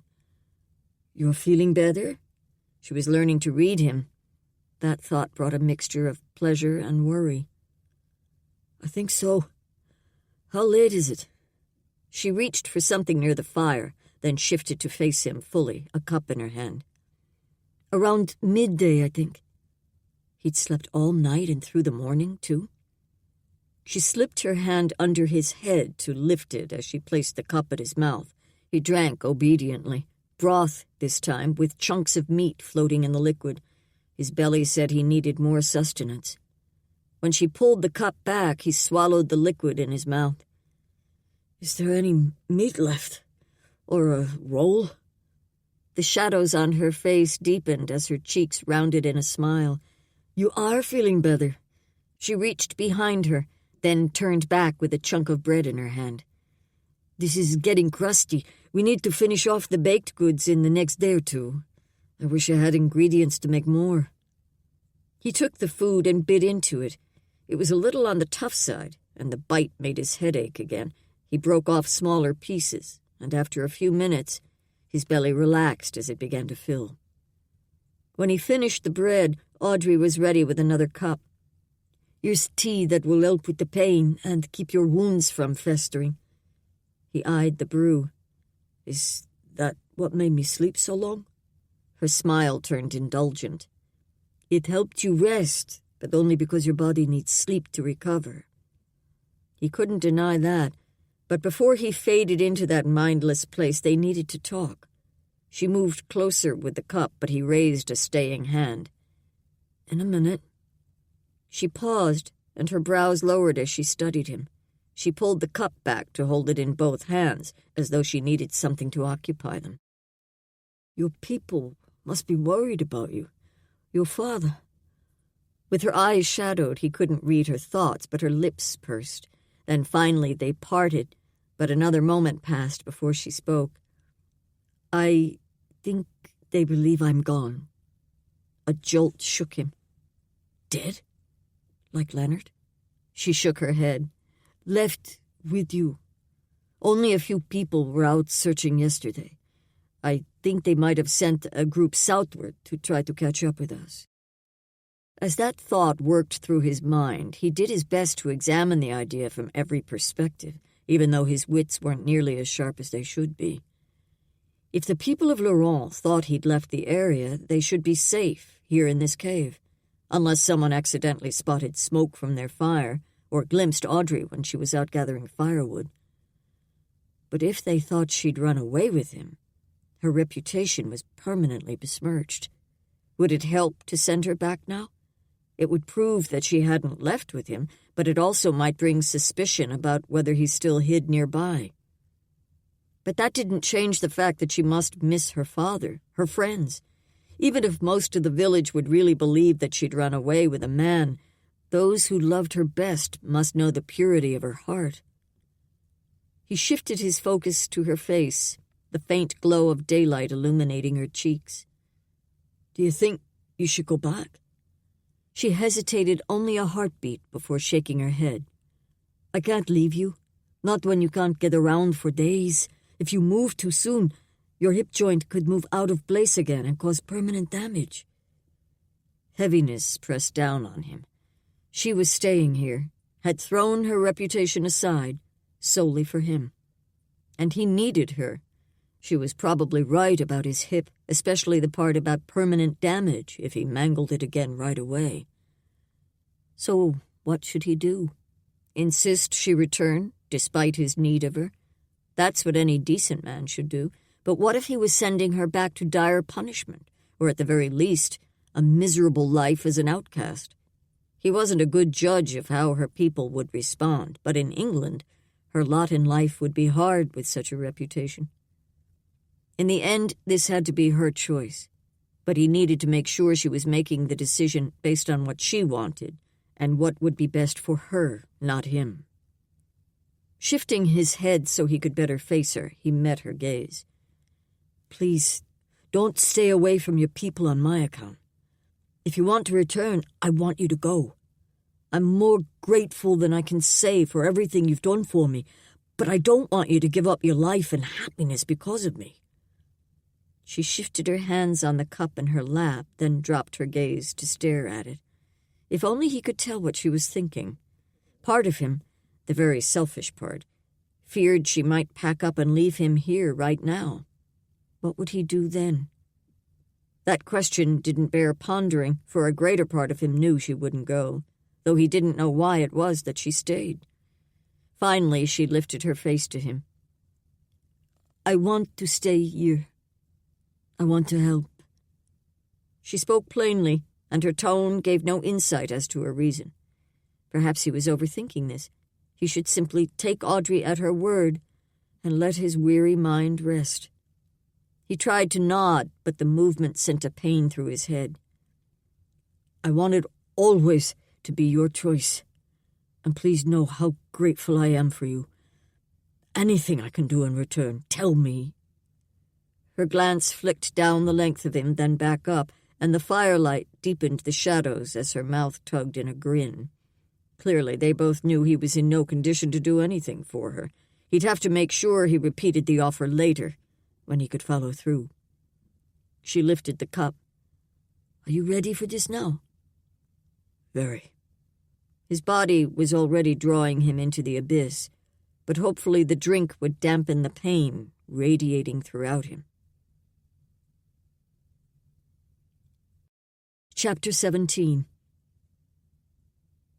Audrey eyed the dark clouds pressing low in the morning sky as she stepped from the trees with an armload of wood. The air felt much thicker than the usual winter morning. Snow would fall sometime today. She'd fully stocked their woodpile the night before, mostly because there was little else to do. Perhaps she should still bring up a few extra loads this morning. For the last 3 days, the weather had been tolerable, but she'd stayed tucked in the cave during daylight hours. The searchers hadn't been back for 2 days now, but she still tried to stay in the cave during the brighter hours of each day, saving her outings for wood or water for the dusky light of morning or evening. The long daylight hours, sitting across the cave from Levi, had been a treasure. Getting to know him and hearing stories of his family, especially his baby sister, who was only a year younger than he was. Hearing their escapades as they grew up in the countryside made her chest ache with laughter. She'd never had the chance for a younger brother or sister, not when her own mother died during her birth. The low chattering of a bird brought her back to the present. She needed to focus on what should be done to prepare them in case they were snowed in for several days. Food. She'd been rationing what little they had left, but soon there would be only berries remaining. Could she hunt with only a knife? The thought of killing an animal soured her stomach. She'd dressed hundreds of carcasses brought to her by the village hunters, but she'd never had to look in the eyes of a creature and take its life. Could she do it, knowing the alternative was to starve? Maybe she should return to Laurent for food. But once she made it through the gates, they would never allow her to return to Levi. That wasn't an option. Perhaps she could set a snare. That would be an easier way to hunt. She would only have to skin and cook the animal, both things she was very accustomed to. When Levi awoke, she could ask him if he knew much about trapping. With the snow coming, today wouldn't be a good day to set the snare, but they could prepare. By the time she carried 3 more loads of wood up to the cave, Levi had awakened. Any time she glanced over and saw his dark brown eyes watching her, shivers of pleasure swept through her. She could imagine them as an old married couple, her keeping house for him and cooking his meals, reveling in the warmth of his gaze and snuggling in the strength of his arms. She pushed the daydream aside, a task getting harder and harder as the days passed. In many ways it felt like this world they created had always been. But she wasn't his wife. She was his nurse, here to tend his injuries and see that he stayed warm and received the nourishment he needed to recover. Fortified with that reminder, she brushed the wood residue from her hands, then moved to the fire to pour a cup of the broth she'd kept warming. "Are you hungry?" "Very." His voice rumbled in that way it always did first thing in the morning. There was a brightness in his eyes today that hadn't been there in a while. She approached with the cup, but he raised a hand to pause her. "I'll sit up."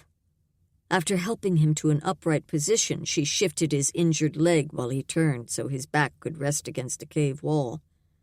"There, you look ready for some breakfast." She handed him the cup and a chunk of bread. She'd saved the last pastry for his evening meal. "This bread is so hard you'll need to dunk it in the broth to keep from choking." He took the food with a grateful smile. "Anything that fills the empty places will be perfect. It would be nice to have some snow to melt for wash water today, too." That was a need she could take care of now. As he started into his meal, she took the pot outside, cleaned the inside with snow, then refilled it and returned to the cave. As she placed the container near the fire for the snow to melt, she kept her tone casual. "I've been contemplating how to get fresh meat, and I thought it might be best to set snares. Have you any experience there?" He studied her as he chewed a bite. "Some, when I was a boy, but not since then. Do you have string to use?" She'd not gotten that far in her thinking. "I can cut strips of leather. Would that work?" His brows dipped in thought. "The trick is to make it blend into its surroundings, so you'd have to set the snare in an area with brown branches or grass." She glanced toward the cave opening, though she couldn't see around the curve in the stone. "I think it will snow today. The ground will likely have a fresh coating of white by the time I set the snares." A new thought slipped in. "What of Leonard's bow? If I could find it, maybe we could use the string from that." His expression lifted. "If you can find the bow and an arrow or two, I could sit at the cave opening and hunt from there. Surely if I wait long enough, prey will come by." New hope tried to burgeon within her. "You're competent with a bow and arrow?" He'd carried a gun and knife, so she didn't want to assume. His nose scrunched. "I have plenty of time to practice, if you wouldn't mind retrieving the arrow for me each time." She blew out a breath. She'd seen how many months, even years, it took to develop accuracy with a bow, but perhaps Levi could do well enough to bring down an animal or two. Either way, if she could find the bow and any arrows, they would be of benefit. "I'll see if I can locate them." A few minutes later, she crept down the mountain toward where Leonard fell. She'd avoided this path not only because it was steeper and harder to travel, but also because the memories still brought the sting of tears. Yet she had to relive those moments in order to remember what might have happened to the bow and arrows. Leonard had kept the arrow notched in the string all the way until the moment he stumbled. As he rolled down the hill, it seemed the bow had become entangled in his arms. He must have dropped the arrow before that. She found the area where he tripped easily enough, but as she worked her way down the slope, her heart quickened. The ground grew steep so quickly that her feet threatened to slip down the incline. She dropped to a sitting position, then crept farther down. At last, she saw one end of the bow poking out from behind a rock on her left. She scooted that way and grasped the wood. "Thank you, Lord," she thought.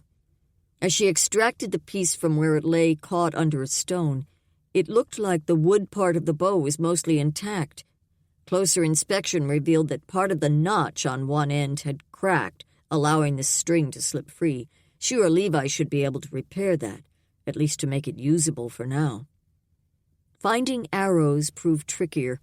She scoured the slope in both directions. Finally, she traipsed down to the base of the mountain and around to the platform that had been Leonard's final demise. Almost Levi's, too.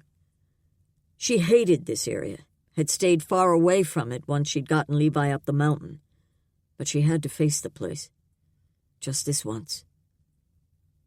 With a prayer for strength, she steeled herself against what she might see, then rounded the base of the rock slide. Much of the snow had melted, and Leonard's blood had seeped into the ground, though she could still see staining. She focused on searching for the arrow, or even a straight stick that could be whittled into a decent projectile. Nothing presented itself, so she attempted to climb up onto the platform. The ledge was too high, so she painstakingly hauled over several rocks until she could climb up enough to hoist herself the rest of the way. At last, she stood on the platform and stared around the area. Leonard's blood still darkened the stone where he'd lain. She avoided that spot as she focused her attention on finding arrows. There, near the base of the cliff, lay a perfectly preserved arrow. It sat tucked behind a rock, which must be why the men from the village hadn't seen it and brought it back with Leonard's body. She carried it with both hands, a treasure she would safeguard on her climb back up the mountain. After leaving the platform, she carried the bow and arrow to the copse of trees. Maybe she could find a straight pine branch that could be whittled into a second arrow. That might give Levi a task to keep busy as the snow fell. She finally located one that might work, and as she was cutting the piece from the tree, the first flakes began to fall. On her way back up the mountain, an icy wind crept beneath the edges of her coat, numbing her face and making her nose run. How wonderful it would be to sit tucked inside a warm apartment with a fire blazing and a steaming bowl of hearty soup. At least they had the cave for protection. She could add enough wood to the fire for a roaring blaze and heat water for a soothing tea. She might not be experienced at hunting for meat, but she could find bark or leaves to make tea almost anywhere.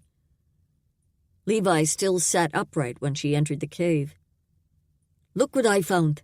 She held up the bow in one hand and the arrow and stick in the other, though the dying fire cast such a dim light he wouldn't see them well. He reached out, and she handed the weapons over, then moved to add more logs to the fire. "Well done. The bow should be easy to repair. I thought that pine branch might make a decent arrow with some whittling. I haven't looked for a stone to use as an arrowhead. It's a wonder you found as much as you did." She glanced down the length of him. "Before you get to work, I'd like to check your injuries." A sigh slipped from him, then a nod. Her poking and prodding probably brought extra pain, though he'd never said so. He rarely talked about his distress at all, never complained, only helped where she'd allow. Just one of the many qualities she was coming to admire more with each passing day. Chapter 18. Once Audrey finished her ministrations, she positioned Levi's leg straight in front of him. He sank back against the stone wall as before, though he looked more exhausted now. He reached for the bow and examined the end. "Is the knife nearby?" She extracted it from her moccasin and handed the tool over. For a while, he worked at preparing the weapon, and she busied herself adding another log to the fire, warming more tea, and checking the weather outside. The snow is really coming down now. She settled herself across the cave from him, where she usually worked by the fire. When he sat upright, the space at his side seemed too near, her awareness of his attraction too strong.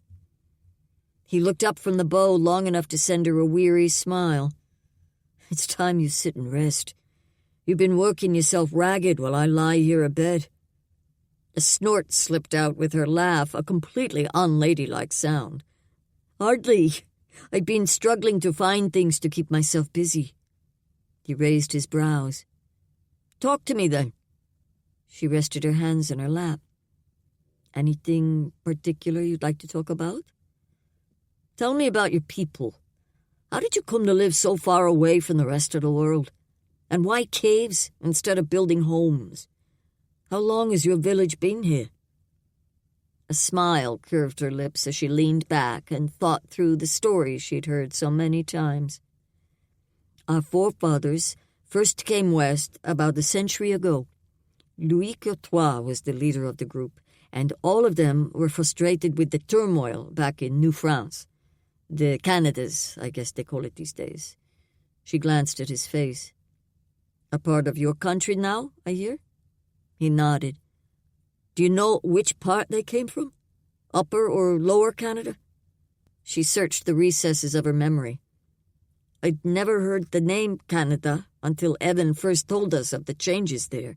I believe our people came from somewhere near Alberta." Understanding settled across his features, and she shifted back into her memories. "Our people wanted to live simple, peaceful lives where they could serve God and work together to prosper. I think Courtois and those other forefathers must have had an adventurous streak, too." "It sounds as though they did." Humor touched Levi's voice. She settled into the words she'd heard recited so many times. "They traveled 4 weeks through several different landscapes. They almost settled in the prairie, but the mountains in the distance beckoned them. The beauty and grandeur of the peaks was hard to resist, so they kept going until they found a mountain with a giant cavern inside. Several smaller tunnels split off from it, and the shape of the mountain formed an L. There were several valleys around with plentiful game. It seemed the perfect place to settle." She glanced at him again to check his expression. He'd stopped working on the bow and sat listening, watching her. "They lived in the cavern that winter and cut apartments out of the other tunnels. Much of the stone they removed was used to form the walls of the remaining 2 sides of our courtyard. As families have grown through the years, we've added more rooms and dwellings. And we have a garden area where we grow food and herbs that wouldn't survive in the cold. We keep fires burning there day and night to warm the ground so the plants can thrive." "Really? That's quite a creative solution." He appeared to be thinking for a moment. "And other than what you grow in the garden, you eat meat, for one. Brielle is in charge of the hunters, so she makes sure there's fresh game on every table in the village. We also harvest a great deal of berries and other fruits, and some roots through the summer. We trade with 2 of the native villages, too, although not as much for food as for other supplies." "Other supplies?" She nodded. "We taught them to make parchment for paper and torches to light our homes and hallways. They bring extra roots and berries to tide us through the winter. Sometimes we also trade medicinals. Our women make an effective cough syrup." "Sounds like you have a thriving industry." He seemed to think for a moment. "It's remarkable how your people have stayed hidden for so many years and not only survived but thrived. Do you mind if I ask how McManus came to learn of your village?" Audrey hesitated. Was he fishing for secrets to help his country? Whatever she said about Evan wouldn't reveal anything, and he really did sound simply curious. She would be interested, too, if she were in his place. "I believe he came upon us by chance. I don't think he even knew he was approaching our gate, but he came too close, and Brielle shot him with an arrow." She couldn't help a grin. "One of those arrows dipped in sleeping tonic. He didn't have time to put up much of a fight before he collapsed at their feet." Levi's face contorted into a grimace, and he pressed a hand to his side. "I know that feeling well." But something in his tone, something guarded, piqued her curiosity. He'd asked about Evan, so surely she could do the same. "Do you mind if I ask how you know him?" Evan had shared a few details with the council, but Levi would likely tell a very different side of the story. He stilled, and silence lengthened between them as he stared ahead. What memories played through his mind? The thrill of overhearing valuable war intelligence? His rush to get the information into the hands of the commanding officers? At last he spoke, his voice distant enough to be still lost in memories. War is an awful thing. He looked over at her, and the sadness in his eyes pressed into her chest. So many lives needlessly taken. She nodded. They were blessed to be protected from such atrocities in Laurent. I think Evan and I both did things during the war that we regret now. Most men probably do, if they let themselves stop and think about it. But you can't stop. Not in the midst of an assignment. It's only later that the memories haunt you. She could see the haunting in his eyes, and her hand itched to reach out and comfort him, but he spoke again before she could work up the courage. I overheard battle secrets McManus was relaying to an officer. When I passed those on, they saved British lives. I think he saw me that day, and he likely holds a grudge. Levi paused, then his throat worked as though preparing for what he had to say next. I saw him a few months later entering a fort in Canada. Less than a half-hour later, the entire fort went up in flames, killing not only British soldiers, but civilian women and children. His voice cracked on the last words, and his mouth sealed shut, his throat working once more. The import of what he'd said finally slipped through her. Levi likely had a very good reason to be angry with Evan, just as Evan did with Levi. As he'd said, it seemed no one could escape war unsullied.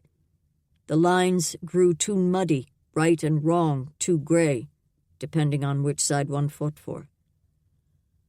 Levi tipped his head sideways to meet her gaze. I don't really blame him for what happened anymore. There are times when I feel sorry for him. He must have been only following orders, and he has to live with what happened. He stared forward again, and a long sigh eased out of him. I'm more thankful than I could say that the war is behind us. Silence settled around them again as she sorted through all the new details she'd just learned. She just prayed that one day both Evan and Levi would be freed from the horror of the war and find peace within themselves and with each other. Levi was the first to break the quiet. So, it seems like your friend and McManus get along much better now than their first meeting. A weak grin played at the corners of his mouth. The weight of war talk slid away as memories arose of Evan and Brielle's unlikely courtship. Audrey should have seen it sooner, but Brielle usually kept herself so distant from the men. She was le commandant, fearsome warrior. But a few days in Evan's company had slain her pretenses like no one else ever had. She raised her brows.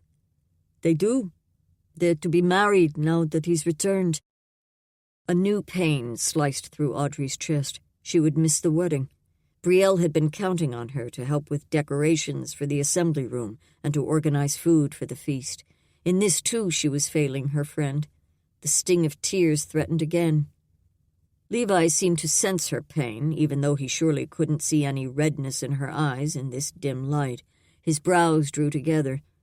Do you think they'll wait to see if you return? Audrey inhaled a breath to settle herself. I'm sure they think I'm far away by now. It might take Brielle longer to ready things without me there. Silence settled between them. Not a comfortable quiet, but not awkward either. Mostly, the air around them felt tainted by her grief. You need to go back, Audrey. Levi's voice filled the cave with quiet certainty. You need to be there with your friend for the day you've probably both been planning a long time. Emotions turned inside her, clogging her thoughts and burning her throat. I want to be in both places, there for Brielle and here with you. He leveled a long look at her. I don't want you to stay here out of a sense of duty, and I greatly dislike the fact that I'm the cause for you to miss the special day with your best friend. He was so noble, this Levi Masters, one of the most caring men she'd ever met. And if she returned to Laurent, she might be sealing his fate here in this cave. She couldn't do that. Not to anyone, but especially not to him. Did he have any idea how quickly he was winning her heart? She had to say something to put his mind at ease over this matter. It's Brielle's special day with her groom. Others from the village will help with decorations and food. Her sister, too, I'm sure. Levi didn't seem convinced, but he let the matter rest. He'd set the bow and arrow aside, though the string still hung loose on the bow. Perhaps he was too tired to finish the repair now. She studied his face, and the exhaustion in his eyes nudged her. Are you ready to rest? I think so. Let's lay you down. Then I'll pour you some tea. She maneuvered his leg as he rested back on the fur. When he finally nestled in the softness, the last of his strength seemed to ebb out of him. She had let him stay up talking for too long. It took too much of the strength his body needed for healing. She helped him drink the full cup of tea, rich with herbs that would help purify his blood and ease the pain. Thank you, Lord, for helping me remember to pack these, she thought. As she set the cup aside, Levi looked half asleep already, his eyelids drooping. But as she prepared to scoot away from him so he could rest, he caught her arm. Audrey, she stilled. What is it? What can I get you? Will you stay with me? Will you rub my face and hair like you did before? Just for a minute. Her heart pumped faster. Was it only the relief of the gentle touch he sought? Did her presence ease his pain? Either way, she would gladly comply. Of course. His hand slid off her arm, and she began a gentle caress, first over the sun-darkened skin of his face, then through his thick hair. The time would come soon when Levi would be well enough to manage on his own. Then she'd have to face the people and repercussions she'd been doing her best to ignore. For now, though, she could simply enjoy these moments to caress him as much as she pleased. Chapter 19. As the falling snow outside thickened to a snowstorm that was almost as dark as night, Levi slept. When there was nothing else to do but wait, Audrey sat across from his still form and took up the bow. He'd formed a new notch at the broken end, and it looked like all that remained was to reattach the string. She had to work at the task for a while, pulling and adjusting the bow at different angles to get more tension. At last, the string seemed tight enough, but it took 3 tries to tie the end without releasing the tension she'd worked so hard to gain. Levi might want to work more on the bow, so she left the string tied in such a way that he could unfasten it if he wished. Whittling an arrow from the branch proved to be much more satisfying work. Even after she'd scraped away as much of the outer coating as she dared, Levi still hadn't awakened. She searched the loose stones in the cave for something that could be formed into an arrowhead, but nothing promising presented itself. If only she had a Bible here to help pass the hours, but when she'd packed the hasty bag of supplies for Levi, she'd not thought that she'd be waiting out a snowstorm in the cave, desperate for something to occupy her. She focused on reciting all the scriptures she'd committed to memory, sometimes only bits of sentences. She really needed to be more intentional about memorizing the Lord's words. Though she kept her voice quiet, speaking these comforting words aloud soothed her spirit. She was reciting from Psalm 37 when a stirring from Levi's palate drew her focus. His eyes were open, watching her. He must have heard her words. Doing her best to ignore the heat climbing into her neck, she moved toward the fire. "Are you hungry? I have broth ready." While she poured a cup, he shifted his elbows underneath him and sat upright by himself. "Your ribs must be feeling much better." All this rest had probably quickened their healing. He took the cup she handed him, holding it in both hands as his gaze regarded her. His intensity made her want to look away, yet his eyes held her. Finally he spoke, his voice softer than before. "It still doesn't seem quite real that you could be so wonderful. How God could have placed the perfect person in Laurent to get me out safely and bring me to this hiding place." The kindness in his words sent a flush to her cheeks. She didn't deserve such a high opinion. "You think I got you out safely?" She sent a pointed look down the length of him. "That wasn't your doing, nor anything you could control. But God has given you the talents and knowledge of a healer. I suspect there's not another woman within 2 weeks' ride with your abilities. God knew what would happen, and placed you here just when I needed you." His eyes darkened with emotion. "It's humbling to realize how richly He provides. I'm more than grateful to you both." As much as she wanted to sink into his regard, to see if there was any sentiment deeper than appreciation, she couldn't. She pulled her gaze away and sat beside the fire, not as far away from him as her usual place across the cave. "I was only doing what felt right. I couldn't let you be punished for something you didn't do." Silence settled for a moment, save for the crackling of the fire. Then Levi's quiet words filled the space. "Are you always so good at reading people? Always the protector of the wrongfully condemned?" She chanced another look at his face. She'd never spoken of her mother to others, none except her father and Brielle. The older villagers knew the story too well, and though the matrons had always been kind to her, she'd heard the whispers that lingered even when she was old enough to understand and question Papa. She'd hated hearing that story and had never thought she would willingly bring it up. Yet part of her wanted Levi to understand, to see why it was so important to her to give people the benefit of the doubt. Would he think less of her once he knew her history? If he did, that might be for the best. His opinion now was far higher than she deserved. It took a moment to find the best way to relate the sordid details. "My mother died giving birth to me, but before that, she hadn't been faithful to my father. She regretted what she'd done and was honest with him. I was a product of her unfaithfulness, and after several of the matrons learned of the affair, the scandal spread quickly. The man who sired me wanted nothing to do with me or my mother, and he died of sickness a few months after I was born." She inhaled a steadying breath. "Despite everything, my parents made amends before I was born. But then I took her life. My father was left with a babe not his own, and, even worse than that, a child who was a constant reminder of his wife's unfaithfulness and the disgrace she brought on him." That first part was easier to speak without emotion, for she'd not been there for most of the turmoil. But this next... "Yet from the very beginning, my papa cared for me and loved me like I was his own flesh and blood. He never ever made me feel unwanted or unloved, either through his words or actions. I always felt treasured, always appreciated, even for the little things." Her voice broke, but she swallowed and pressed on. "He didn't count my past against me. He looked for the good in me and loved me for it, even when I surely disappointed him and brought even more disgrace on him at times." Passion slipped into her words as she continued.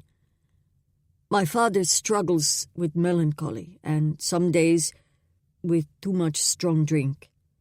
Being around people can be hard for him, and some of the others look down on him for these tendencies. But I know who my father is deep inside."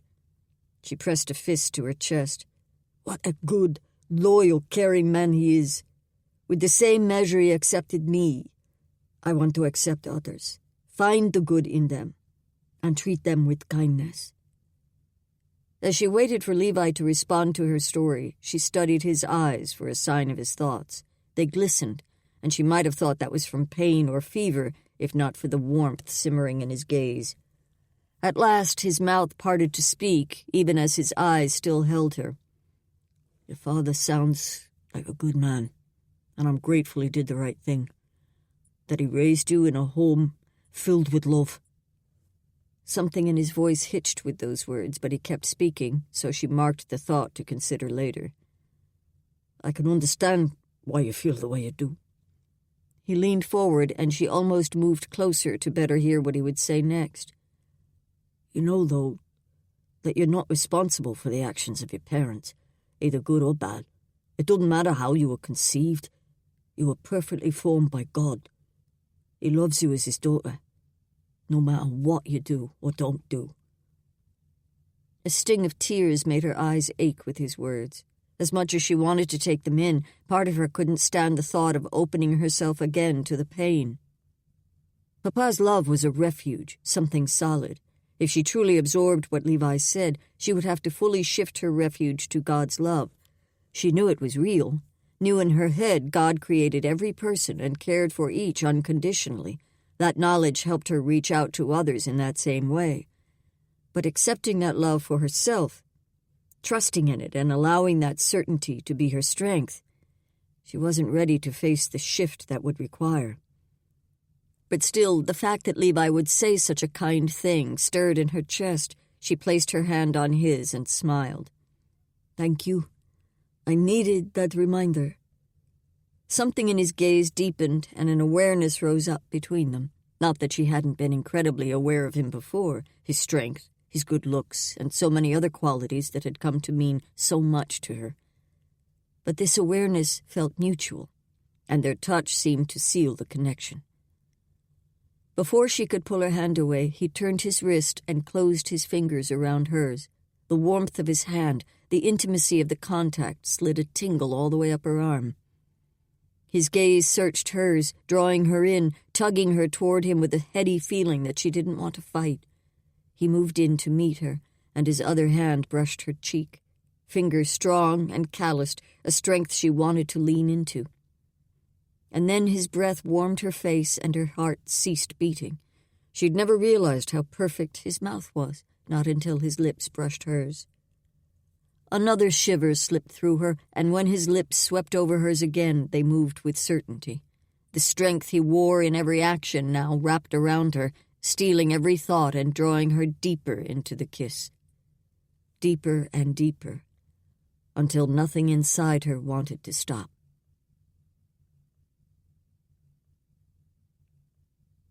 Levi had to stop. But even as the thought flickered through him, he drew Audrey closer. Her back arched under his palm, and the fingers of his other hand tunneled through her hair, weaving through its softness. This woman, as much as he'd come to regard her, he'd never imagined her kiss would be so intoxicating. She stirred every part of him, yet she was so fragile, so... He didn't know the word, but he did know everything inside him wanted to protect her. Even from himself.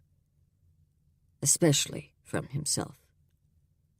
He eased the kiss, dwelling on the last tender caress of her mouth. Then once more. At last he drew back, only enough to give them both air. She seemed to be struggling to catch her breath as much as he was, though her heart couldn't be racing nearly as fast. She stayed where he left her, her lips swollen and apple red, but her gaze didn't meet his, her lashes lowered to conceal her thoughts.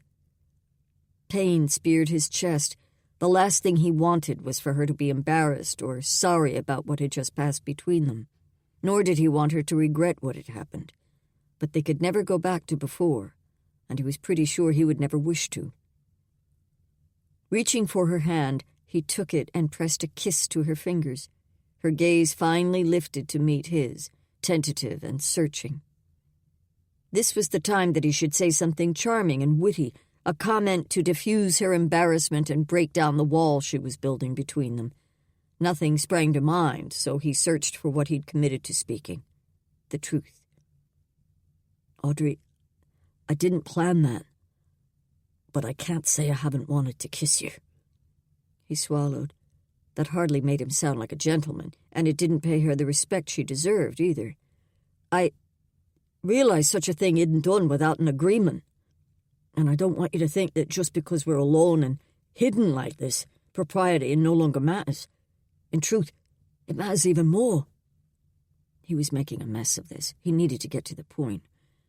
"You're a remarkable woman, Audrey Moreau. Your heart, your kindness, the way you use your talents to help those around you, they all enhance your beauty in ways that captured me from the first time I met you. And now the hard part of this honesty business. I don't know what will happen with you and with me." A flicker of common sense pressed. He'd been trying to send her back to Laurent. How could he now confess his growing feelings for her? It wasn't as if they lived on neighboring farms outside of Kettlewell. Yet he had to finish what he'd begun, and he owed her untainted candor. He squeezed her hand. "I want what's best for you, Audrey. If you lived in England with me, I would ask to court you properly, but I realize that may not happen in our situation. Either way, I want you to know that I won't do anything untoward. I won't take advantage of our remoteness." He raised her hand to his lips for a final kiss, then lowered it and released her. She let out a long, shuddering breath as though she'd been holding in the air the entire time he spoke. A sadness touched her gaze, even as her mouth curved in a smile. "Thank you." As her voice lingered in the air between them, something about her expression made him think she meant her words to mean more than his promise to be a gentleman. Chapter 20.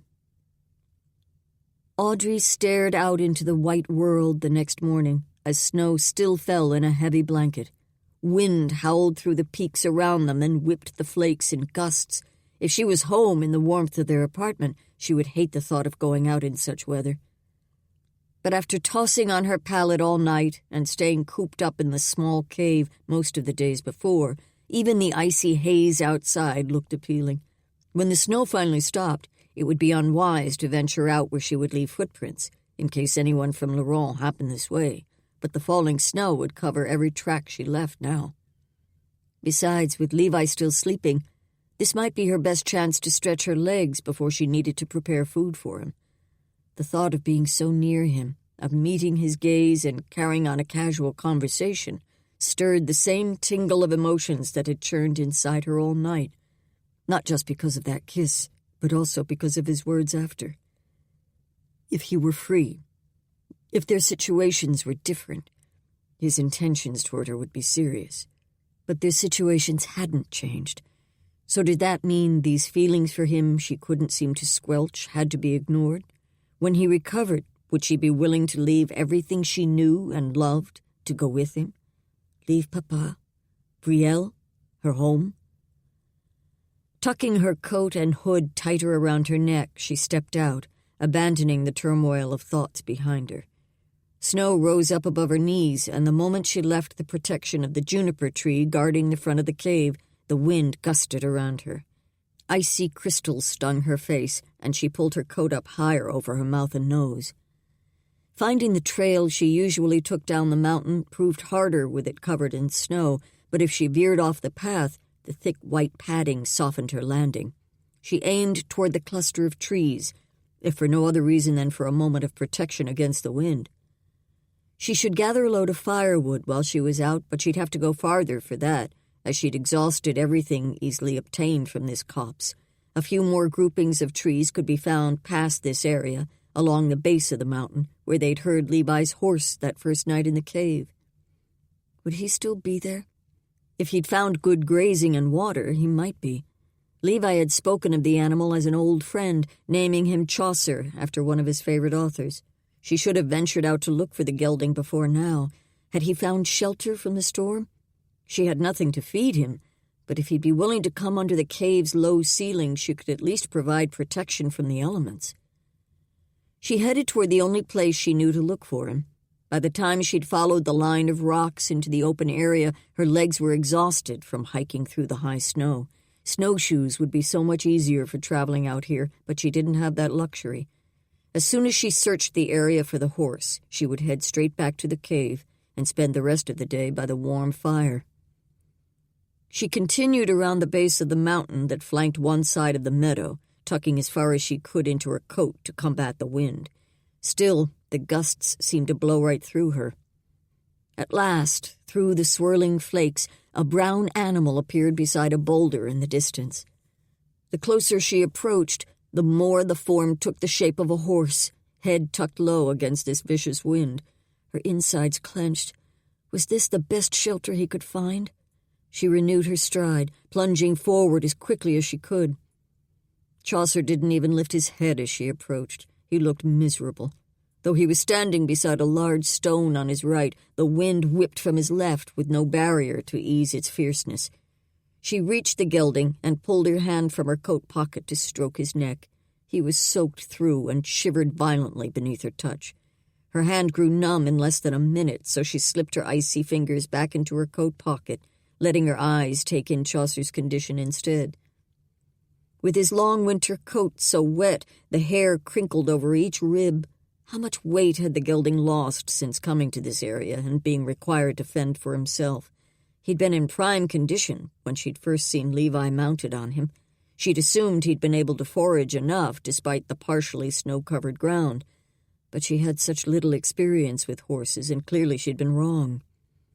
Her heart ached at the sight of him, almost lifeless except for the violent shivering. She had to get the horse to shelter, out of the wind and swirling snow, to a place where there would be fodder, though likely not enough to restore him to full vitality, but at least to get him through the storm until better grazing could be found. Moving to his head, she slipped her right hand out of her coat pocket, then tucked the fingers into her sleeve. She would never survive the walk all the way back to the cave with her skin exposed. With a tug on his halter, she turned back toward the cave. "Come, boy. Let's get you help." The horse didn't step willingly, but she finally coaxed him into following. Once they were moving in a steady rhythm, walking seemed easier for him, though he wobbled at times. Surely once she got him to a better place, away from the wind and frigid moisture, he would be steadier. Would the shelter of the trees be enough? "Lord, help me find a good place for him," she prayed. This horse had served Levi so faithfully. She couldn't allow him to die at the mercy of this weather, nor from starvation. What could she find for him to eat? One of the tribes they traded with had a few ponies, and they'd mentioned feeding the animals bark through the winter. They also brought the horses into their homes during colder times. Could she get Chaucer to enter the cave? He walked beside her with his head dipped low, no longer the grand mount from only a few days ago. It seemed a greater question of whether the horse could climb the hill. If she couldn't find decent shelter for him in the trees, she would attempt to bring him into the cave. If he wouldn't enter where she and Levi were staying, perhaps the other cave the searchers had discovered would work better for him. It seemed to take 3 times as long to reach the grove of trees, and while the branches overhead sheltered them from some of the snow, wind still whipped fiercely. When she allowed Chaucer to stop beside a grouping of 3 trunks close together, the horse dropped his head again, nose nearly bowing to the ground. Within moments, his shaking had resumed. Even if he was no longer pelted by constant moisture, the icy wind wouldn't allow him to dry or warm very quickly. The poor gelding didn't have any excess flesh to help insulate against the elements. If she left him here, she wouldn't be able to rest for worry. "Come, boy. Let's find a better place." This time when she took up his halter, he followed without hesitation. Climbing the mountain proved harder for the gelding, but together they maneuvered the slope. Several times she had to brace her feet and pull with both hands to encourage him to expend the effort necessary for the climb. At last, they reached the juniper tree, marking the entrance to the cave. Audrey patted the horse's neck for encouragement, but kept him moving past the branches. He'd already stepped into the cave before he seemed to realize his surroundings were different. He stopped, nostrils flaring, though his head stayed low. "That boy." She stroked his neck again, then tugged him forward. Finally away from the piercing wind, her body began to relax, as though she could breathe for the first time since leaving the cave. The warmth flowing from the fire around the corner eased the strain in her muscles. She focused her attention on the horse again and tugged his halter. "Come, boy." He took a tentative step forward, and with her next pull he moved again, but after 2 more steps he halted, nose flaring once more. They'd almost reached the curve in the stone that would reveal Levi and their fire. Its glow already lit the cavern around them, and the heat felt glorious, but that scent of smoke might be what worried the horse. She stroked his neck over and over, speaking calming words until the horse no longer snorted his apprehension. If he could go no farther, this would still be a safe place for him to wait out the storm. She needed to rub Chaucer dry and find something to feed him. Water, too. Even with the abundance of snow, he probably hadn't been able to drink for a while. If he had tasted the snow, that might have contributed to his cold. She could warm water over the fire to help bring his temperature up. When the horse stood quietly, his head lowered in rest, she gave him a final stroke. "Stay here while I get something to help you feel better." Surely the gelding wouldn't go back out into the weather on his own. Maybe she should find a way to tie him, just in case. Leaving the horse, she turned the corner in the cave to gather what she could to help him. Levi had likely heard her speaking and wondered who she'd brought. But a glance at him showed him still asleep, or perhaps just waking up. As his eyelids opened and his gaze landed on her, his focus sharpened. The corners of his mouth curved in the hint of a smile, springing up memories of their kiss with a heat that wound through every part of her. This man affected her like no one ever had. Soon, she would have to decide exactly what she planned to do about that.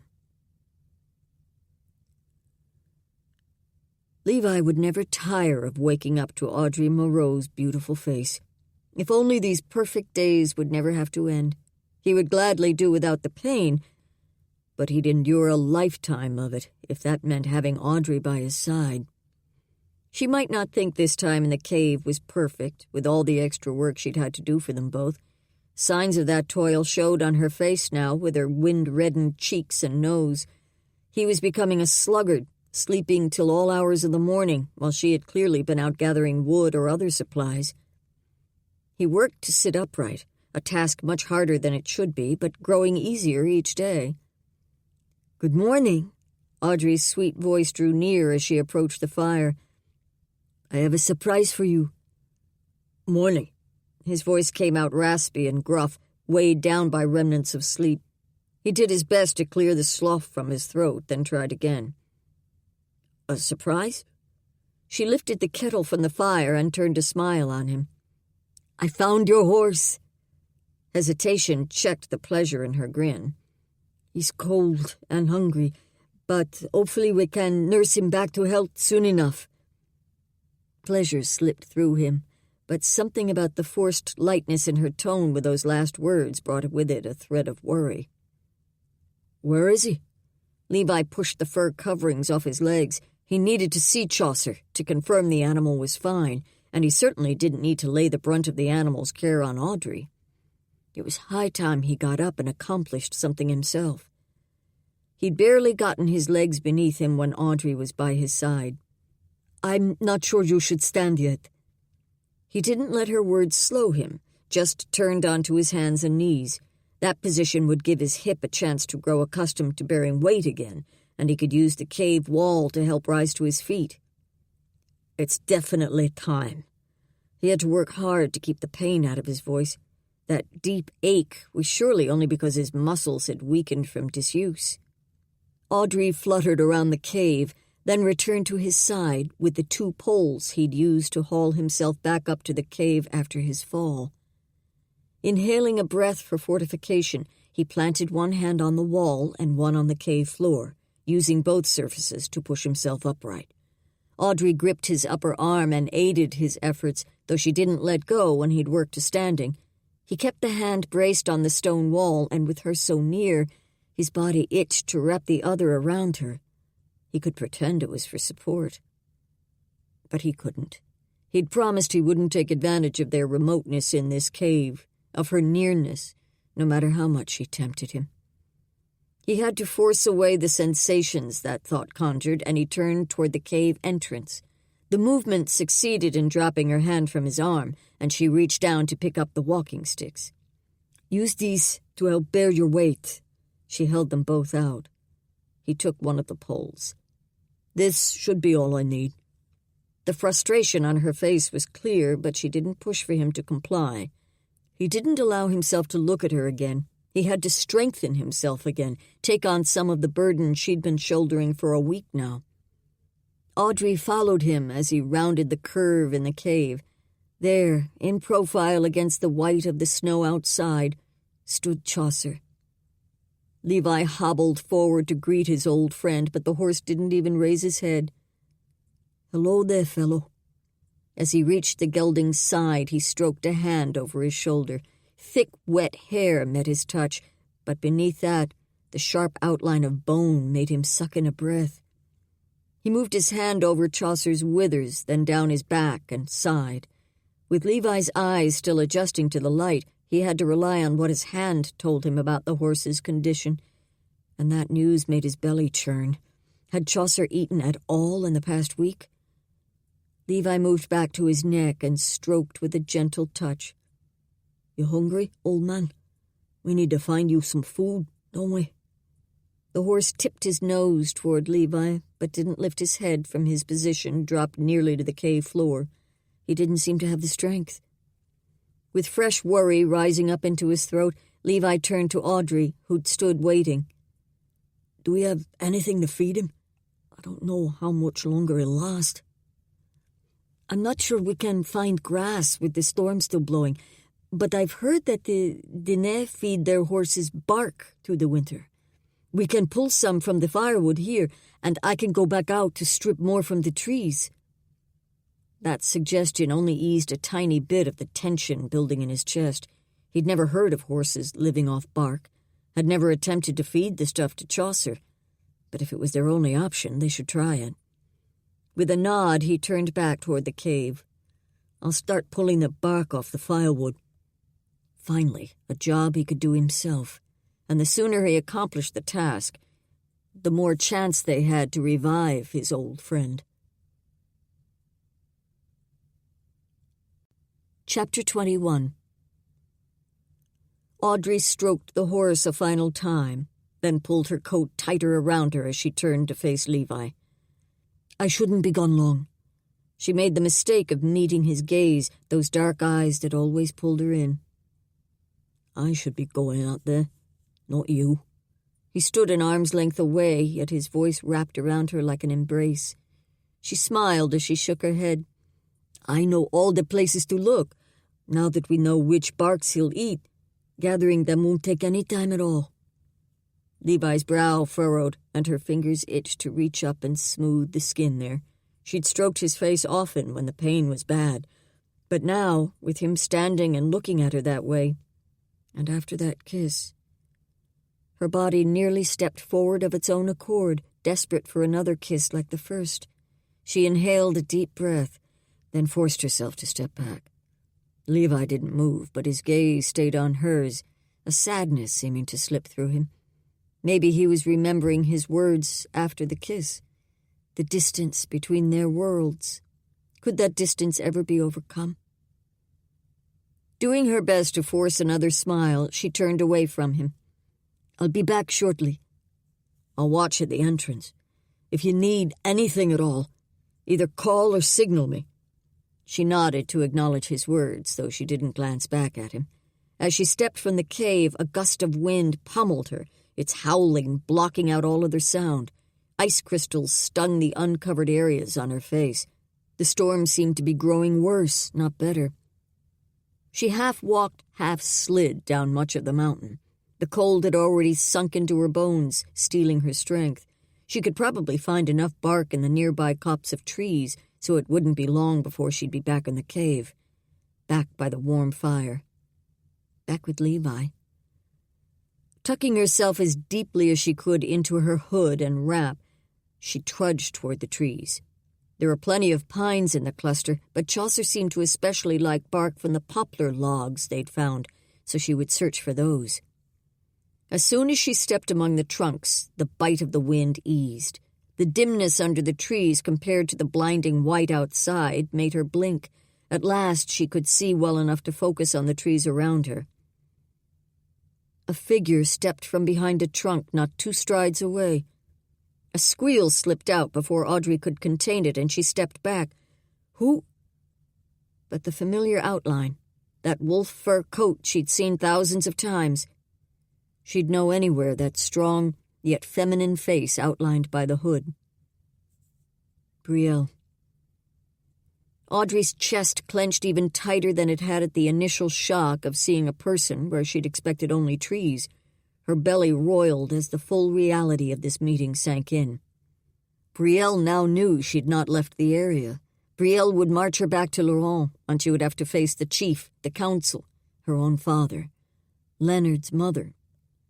The pain of that final thought constricted her throat, raising tears to her eyes as Leonard's face appeared in her memory.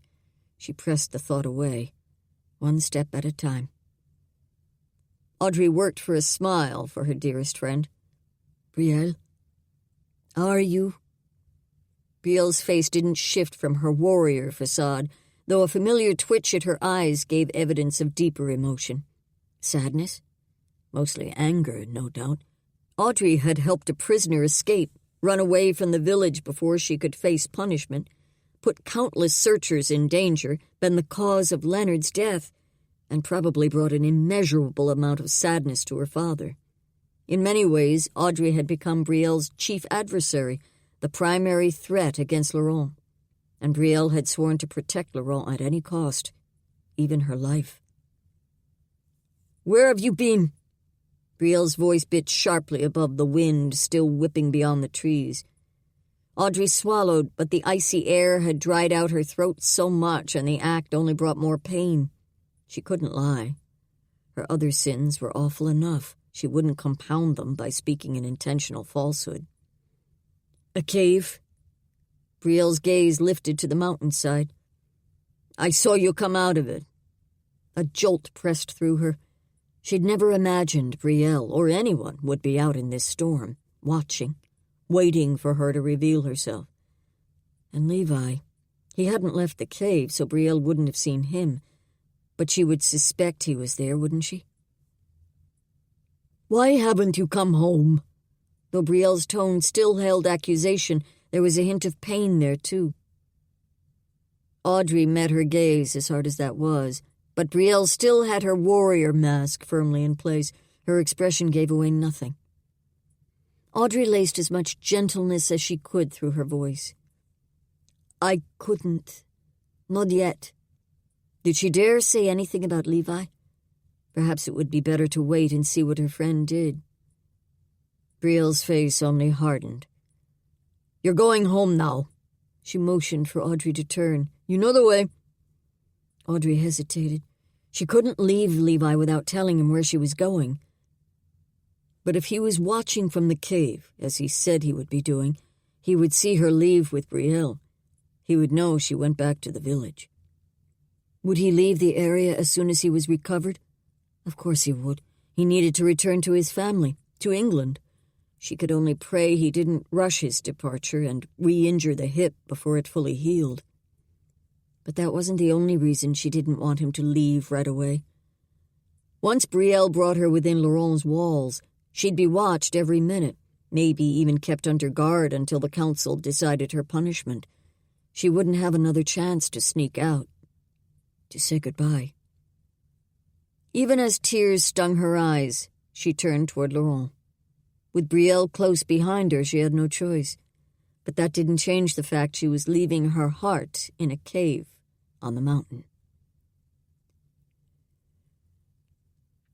The snow still whipped around Audrey as she and Brielle approached the gate of the only home she'd ever known. Brielle sounded the call to alert the guards of their approach. The churning inside Audrey grew stronger with every step. She couldn't seem to stop herself from imagining what it would be like to see the villagers again, the people she'd known her entire life. And Papa. Would disappointment dim his eyes when he looked at her? Would he understand when she told him why she'd left and stayed away so long? And what of Chief Durand? She couldn't bring herself to think of him as Papa Durand any longer. He likely didn't possess many tender feelings for her now. Hesitation, or maybe worry, tried to slow her steps, but she pushed herself forward. Voices sounded from inside the wall, male voices. She gripped the inside of her pockets and kept herself moving. When she and Brielle stepped inside the gate, 2 men were sprinting toward them, within 10 strides of reaching them. Both slowed when they saw her, and the familiar faces of Wesley and Philip seemed surreal as shock morphed their features. Philip recovered first and strode forward, his steps determined. "Audrey, you're the last person we expected." His expression was hard to read. She sent both men what would hopefully pass for a pleasant look. "Hello, Philippe? Wesley?" When both men came alongside her, Their intentions grew plain. She was flanked on 3 sides by guards, giving her no chance to run again. Panic tried to well at the thought of being escorted through the village like a criminal. She glanced back at Brielle. "Could I speak with you and Chief Durand? And maybe my father, too, if he can?" She wasn't sure she could manage the disappointment, or worse yet, anger, from the 3 people who meant most to her all at the same time. But it would be better to tell the whole story to them at once. And the Lord would sustain her. No matter what came, he would be her strength. She simply had to make sure she followed his promptings. A glance passed between Brielle and Wesley, and he jogged forward, probably to alert the others and hopefully coordinate the meeting she'd requested. Even with the loud sound of the wind, the silence from Brielle and Philip weighed heavy. Philip had been like a mentor for Leonard. Did he think she had something to do with the young guard's death? At the very least, Leonard never would have been out there if it hadn't been for her actions. Grief tightened her chest, stinging her eyes. She couldn't think about that now. The meeting ahead required her to be strong. When they reached the outer door of the Durand's quarters, Philip rapped once with his knuckle, then pulled the latch string and opened the door. He motioned for Audrey to enter first, and the rush of warmth that wrapped around her as she stepped inside nearly made her lightheaded. Or maybe it was the dimness of the candlelit room compared with the bright white swirling outside, or simply the fact that she was entering a chamber she knew so well, stepping back into her old life. But she wasn't. It might be a long time before the people of Laurent allowed her to slip back into her old life. And did she really want to? The thought of day after day without Levi felt unbearable. He'd become so much more to her than any patient, more than any man she'd ever known.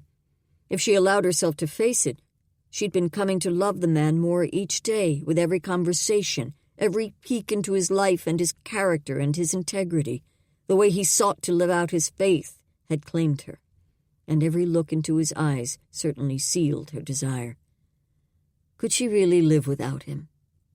But that was a fate she would have to contemplate later, for motion across the room snagged her gaze. The sight of the man who'd just entered the door made her breath cease. Time slowed to a crawl as her father lifted his eyes to hers. The sagging lines of his face dipped lower as his mouth opened in disbelief. Had he not been told she was here? Or maybe he'd not believed it. His expression gradually lifted, his eyes lighting with more joy than she'd seen on him in so long. A sob caught in her throat, and she took a step forward as he began striding toward her. Papa's arms spread just before he reached her, and just like when she was a girl, he enveloped her, squeezing her tight and rocking back and forth. She soaked in the feel of him, the familiar scent that was his alone, though a little stronger than she remembered. Had he not been taking care of himself properly while she was gone? With her arms around him, his body felt as slender as it always did. Had someone been bringing him meals in her absence? She'd not allowed herself to think much about Papa's care. But now, the ache of leaving him to fend for himself, of abandoning this man who'd poured his life into helping her from the moment she was born, brought a rush of shame. How could she have set aside her responsibilities so easily? She'd not intended to desert him. She'd planned to return to Papa as soon as Levi set out. But then Levi's injuries. The reminder gave her the strength she needed to hold back the tears, most of them anyway. She straightened but didn't pull out of her father's arms as his hands shifted to grip her elbows. His gaze roamed her face as though hungry for details. She worked for a smile. "I've missed you. Are you well?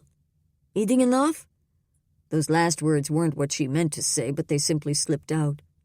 His face wreathed in a smile, and tears moistened his eyes even as he chuckled. "My Audrey." Motion behind him forced her to turn away as Chief Durand stepped to her father's side. He made herself meet his gaze, though the churning in her middle attempted to rise up into her throat. The look he gave her seemed to be a mixture of relief and sadness. "Audrey, we didn't think we would see you again." Her father shifted to stand at her side, holding her arm with one hand and slipping his other around her waist. "Come and sit. Tell us what's happened." Papa's voice graveled more than she remembered. It felt as though she'd been gone for months, not less than 2 weeks. Chief Durand stepped to her other side as the three of them moved toward the chairs around the hearth. Brielle's quiet tread barely sounded behind them, but her presence weighed like a stone in Audrey's chest. Even though her father seemed relieved that she'd returned, she still had much to answer for to the entire village. Chapter 22. When they'd taken seats in a semicircle around the fire, Audrey glanced from her father to Brielle, then finally to Chief Durand. "I know you have lots of questions. Be assured, I'll tell you everything." All three were silent as she relayed the events of the morning she'd helped Levi escape. How she'd known in her soul he was innocent of any evil intent, how she'd feared what the council might do to him, how the chance to free him had seemed almost God-given. "I may have acted too rashly. I'm sorry I broke your trust." She met the gaze of each person as she spoke. "I'm sorry I went against our laws and the decision of the council. I was only trying to protect an innocent man, but I'm sorry I took the decision into my own hands." She looked at Chief Durand with those final words, but his only response was a nod. So she dove into the rest of her story, how when she heard that Levi had been shot by Brielle's arrow, she knew she had to treat the wound and make sure he reached safety, how she planned to return to the village as soon as she'd accomplished that, and then the awful events of the next morning with Leonard. "I never ever meant for my actions to cause such a horrible thing. Watching Leonard tumble down that slope, then seeing Levi cling to him with every shred of his strength as Leonard dangled over the edge. It was awful. I've relived it so many times in my dreams." More than one tear had slipped down her cheeks while she spoke, and Papa gave her hand a gentle squeeze. She turned to Brielle. "He's been given burial?" Brielle's face had taken on a grimness as Audrey relayed the tale, but now she nodded. "In the graveyard. It's good that we know how it happened." Audrey's throat ached. "I imagine you thought Levi did it. In reality, he did everything he could to save Leonard, much more than I was able to do." She inhaled a breath for strength. "Levi was exhausted from his efforts to save Leonard, but I wanted to know for sure there was nothing more we could do, so I insisted one of us go down and check to see if he might still be breathing." This last part of the story came easier than the other, maybe because it didn't involve someone from the village. Yet the emotion welled stronger within her as she told of Levi's dislocated hip, how he had to stay still until the joint healed, and even how she'd found the horse, nearly frozen and starving. She glanced at Brielle. "That's why I came down to the trees again, to gather more bark for him to eat." A line creased her friend's brow, whether from anger or simply depth of thought she couldn't tell. Brielle gave a short nod. "Something kept telling me to go out and search that area once more, even in the storm. I didn't really expect to find you, though." The dreaded silence settled as she waited for the others to respond. Her father squeezed her hand again, and the support helped, but she kept her focus on Chief Durand and Brielle. The chief was well known for being fair and taking all sides into consideration before making a decision. She'd always appreciated that quality in him and could only pray he would do the same now. At last he spoke, drawing everyone's attention. "This situation grieves me in so many ways, not the least of which is that it all could have been avoided." His gaze turned sad as it locked on her, and his voice softened. "I had spent that first morning of the fast in long hours of prayer, and felt the Lord telling me this man was no threat to us." Shame slid over her as his words registered. Had she really gotten it so wrong? When the chance presented itself to free Levi, she'd assumed that was God's provision. She should have asked him instead of jumping to the conclusion, "Lord, redeem this situation. And help Levi, she prayed. What would he think when she didn't return? Would he try to return home before his body had sufficiently healed? The thought of him leaving the area, of never seeing him again, rose up to swell her throat and sting her eyes. His safe departure had been her goal from the very beginning, to allow him to return to his people. Yet the thought of living without him felt nearly unbearable. Chief Durand spoke again, saving her from trying to form a response. We need to deal with matters as they are now. He leaned forward a little, moving into his chiefly demeanor. I'll call the council to discuss what should be done next. I'm sure news of your return has already spread. As she'd expected. The tears ran down her face, and Audrey didn't attempt to stop them. Yet they didn't stem as much from facing the council's punishment as from the thought of never seeing Levi again. He had to help Audrey. Levi held in a grunt as he dropped to his knees to gather their supplies into the satchels. He'd been watching from the cave entrance as Audrey stepped from the woods with Brielle close behind her. He couldn't tell if Brielle had been forcing Audrey toward Laurent at the end of a weapon, but either way, he had no doubt she wasn't given the choice about whether she wished to return to the village or not. She had planned to return to her people, but on her own terms, not by capture. And from the moment he watched the two of them disappear around the base of the first mountain, a certainty had become plain inside him. He wanted to return with Audrey. Leaving this land, at least leaving without Audrey, was no longer an option. Whether he stayed here or returned to England, he wanted her by his side. He would do whatever it took to make her happy. Even if that meant facing the council and villagers to prove himself honorable and work to earn their good opinion. Even if it meant facing Evan McManus. After filling the satchels and spreading the logs so the fire would burn out, he hoisted the packs on his back and gripped his walking stick. His hip ached from so much activity, but that couldn't stop him. He needed to get to Laurent to speak up for Audrey. Maybe his return would make the council more lenient with her. As he limped around the curve in the cave, Chaucer lifted his head in greeting. A new pang pressed in Levi's chest. He'd been so worried about Audrey he'd not thought what to do with the horse. Warm water and bark seemed to have given him a fresh burst of energy. He no longer shivered, and he seemed much more aware of his surroundings. Could the gelding manage the trip to Laurent? Leaving him here might be a death sentence, since the snowstorm still blew outside. He'd eaten all the bark they found on the firewood, but Audrey hadn't been able to return with more, so Chaucer would have nothing to eat until the storm lessened enough for him to venture out. But even then, he wouldn't find grass for a while. Levi couldn't leave his old friend to that fate. He approached the gelding and rubbed his forehead. Are you up to returning to the village with me? They're likely to take more pity on you than me. Chaucer blew out a long breath as though reluctantly agreeing. Let's be off, then. He took up the piece of rope that dangled from the halter, then hobbled forward so the horse could turn in the small space. Maneuvering down the steep trail just outside the cave proved as hard as he expected, requiring him to almost sit in the snow and half slide, half crawl down. Every moment he expected the searing pain in his hip that meant the joint had moved out of place again. But only the ache made itself known, and the icy wind and snow nearly numbed that feeling. He tried to follow the route down the mountain that Audrey had taken when she left in search of bark, for she'd been up and down this mountain so often she surely knew the best paths.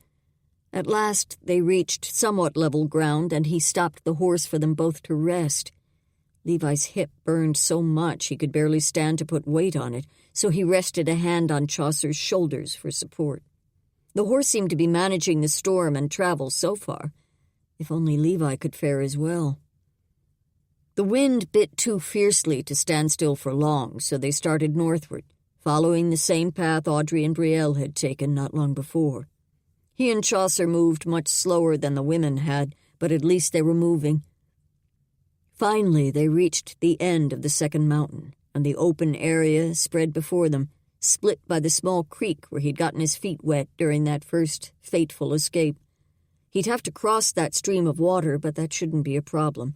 The snow had piled higher on either side than that other day, but surely he could find a place where he could easily step from one bank to the other. About halfway across the open area, he found the perfect place to cross.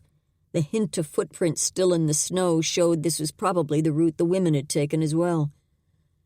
Placing his walking stick on the opposite bank, he stepped with his good leg first. But when he tried to shift his weight forward and drag his weak limb across, a knife of pain plunged through his left hip. A cry escaped his lips as his knees nearly gave way from the agony. He barely managed to pull himself across the water to safety before tumbling forward, first onto his elbows, then face down on the snow. His weak leg wouldn't move, and he could feel nothing through the limb except the torture radiating through his hip. He could barely breathe through the pain, could barely think. But he had to. What could he do now? He was stranded out here without Audrey, completely alone with a debilitating injury. Yet not alone. Lord, his spirit groaned out a desperate cry for help, though his mind couldn't manage words. The frigid snow had begun to numb his face, but he still felt the nudge of something on the top of his head. Chaucer? The horse pushed again, harder this time. Levi forced himself to turn his face from the snow to see the animal. Chaucer nudged his forehead, an insistent push. Maybe if he could manage to stand, he could use the horse and his walking stick to make it the rest of the way to Laurent. Just the thought of how hard that would be, of the piercing torture each step would require, made his belly wrench. But that was his only option. Unless God sent someone out to look for him, he'd die here in the snow. Perhaps the Lord had led Audrey to find the gelding exactly for this purpose. After fumbling in the snow for his walking stick, he worked himself up so that he knelt on his good knee. The position made his dislocated hip howl with agony, so he used the walking stick on one side and Chaucer's neck on the other to pull himself up to standing. With the two supports, he could keep his balance on the one foot. His injured leg would have to drag behind, which would be agonizing, but the limb would do nothing he asked of it. The first few steps were even clumsier than he'd expected. Chaucer seemed to understand he wanted him to step forward, but Levi had to nearly lay on the horse's back to free his good leg to take a step. Perhaps it would be better if he could push himself up onto the gelding completely. Maybe not sit upright, but at least lie on his belly and let his legs hang down. Chaucer stood mercifully still while Levi used what little strength he had left to pull himself over the horse's back. The sharp outline of the horse's backbone pressed into his belly, but that pain barely registered compared to the stabbing in his hip. As he nudged Chaucer forward, he barely kept a grip on the stub of rope he had to use to guide the horse. From this position, he'd have so little control. Lord, it's up to you. Take us where you would have us go, he prayed.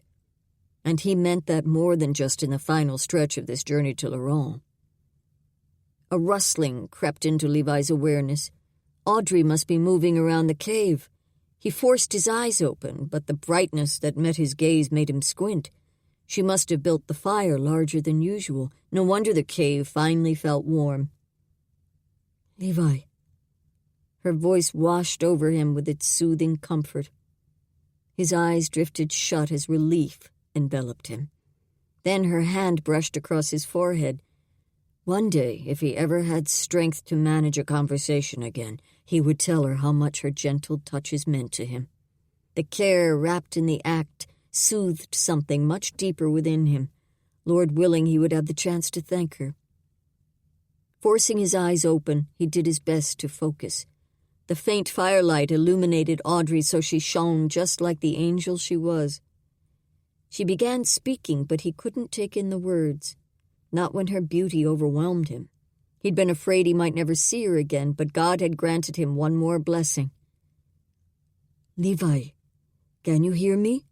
She brushed her thumb across his cheek.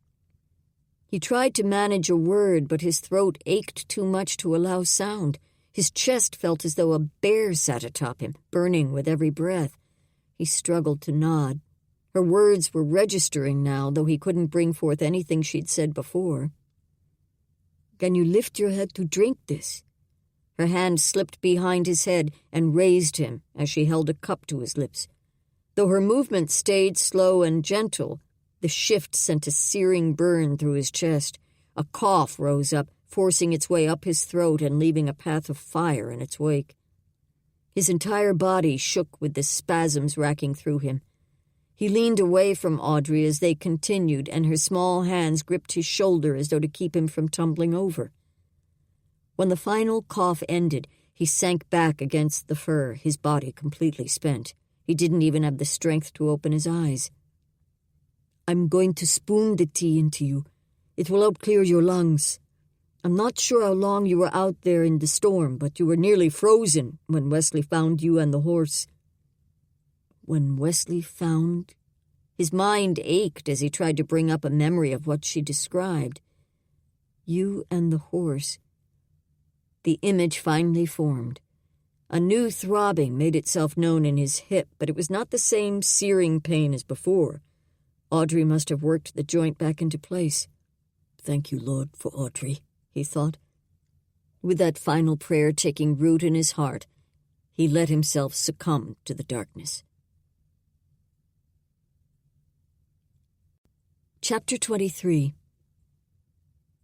Audrey poured another spoonful of the new tea she'd brewed into Levi's parted mouth.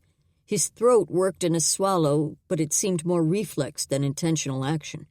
He'd only regained consciousness once since he'd been discovered slumped over Chaucer's back outside the gates of Laurent. Chief Durand had allowed Levi to be placed in her apartment so she could offer the nursing care he needed. In addition to his hip being out of joint, the cold had taken root in his lungs, and he'd been locked in a feverish haze for over a day now. She'd not left his side except to make a few quick trips to the necessary, but nothing she'd done seemed to allay the fever or the racking cough that shook his entire body. She'd used every herb she knew of. Surely something would take effect soon. Lord, heal his body. Remove the poison in his lungs and heal the hip so thoroughly it can't dislocate again. Show me what to do to help him, she prayed. Though she'd prayed the prayer more times than she could count, her spirit lifted up the words in earnest beseeching. Give me wisdom and understanding, she thought. After 3 more spoonfuls, she'd emptied the cup, so she dipped the rags in cool water, wrung out most of the liquid, then placed them on his head and neck. What else could be done to lower the fever? In the distance, the sound of hammer on chisel drummed a steady beat, as had been the case during most of the waking hours since she'd returned. Evan was building a new apartment for Brielle for the start of their married life. Audrey hadn't been to see it yet, but from the sound of things they must be making progress. The pounding seemed to be beating a rhythm in her head. Might it be hindering Levi's healing? During a rare lull in the noise, the creaking of her father's chair lifted her focus as he shuffled toward her. He'd remained in their apartment most of the time since she'd arrived home, though staying in this room wasn't unusual for him. He'd stayed mostly quiet, too, which also wasn't unusual, but his gaze had been ever watchful while she worked. At first, the constant scrutiny had unnerved her. Did Papa wonder if more existed between her and Levi than the relationship between healer and patient? She always poured her heart into caring for those who were sick or injured, and she did no less with Levi now. Yet she couldn't deny him the gentle touches that might be more than she offered others, combing her fingers through his hair or massaging his face, for she knew how much relief those acts had given him before. Any relief she could offer he desperately needed. Now, as Papa came to stand over the man, he kept his silence for long minutes. She needed to move back to the fire and start broth heating to provide Levi some sustenance, but curiosity over what her father might be thinking won out. She glanced up at him and waited expectantly. At last, his gruff voice broke the quiet. There taking good care of the horse." Those words were the last thing she'd expected from him, but they almost pulled forth a weary smile. Her father would know she'd been worried about Chaucer, at least when she could pull her mind from fretting over Levi's condition. In his usual halting way, he was doing his best to set her mind at ease about what he could. He cleared his throat before speaking again.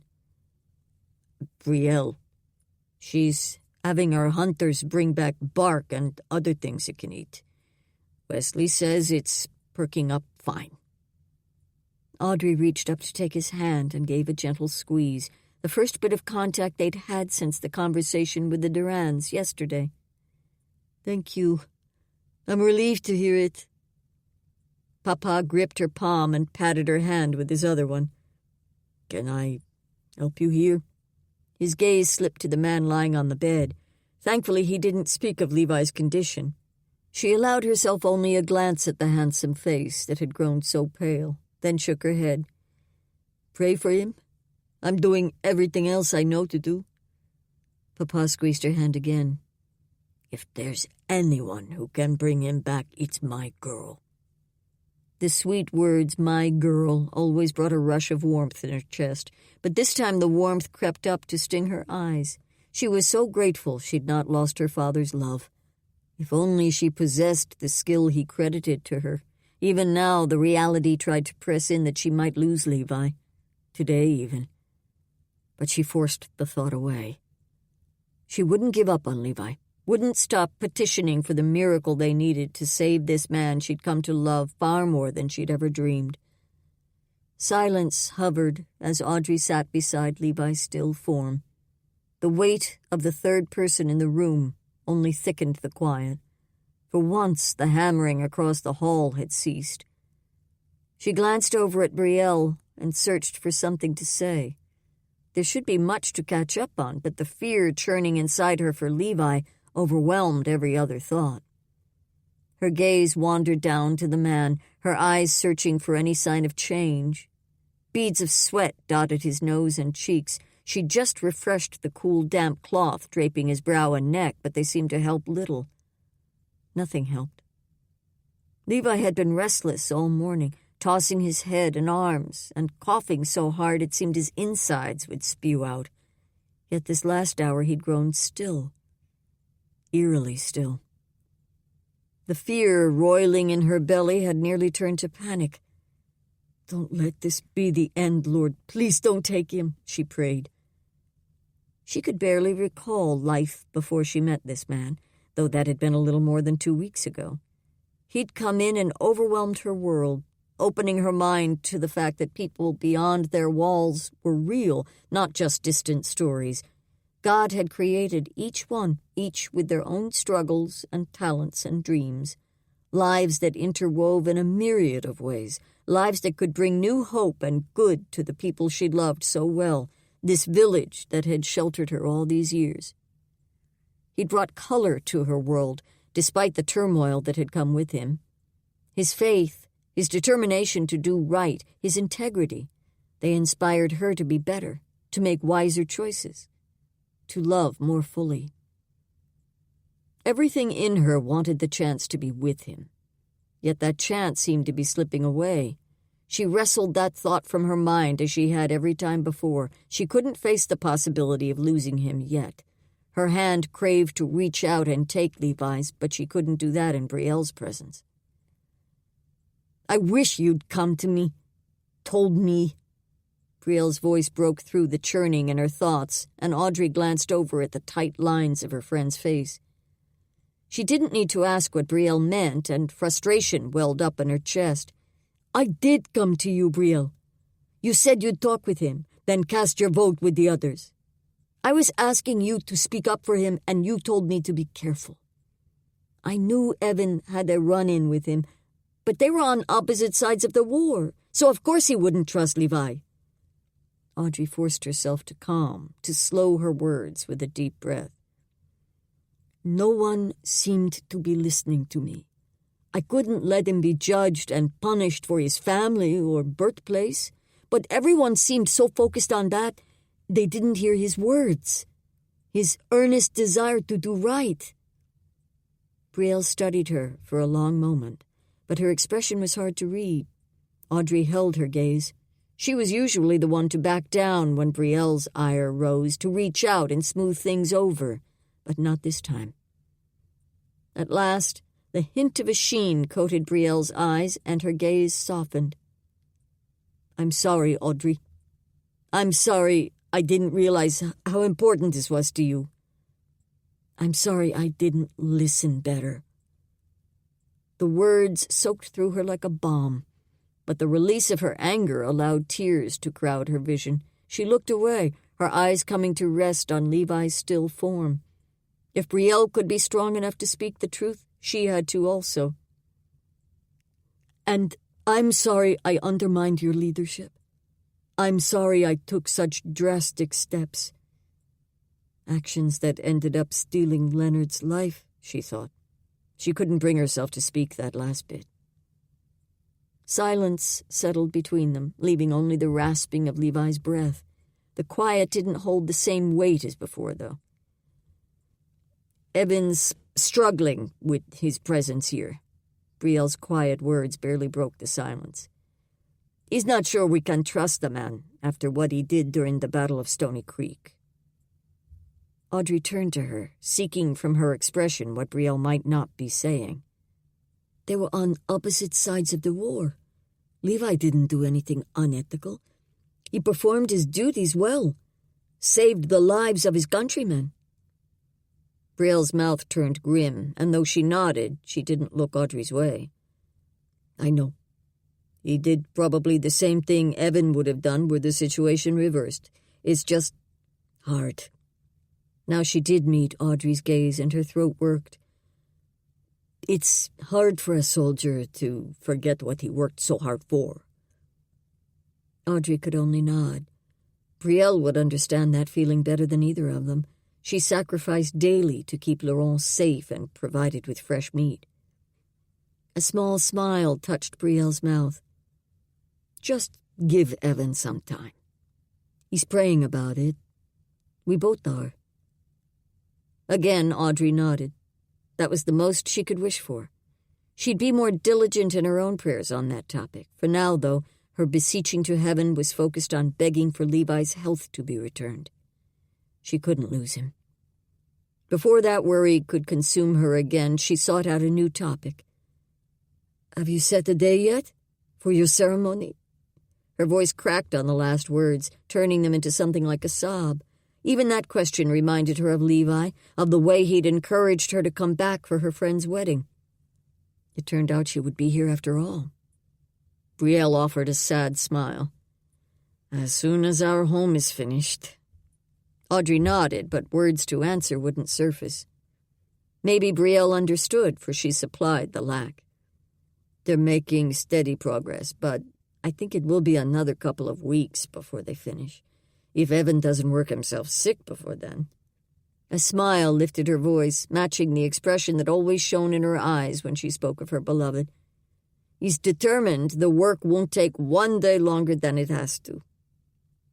Audrey looked away as fresh burning stung her eyes and nose. She was so glad Brielle had found this man, this love that lit her from the inside.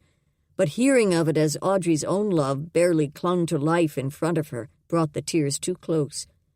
She struggled to regain control, to gather her raw emotions and press them down where they couldn't take over. "He means a great deal to you, doesn't he?" Brielle's soft question slipped through before Audrey had finished pulling herself together. A sob slipped out as she nodded.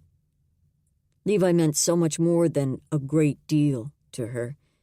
She couldn't even put into words how much she cared for him.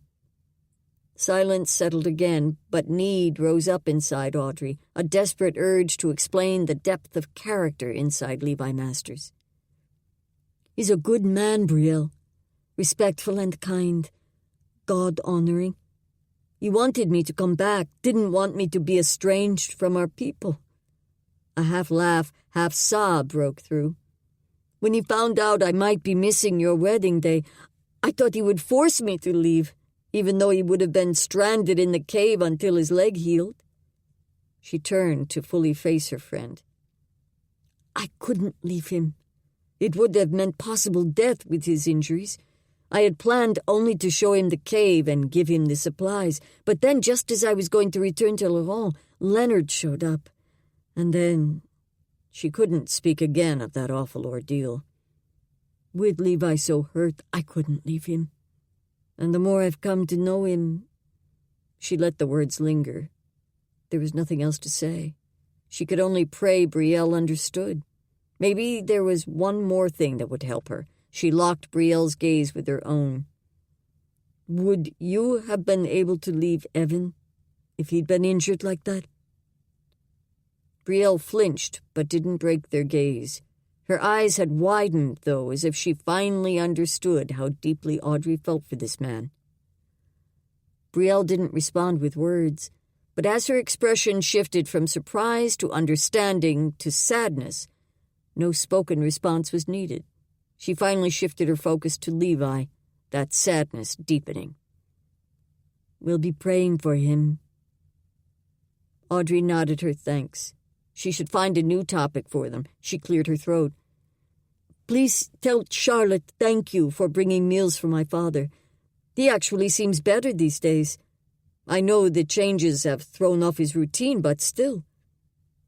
Brielle's gaze warmed. Papa says he hasn't overindulged since the day you left. We've all noticed how different he seems.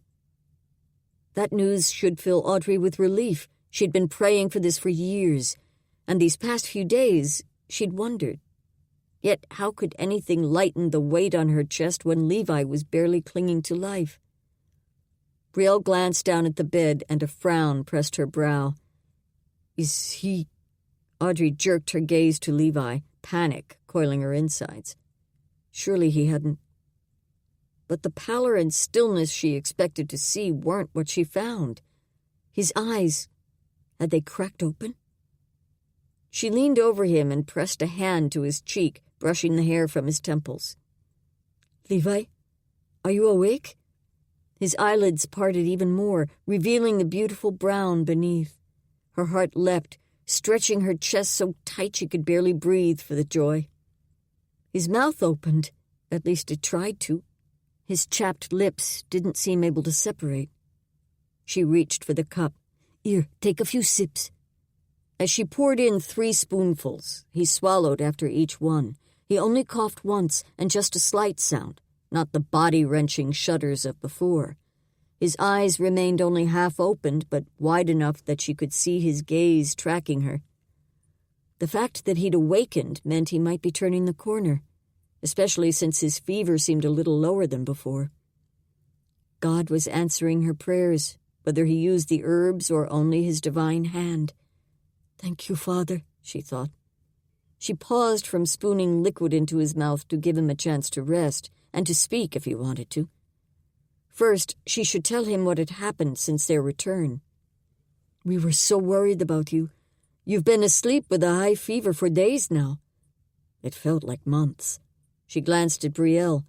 From her position behind his head, Levi probably hadn't seen her. Best to let him know of her presence. She returned her focus to him. I don't think you've officially met Brielle. Brielle scooted her chair and leaned in where Levi could better see her. Her face certainly didn't match the joy radiating inside Audrey, but at least it was showing deep consideration instead of anger. Welcome back, Monsieur Masters. Levi glanced at her but couldn't seem to hold the gaze since it required his eyes opening wider. Levi, call me. Even those few words seemed to exhaust him, and his eyelids drooped shut. Audrey's need to touch him, to soothe him with what little relief she could, overwhelmed the restraint she'd been trying to show in Brielle's presence. She reached up and stroked the hair from his brow, running her fingernails through the locks the way he liked.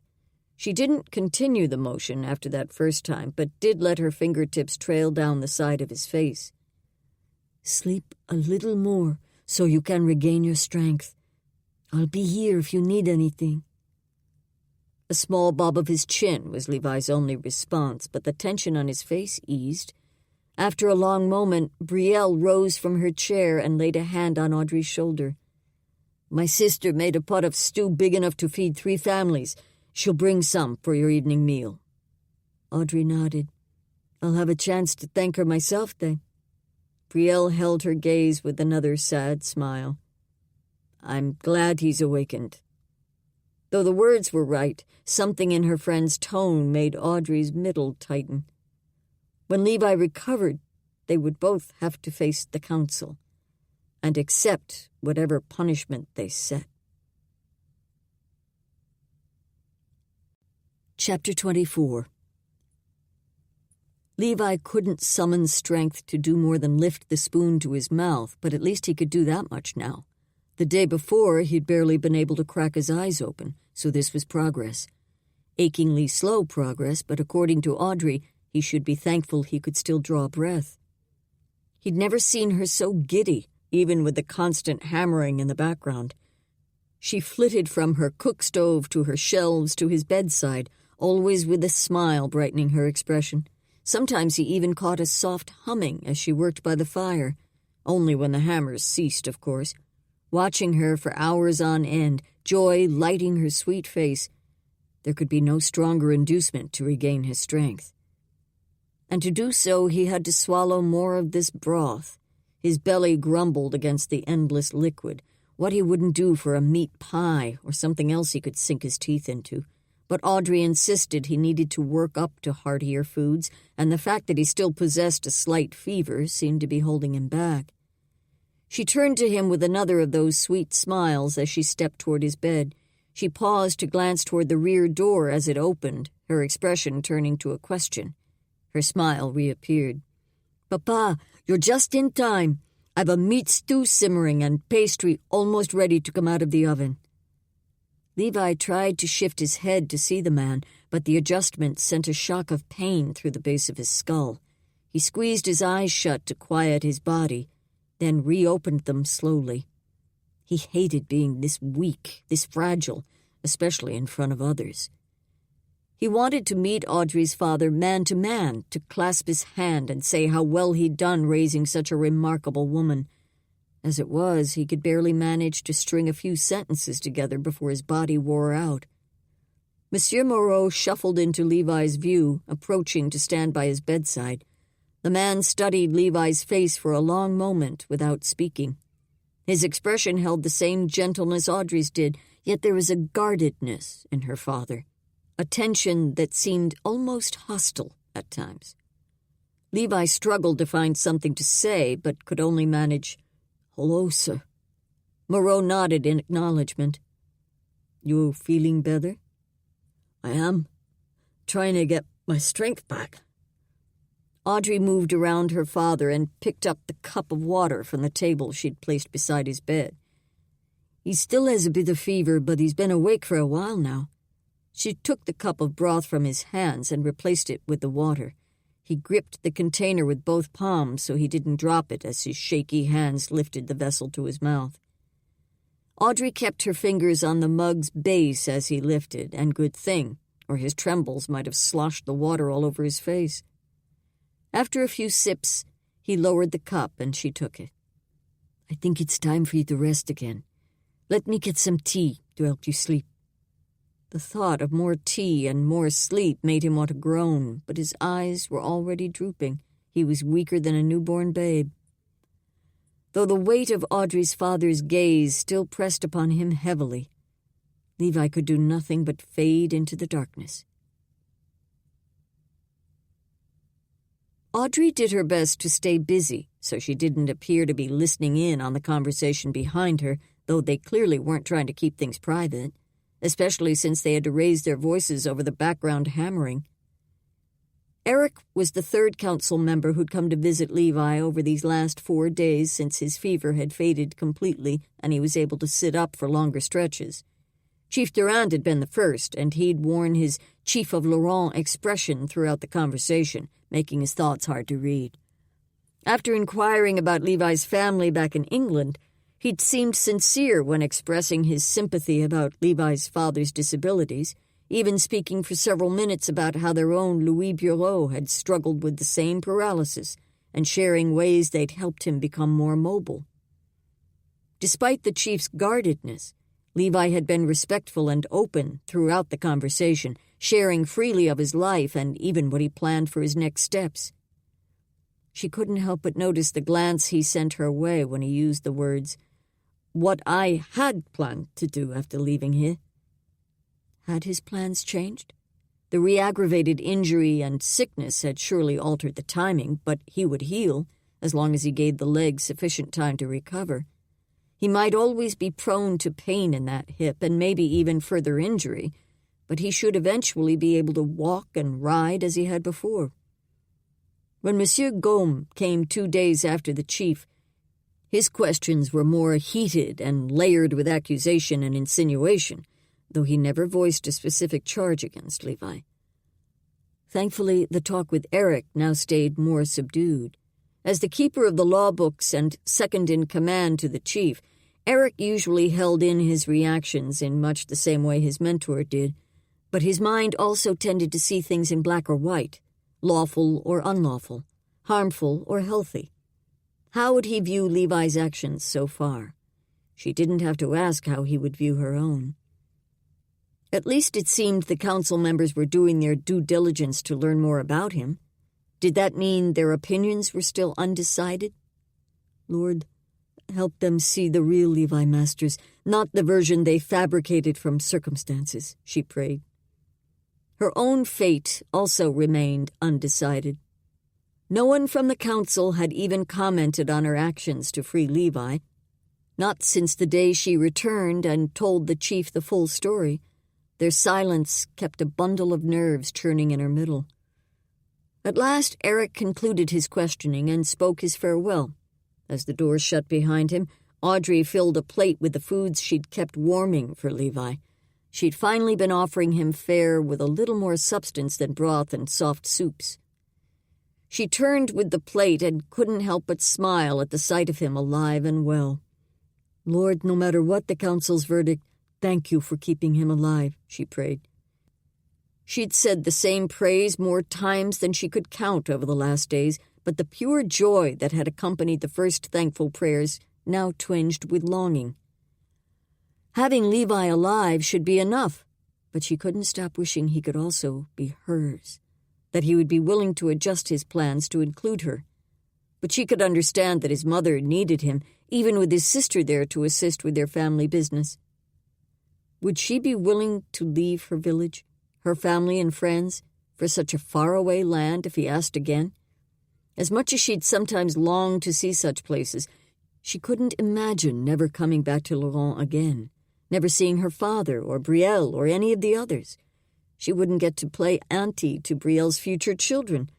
Who would care for her father as he aged? The thoughts made her chest ache. But she kept her smile as she settled into the chair beside Levi. It certainly wasn't his fault that she couldn't bear to move away from her people. If she couldn't do it herself, it would be unfair to ask the same of him. And being sad about the state of things wouldn't help him to recover. A merry heart doeth good like a medicine. She'd always firmly believed that scripture, and now was the time to live it out. Levi's eyes settled on the food as she placed the plate in his lap. Is that a meat pie? The reverence in his tone was a great deal more than the fare deserved, but it made her smile come easier.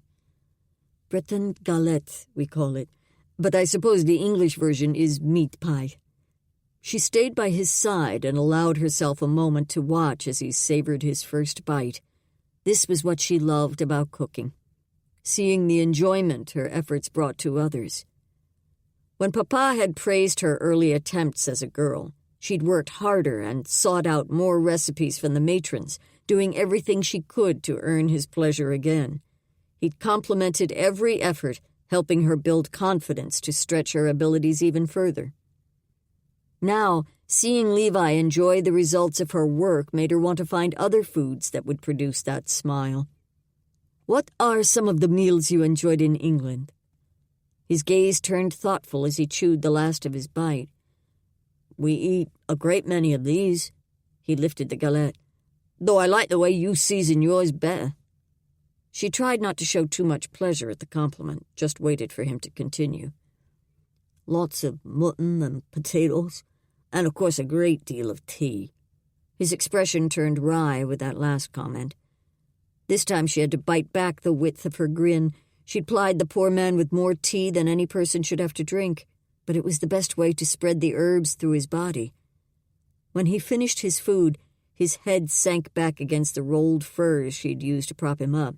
His eyes relaxed with a satisfied grin as he met her gaze. "Thank you, Audrey.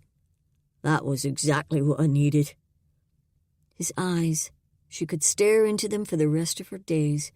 Their rich, earthy tones drew her, making her long to sink into his arms, to let his strength wrap around her and push away all the questions and challenges of family and distance.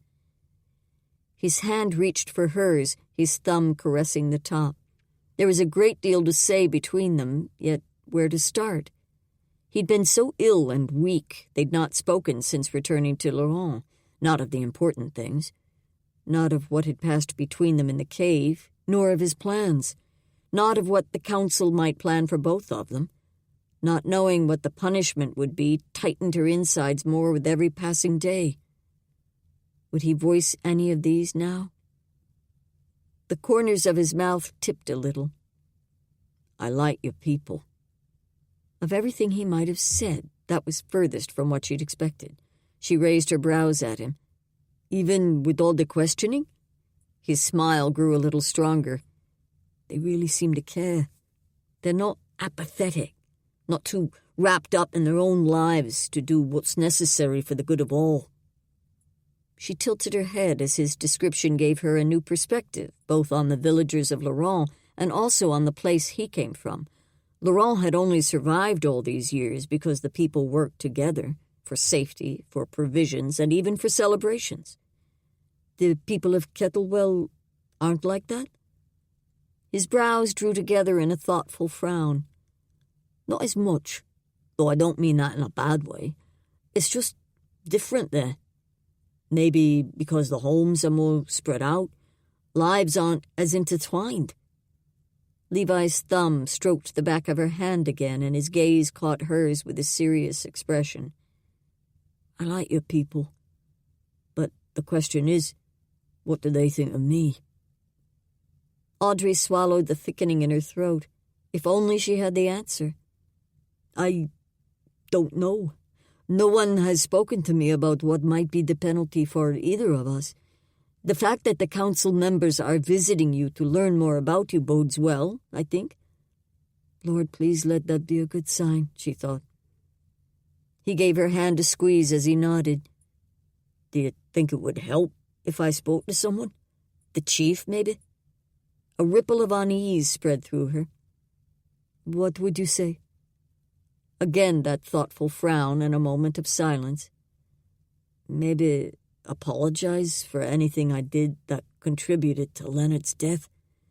I didn't get a chance to tell him how sorry I was in our previous conversation. I'd like to tell him it was never my intention to hurt the people of Laurent in any way." His face cleared as he studied her with expectancy. He'd not said anything about telling the chief he wished to leave. Was that simply because they didn't know how long it would take him to heal suitably? Probably so. She forced her thoughts back to his question. Would raising the topic of Leonard's demise help ease the tension between Levi and the council? Or would it simply bring up wounds that might be struggling to heal? She tried to picture Chief Duran's reaction to the conversation Levi proposed. He was such a thoughtful man, never responding rashly. Perhaps Levi could start there and see how much more would be wise to say.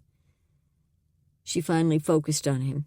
"If you feel the Lord leading you to speak on the topic, Chief Duran would be the best to begin with. Even if it's hard for him to hear your words, I think he might appreciate your speaking them. I'm not sure how the others would feel, but his response might tell us." Lord, don't let me be leading him astray, she thought. The Bible said to settle a dispute with a brother quietly, right? This wasn't a dispute, but the concept still seemed to apply. Levi nodded. "If you have a way to invite him to come visit me when he has a free minute, I would appreciate it." "All right." As she met the warmth of his eyes, she once more fell headlong into them. He seemed to have more to say, and she waited, captured. "I'll do everything I can to earn your people's trust, Audrey.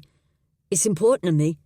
I want—" The rear door opened with a whoosh, stealing his words as his gaze flicked up to see who was entering. Disappointment slipped through her at the interruption. It felt like Levi was about to say something important. "I want—" What? To leave without having to sneak out in the wee hours of morning? To keep from being bound and held under guard as soon as he felt better? To stay here with you. To be accepted by the village and to make you my wife. No matter how much she craved those words, the chances of them ever being spoken felt so slim. Chapter 25. Levi couldn't seem to help fidgeting as he waited for Chief Durand. Audrey had said the man would come by after he finished his noon meal, and that should be any minute. The workers across the hall must also be eating, for the sounds had just ceased. Audrey had gone to visit some of her infirm patients around the village, so that must mean she thought his conversation with the chief might go better if she wasn't present. Did she realize her father would be here, though? He sent a glance toward Monsieur Moreau, who sat in a chair by the fire.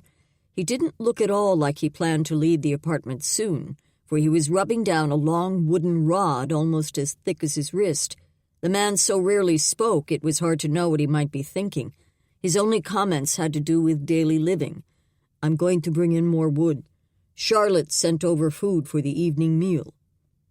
Those were usually aimed toward Audrey, and occasionally, when father and daughter were sitting at the table or taking in a meal together, he caught a gentle expression when the older man looked at Audrey. In those moments, the man seemed real, not the stranger who hobbled around like a wooden doll. Did the distance he keep stem from Levi being in their home, invading their usual rhythm? The thought pinched in his belly. He didn't want his presence to be hard on them, and he hated the thought that the father of the woman he loved felt so ill at ease around him. Levi had tried to be friendly, but his efforts didn't seem to make a difference. Maybe the only way to set things right between them was to have a candid conversation about what had happened, just like he was about to do with Chief Durand. That reminder renewed the roiling in his belly. The click of the latch finally signaled the back door opening, and a man's head appeared first. Chief Durand glanced around the room, his gaze pausing on Levi, then a smile formed on his face as it settled on Audrey's father. "Come in." Monsieur Moreau's expression also seemed to gain a bit of life at sight of the other man, though he didn't stand or set aside his work.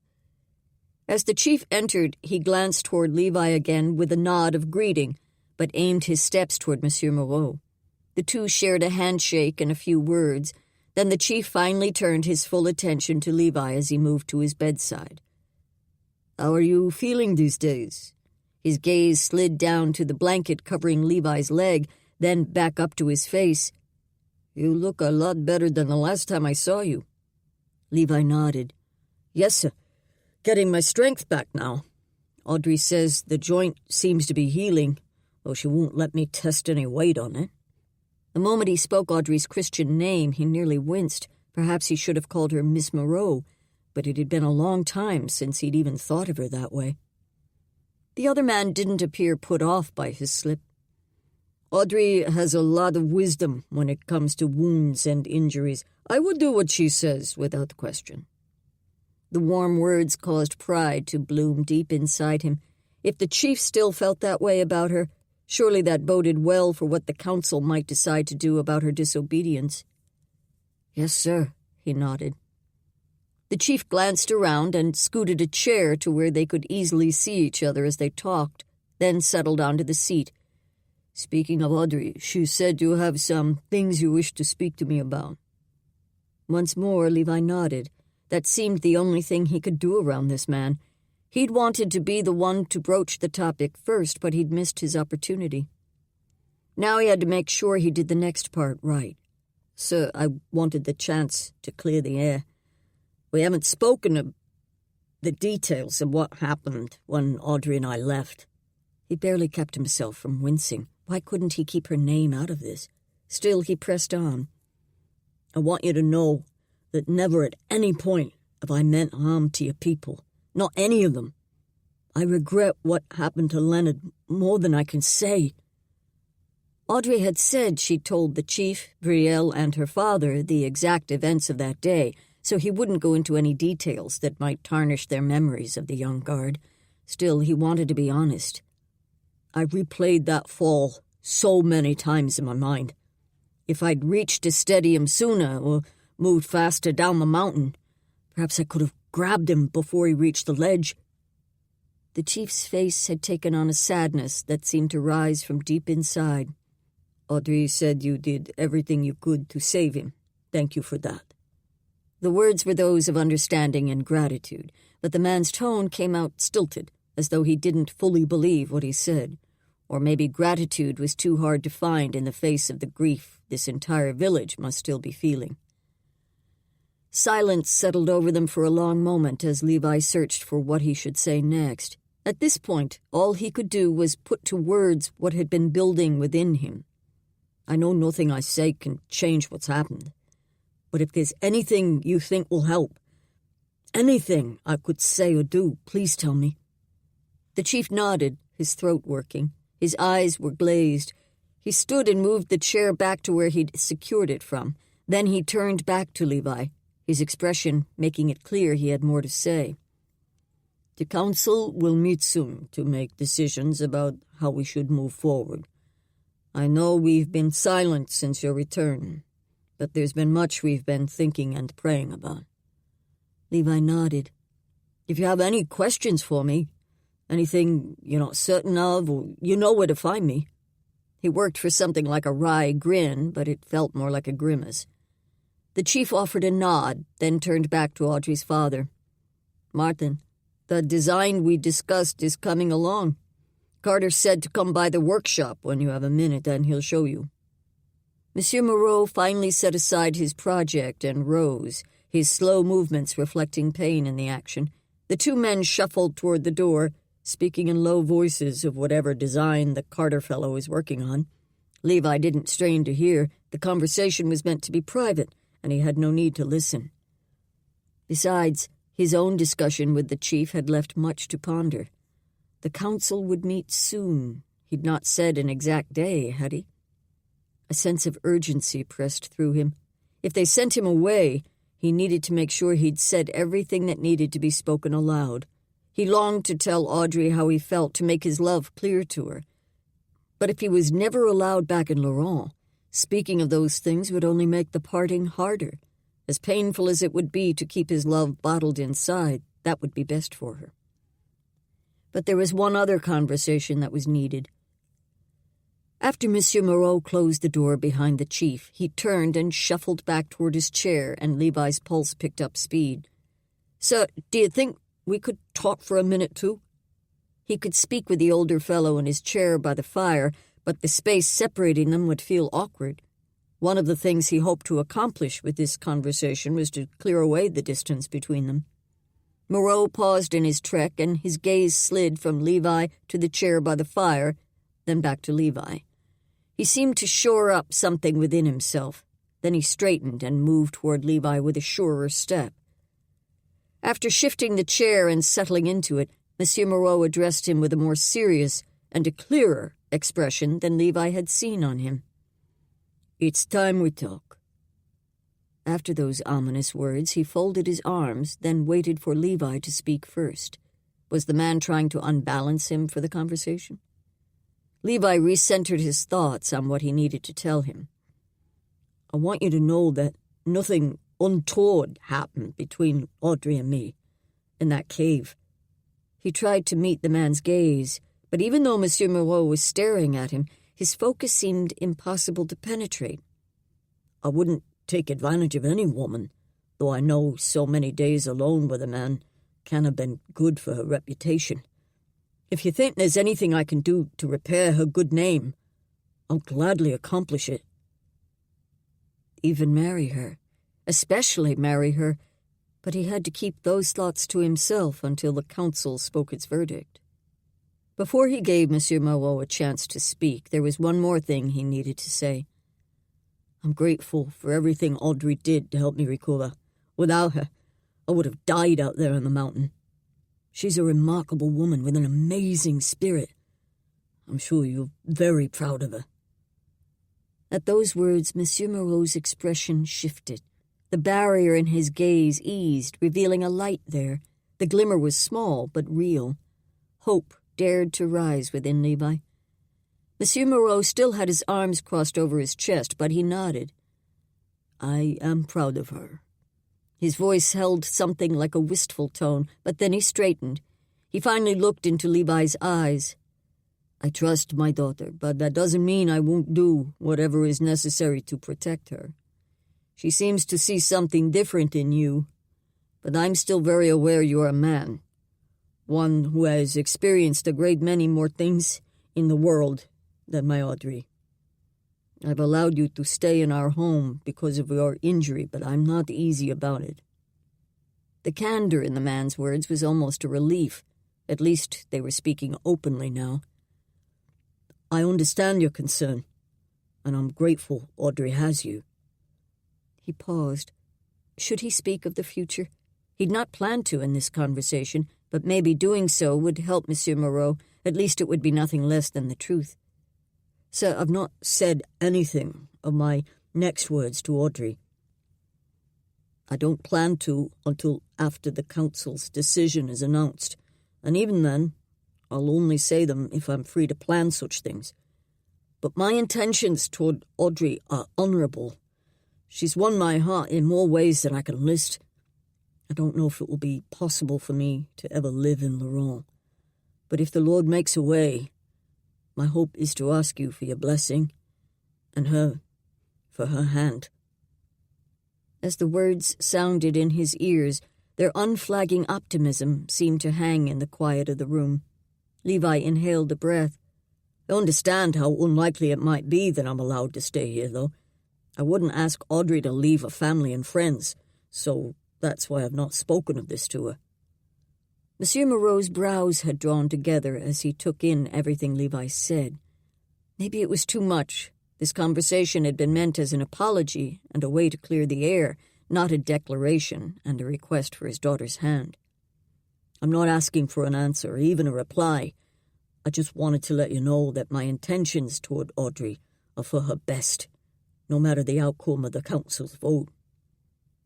Another long moment passed, a frown of concentration still gathering on the older man's face. At last he nodded. Good to know. As he stood and shuffled toward his chair by the fire, Levi finally eased out a long breath. Would these hard conversations do any good? Or would all the trouble be for naught? 3 days had passed since Chief Durand told Levi the council would meet soon, and Audrey was fairly certain today was that day. Tension seemed to hang thicker in the air the longer the morning progressed. The few times she'd ventured out of their quarters, the people she met in the hallway or the courtyard seemed unable to meet her gaze, and she'd not been able to locate any of the council members. She tried to question Brielle, but her friend had been on her way out for a hunt, too occupied to answer. All she could do was try to busy her hands until word came to them. She'd run out of things to do around the apartment, tasks she could accomplish with her mind in such a muddle anyway, so she'd sat to finish the new coat for her father, since she'd given his old one to Levi for the escape. Lord, give us favor with each person on the council. Give them wisdom to make the choice that aligns with your will, she prayed. Something shook inside her, and a full moment passed before she realized the tremor was outside her body, too. A glance at her pans hanging on the wall showed them swaying. She tensed. Is that... A look at Levi showed that he was waking from a doze. He wouldn't be aware enough to know what was happening. Papa met her gaze with his brows lifted. An earth tremor. That's what she'd suspected, but the shaking had stopped now. It hadn't been strong, more like a fluttering. She exhaled a breath to ease her insides. We haven't had anything like that happen in several years. A knock on their rear door cut off her father's response, and she sprang from the chair, dropping her project to the floor beside her. "I'll see with this." Maybe someone had been hurt during the shaking. Even a weak tremor like that could knock someone off balance. Papa returned his focus to the project he was working on. One thing about her father, when he finally set his mind to a task, he was meticulous in its completion. When she opened the door, Brielle's younger brother, André, stood in the hallway. "Papa says for you to come to the council meeting as soon as you can." Not an injury, then. For a moment she'd been distracted from this particular worry. Her insides clenched again, and as much as she wanted to question him, she didn't. He likely wouldn't know why they summoned her, and even if he did, it wasn't his place to tell. She brushed one hand over her hair and the other down her skirt. She looked like this most days, but maybe she should have dressed up in preparation to hear from the council. Too late to worry over that now. She sent a glance behind her, first to her father, then to Levi. The latter caught her gaze and placed his hands together as if in prayer. The reminder eased a bit of tension from her shoulders. The Lord had control here. Nothing the council said would be a surprise to him. Turning back to André, she pulled the door open wider and stepped through. "I'm ready." Chapter 26. As Audrey moved through the large double doors into the assembly room, it felt as though she were stepping into another world. How many times in her life had she entered this giant chamber? Usually she was carrying baskets of food and eagerly anticipating special time with her neighbors. That life seemed distant from the somber mood cloaking the room now as she strode forward to where the council members sat in a circle. Chief Durand stood and motioned for her to come beside him. His expression did nothing to relieve the knots coiling tighter throughout her body. "Lord," she prayed. She made the mistake of sending her glance around the dozen or so faces in the circle. Not one encouraging smile, not even an understanding look. Just sober expressions. "Audrey." At Chief Durand's voice, she turned to him and steeled herself for what would come. His gaze, usually so kind, held only seriousness now. "We've had much to discuss, and have delayed this final meeting so we could spend time in prayer and full investigation of the situation. But the time has come where we must make a decision, both about whether Levi Masters is welcome in our village, and regarding what should be done for your part in his escape." Her knees began to sway. This was really happening. The moment of judgment. Maybe the chief saw her distress, for he motioned to a chair. "Sit." As she sank down, he also took a seat, then returned his full focus to her. "Regarding Monsieur Masters, as you know, the way he came to our village, secretly following Evan, did not make us think positively toward the man. We understand he was doing what he felt was in the best interest of Britain, but the fact that he was working for an enemy of the country that we've vowed to support is another concern." The chief hadn't mentioned the history between Evan and Levi. Did that mean it hadn't entered into the council's decision? She couldn't imagine that being the case. But the chief continued, "His honesty during our questioning, both before and after his escape, has aided his cause. But the fact that he escaped before we'd even made a decision about his outcome is a strong mark against him." This concern she could refute, for she'd been the one to initiate the escape and practically force him into it. But as she opened her mouth to say so, the chief raised a staying hand. "Whether the escape was planned and by whom is not what I'm speaking of. He walked out of Laurent under his own power, knowing that our governing body intended for him to stay under guard until a decision was made. A decision, I'll add, that we were very clear would be accompanied by prayer and fasting, so we might understand God's will in the situation." The intentional look he gave her with those last words made her want to curl into a ball and cry. How wrong her rash actions had been. She should have trusted better, thought twice before doing something her conscience tried to warn her about. Regarding your actions, our decision has been even harder." She couldn't breathe, could barely think as numbness took over her mind. It felt as though she were watching the scene from a distance, absorbing the chief's words from far outside the circle. "I believe I understand why you helped the prisoner escape, but that doesn't change the reality of your actions. You deliberately went against the council's order, releasing a prisoner we'd not yet deemed safe. I understand you felt differently, but that doesn't change the magnitude of your disobedience. That's something we can't take lightly, not when we're tasked with protecting and maintaining order in the village." The words penetrated her mind, but the shell around her heart protected her from feeling their pain. The chief hadn't yet spoken the council's verdict, so she didn't have to respond. "Because both of these matters affect the entire village, we've decided to allow the people to vote. They will choose your punishment and also determine what should be done with Levi." He paused, but a hesitation in his expression said he might have more to say. Sadness slipped into his gaze. "Based on your testimony, we understand Monsieur Masters had no intentional part in Leonard's death. However, I think it likely that event may play a role in the people's decision. We'll hold the vote at noon 2 days from now. That will give the entire village time to seek God's will through fervent prayer."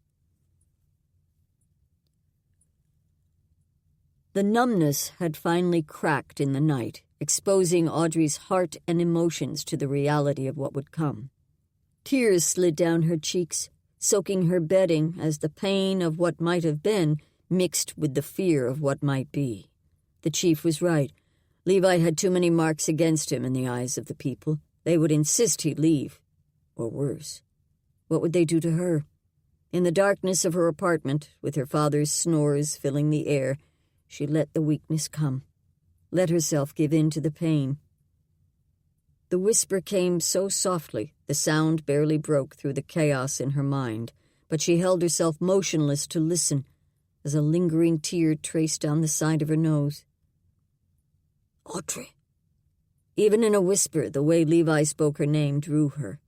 She'd not felt his presence through the pain and turmoil inside her, but awareness of him in the room surrounded her now. She sat up in bed, wiping her nose and cheeks. He'd surely heard her, but she didn't want to make her crying obvious by sniffing. If she spoke, he would hear it in her voice, so she stayed quiet. "I can't come to you." Regret filled his tone, meaning he wanted to be there for her, but to accept the solace he offered, she would have to be the one to close the distance. Every part of her wanted his strength to shore up her weakness, just this once, just tonight. In the light of day, she would be strong again. Slipping from her bed, she padded to his cot and sank down on the edge. His hand found hers, closing over it with his warmth.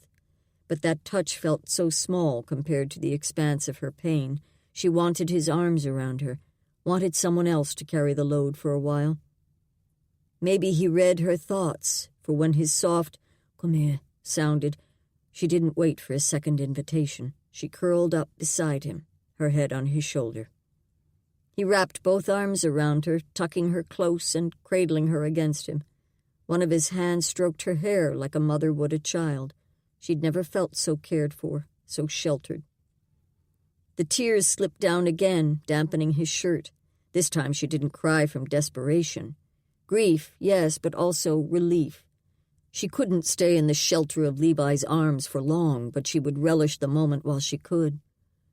When the drops finally dried on her cheeks and her body fully relaxed in the cradle of Levi's strength, he moved the hand that had been stroking her hair around to cup her cheek.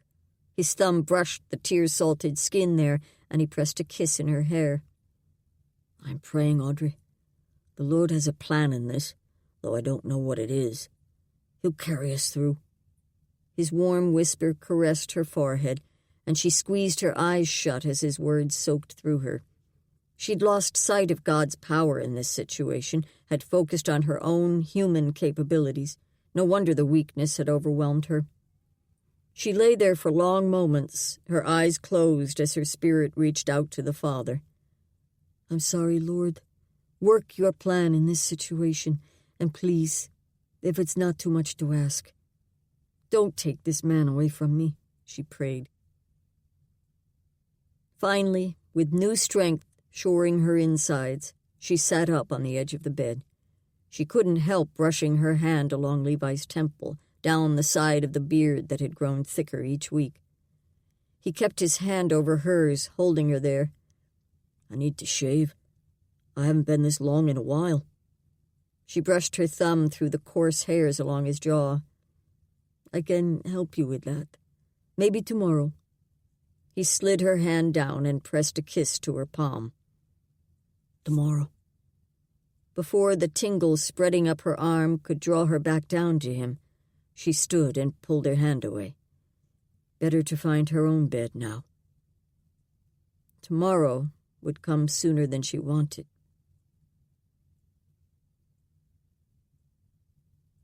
Levi awoke to the pounding of metal on stone, as had happened so many times before. The apartment held no windows to see whether daylight lit the outside, but if men were already working across the hall, he must have slept late.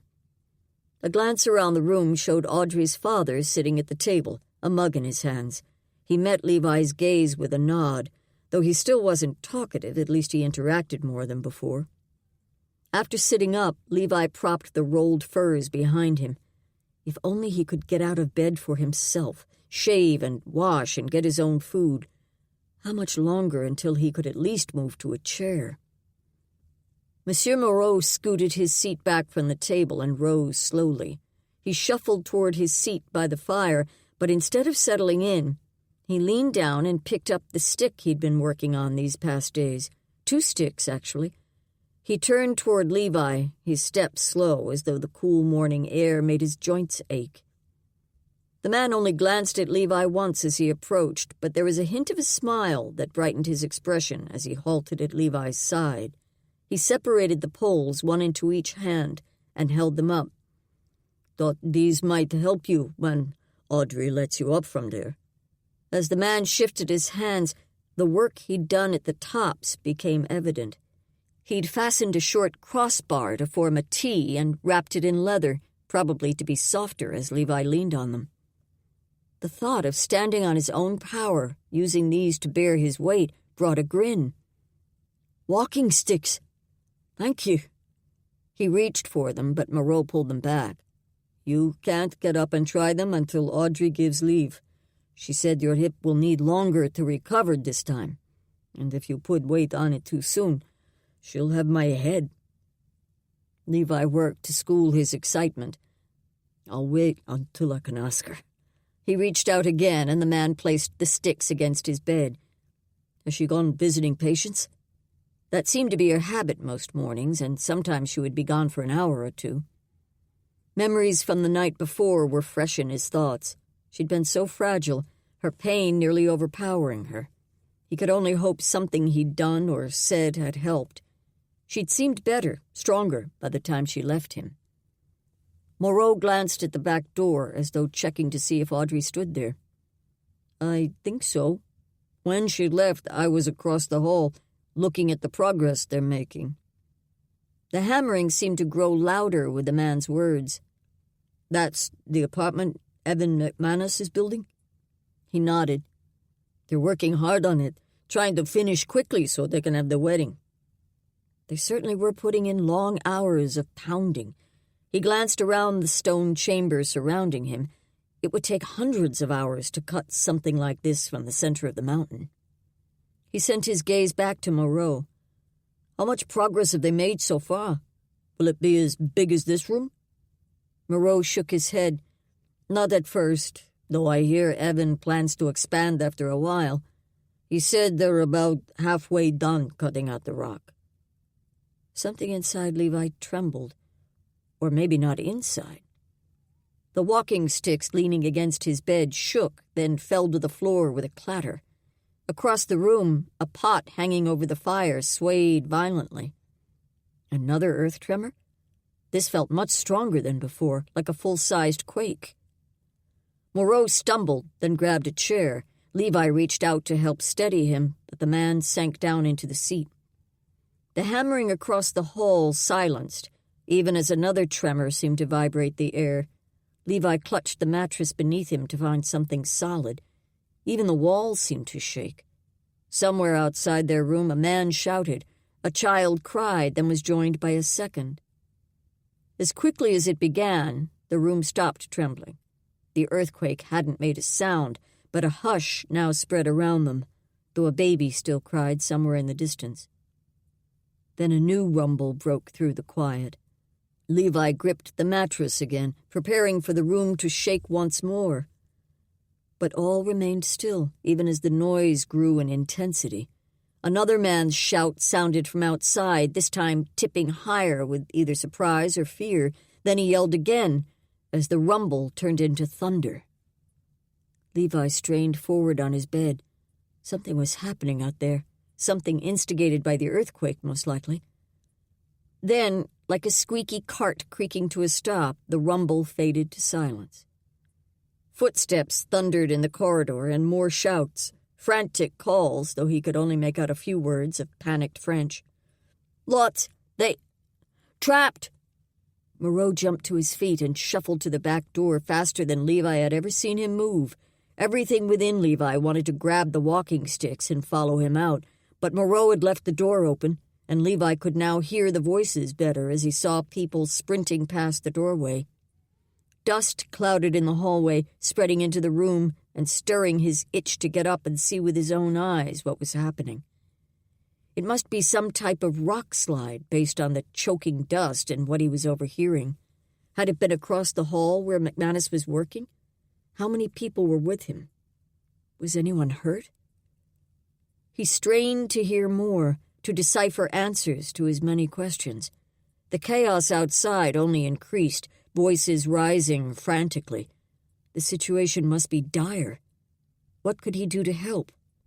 Surely there was something. He had to do something. Chapter 27. Levi watched for someone to move past the doorway slowly enough for him to catch their attention. He had to learn exactly what had happened and whether anyone was hurt.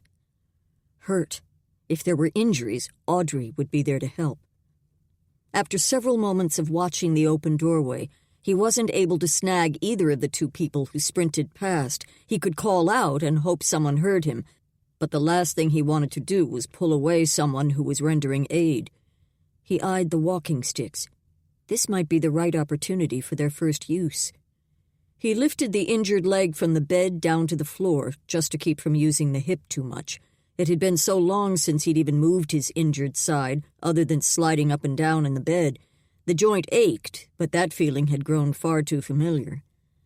Positioning the walking sticks, he pulled himself upright, supporting his entire body on his good leg.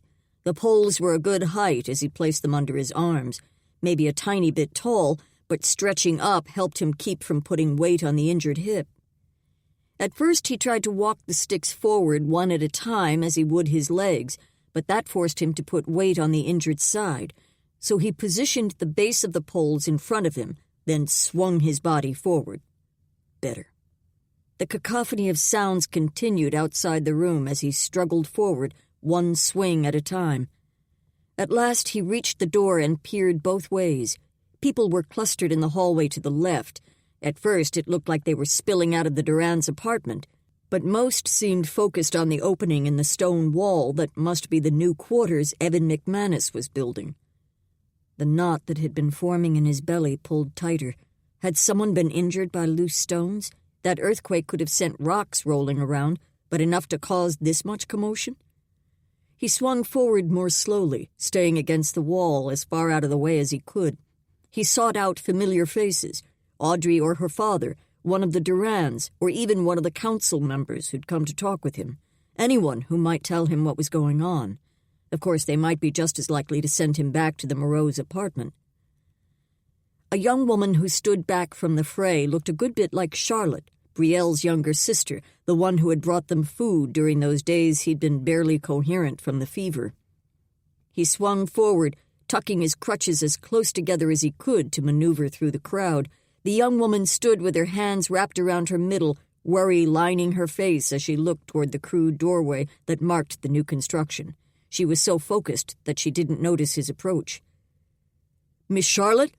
He had to raise his voice over the din around them. She startled and jerked her attention to him. He could tell the moment she recognized him, and that recognition didn't seem to relax her any. Her jaw worked.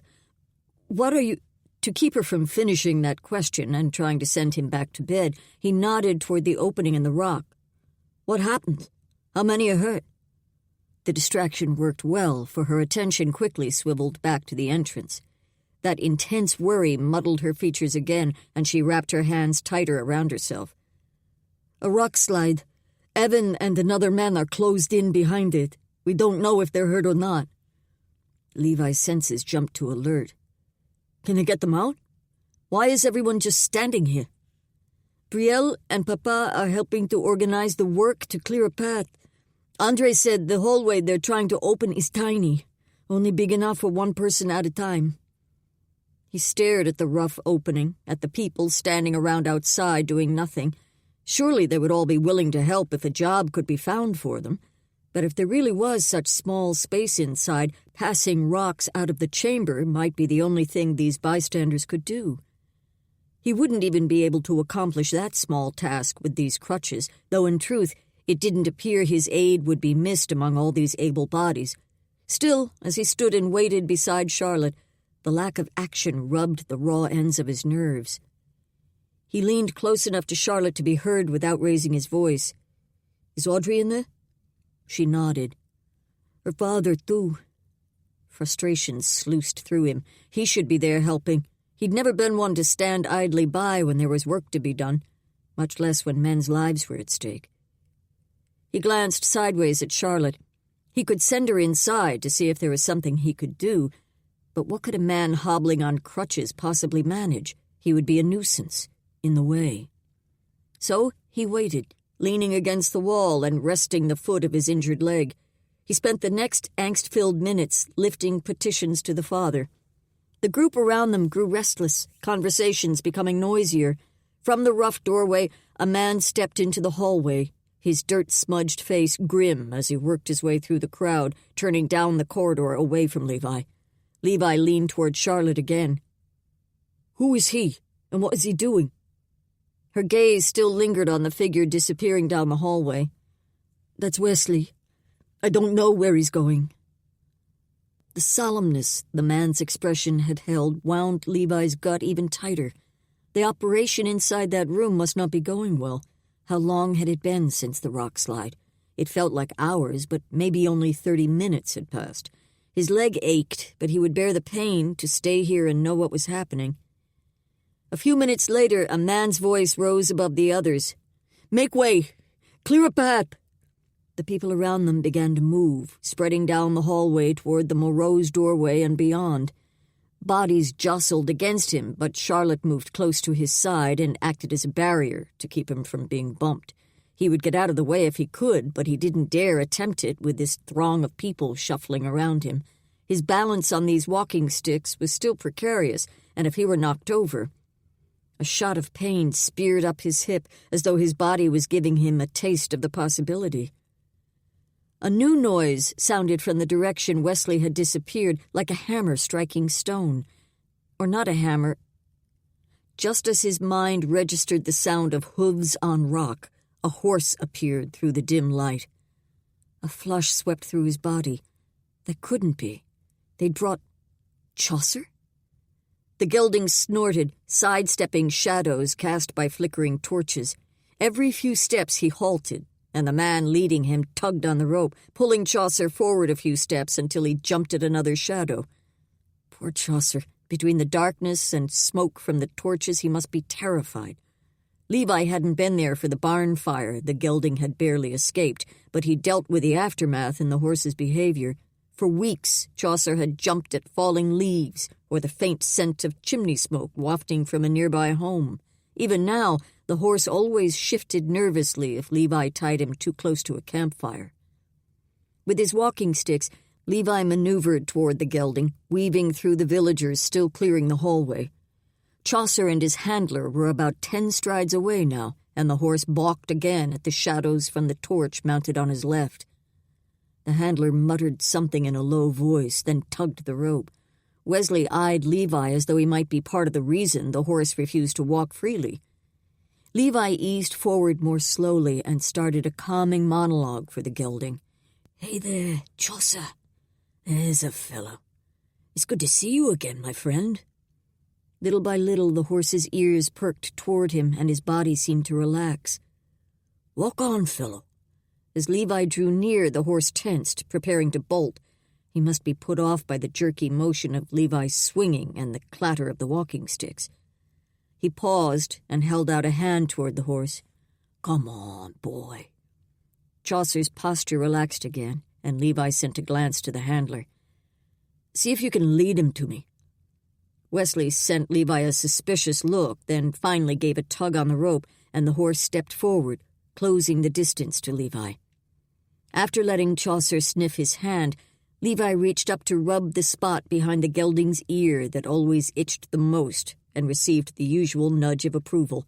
The horse's backbone still showed prominently, but his ribs no longer protruded as sharply. He clearly regained much of his energy, too.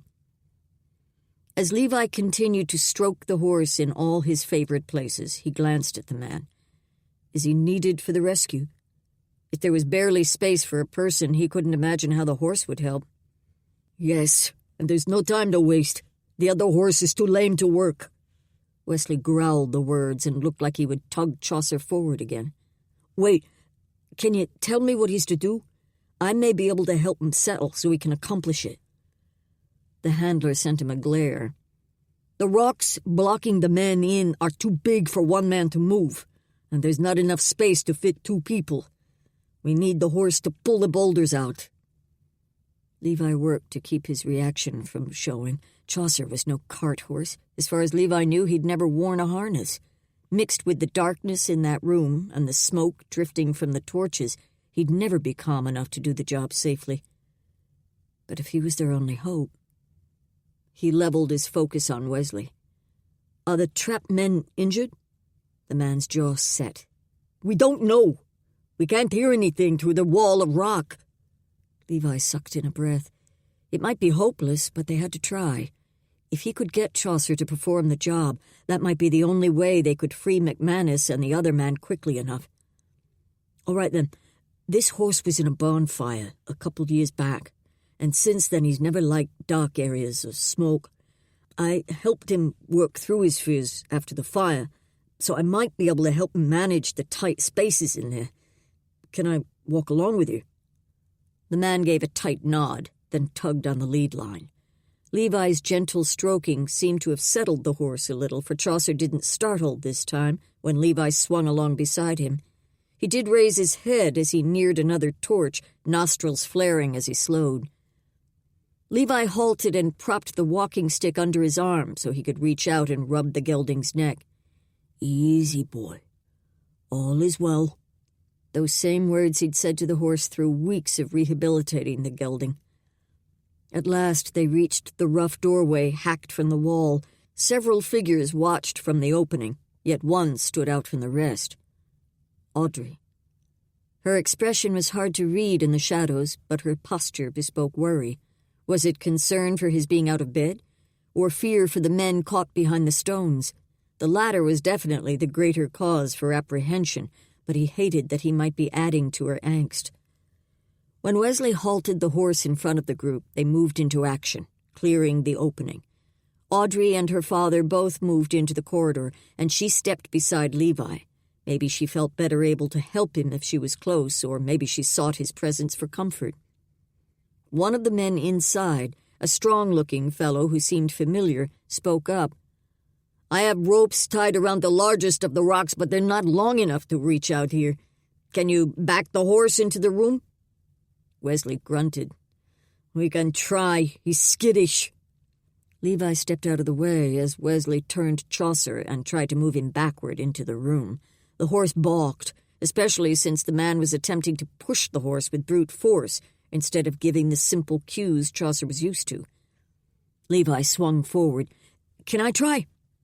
The fellow was clearly frustrated, and his agitation wasn't helping Chaucer keep calm. The desperate need to free the trapped men hung thick in the air, but allowing the horse to feel the panic would work against them. Wesley allowed Levi to come alongside the gelding and take the rope. The fellow took a step back, and Levi used the moment to settle the horse with another rub behind his ears. "All right, boy. It's time to back." After positioning the walking sticks under his arms so he could lean on them and free his hands, he tugged the lead line down to make the gelding's neck bow, then used the thumb of his other hand to press the tender spot in the horse's chest. "Back." He kept his voice in the sing-song tone he'd always used for the command, breaking the simple word into 2 syllables. Chaucer's training came through, and he took 1 step back, then a second. He'd moved as far as Levi could reach, which meant he'd have to swing forward and reposition himself before giving the horse the command again. Audrey stepped forward before he could do so, fitting one hand around the rope just above his and placing her other thumb on the horse's chest, where he had. "Back." She used the same 2-syllable tone, though her sweet voice made the command much more enticing. Chaucer waited a beat before responding. Then he tucked his nose as before and moved a hesitant step backward. Levi hobbled behind her, doing his best to move smoothly enough that he didn't scare the horse. But after 2 more backward steps, Chaucer's rear hoof stumbled on a loose stone, and his head reared up. Chapter 28. Levi leaned forward to calm the horse, but Audrey was already stroking his neck and whispering gentle words in his ear. Chaucer still tensed, but his head lowered under her soothing touch. "That might be far enough. See if we can hook this rope around him." The voice sounded from inside. Then the man who'd taken charge before stepped into the light. Levi tried to move near enough to take the rope and tie it around Chaucer, but the space was so small, and with Audrey and the horse already there, he didn't have room to maneuver with the walking sticks. Thankfully, Durand and the others stood back in an open corner. The fellow holding the rope tried to fasten it around the gelding, but the ends would only extend as far as his shoulders. At least another arm's length would be necessary to wrap around his chest, more than that in order to tie a knot. Audrey stroked Chaucer's neck. "All right, boy, let's take another step back." Her crooning worked the same charm on the gelding that it did every time with Levi. When she tugged the rope and pressed her thumb into the signal spot on his chest, Chaucer edged backward. Smaller steps this time, but moving the right direction. The man holding the rope stayed beside them, keeping the thick braided leather cords raised so they could measure exactly how far back the horse had to go. When Chaucer balked again, Levi held his breath while the fellow measured the rope around the horse's chest. "This might be enough." While he worked with the ends to tie a strong knot with the short amount of cord he had, murmurs sounded from the group standing behind them. One voice rose above the others. "Hurry! We still haven't heard sounds from them." The voice belonged to a female, and the desperation welling in the tone must mean it was Brielle, Evans intended. Levi glanced behind Chaucer to gauge how many rocks had to be moved. The shadows overwhelmed the tunnel that had been cleared, so he couldn't see how far back it went. "There. I hope that's strong enough." The man stepped back from fastening the knot.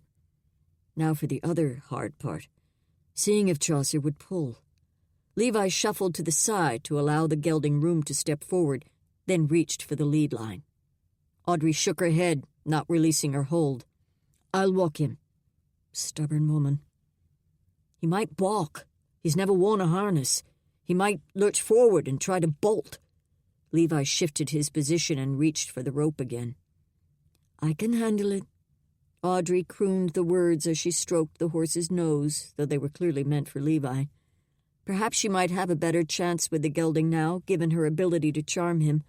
Levi would stay just out of the way, but near enough to grab the halter in case the horse bolted. "Lord help us," he prayed. Audrey had to use every bit of her self-control to keep calm, though the panic tried to squeeze her throat. Evan and Hugo might be lying in tremendous pain, half buried by stone, while she quietly stroked this horse. But keeping the animal calm was the only way they could pull those boulders out. When Levi stepped out of the way, she tugged the lead to signal Chaucer forward. Philip had taken over, holding the tow rope around the horse's chest, which allowed her to focus on encouraging him forward. Chaucer moved to obey her nudge, but the instant the rope tightened around him, he halted. He was probably following his training, as the rope pressed over the place she'd used with her thumb to back him. "Come on, boy. Walk forward." She gave 2 strokes to his neck, then tugged the rope again. He stepped to obey, but once more, when the strap around his chest tightened, he paused. She gave a harder pull on the rope, taking a small step herself. "Walk, boy. Walk forward." Behind her, Levi's voice rumbled, "Walk on." Chaucer hesitated, then leaned into the harness rope and took a small step. The rope pulled tight, pressing into his flesh. The horse eased back to loosen the pressure, but she added more encouragement to move forward, both with her voice and steady pressure on the lead line. "Walk on, boy. Walk on." She used the same phrase Levi had spoken in case the horse had been trained to it. Again, Chaucer leaned into the rope. If it had been fastened to a cart or a loose branch or something that moved with little effort, he might have been fine. But this stone wouldn't budge. "Come on, boy. Pull hard. Walk on." She tugged harder on the lead line, using every bit of encouragement she could manage. The gelding responded, leaning into the harness rope for several heartbeats before easing back. Again, Philip had moved back to the shadows where the rope was tied around the boulder. Once more, she urged Chaucer forward using voice and touch. The gelding responded, pulling into the harness for several seconds, longer this time than before. It still didn't seem like the rock moved at all. Again! More urgency filled Philip's voice, infusing the same within her. "Walk on, boy. You can do it." She tugged and coaxed the horse forward, and he leaned into the harness even longer this time. When Chaucer eased back, he coughed, as though the harness had been cutting into his air supply. She should wrap something around the rope for padding. Why hadn't she thought of that at first? She scanned the length of herself, but the only clothing thick enough that could be easily removed was her coat. With fumbling fingers, she let Chaucer's lead line hang, then unfastened her buttons and slid her arms from the sleeves. "What are you doing?" Levi shifted behind her. Chaucer stayed still, as she'd expected. His training really was remarkable. No wonder Levi loved the gelding. She didn't take time to answer, just slipped her coat between the harness rope and the horse's chest, wrapping it once and stretching the padding as far around the animal's shoulders as possible. "That should help." "Once more might do it!"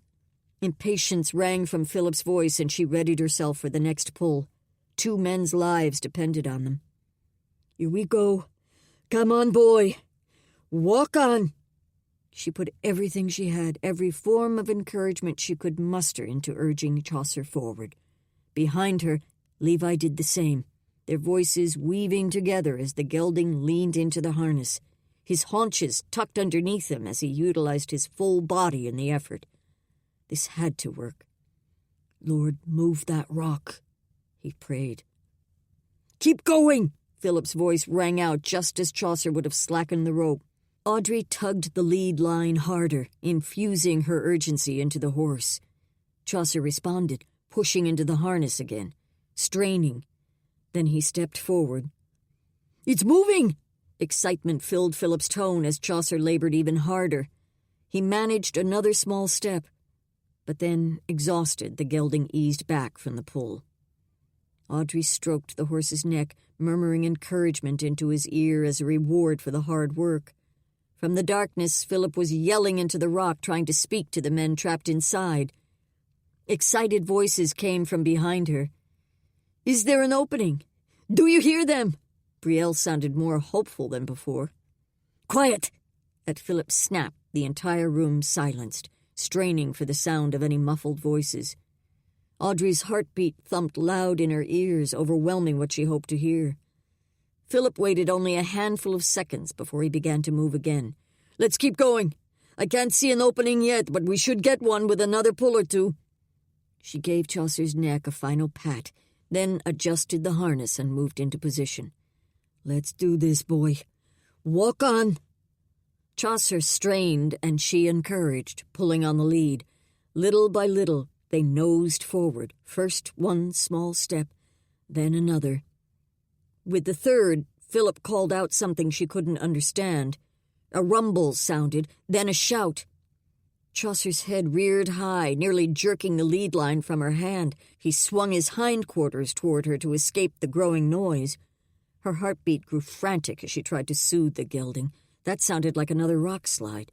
Did more stones break loose from the ceiling? A shout sounded. Philip. Was he caught amid the falling rock? From the corner of her gaze, the tumble of stones began to rain down behind the horse. The harness rope had fallen to the ground, leaving Chaucer the freedom to dart forward. He lunged from the apartment, jerking her hard behind him. Levi swung after Audrey and the horse as quickly as he could manage. The thunder from the rock slide seemed to be lessening, but dust clouded thick in the air. In the corridor, Chaucer spun, head high and eyes wide as he tried to dart away. Audrey held a firm grip on the rope, keeping him from turning completely. She spoke soothing words, but the horse's panic made him deaf to her sweet voice. Levi eased his movements as he drew near and began speaking to the gelding, his voice resonating more than Audrey's. "Whoa, fellow. Settle down. Easy there." He dared to draw near enough to give a firm pat to the horse's neck, a touch still soothing, yet solid enough to break through his frantic state. Chaucer quivered under his hand, but slowed his movements. "Easy, boy. All is well." The smoke of the torches was greater out here, surely adding to the gelding's panic. Though the rock fall had ended inside the work area, frantic voices had taken up the noise. Levi's gut churned. What further injuries had been caused now? Leaning on the walking sticks, he reached for Chaucer's lead line. "You'll probably need it in there. I can handle them." Audrey hesitated, glancing between the horse and him, her gaze dropping to the walking stick still propped under his arms. A loud groan, or maybe a heave, from inside the work area seemed to make the decision for her. She handed over the line, and her gaze met his for a brief moment, fear and worry swirling in her eyes. "Please be careful." He nodded. "Let me know what I can do to help." Maybe he couldn't do anything more than the others, but if there was something. In the torchlight, Audrey stared at the mass of rock rising up before her.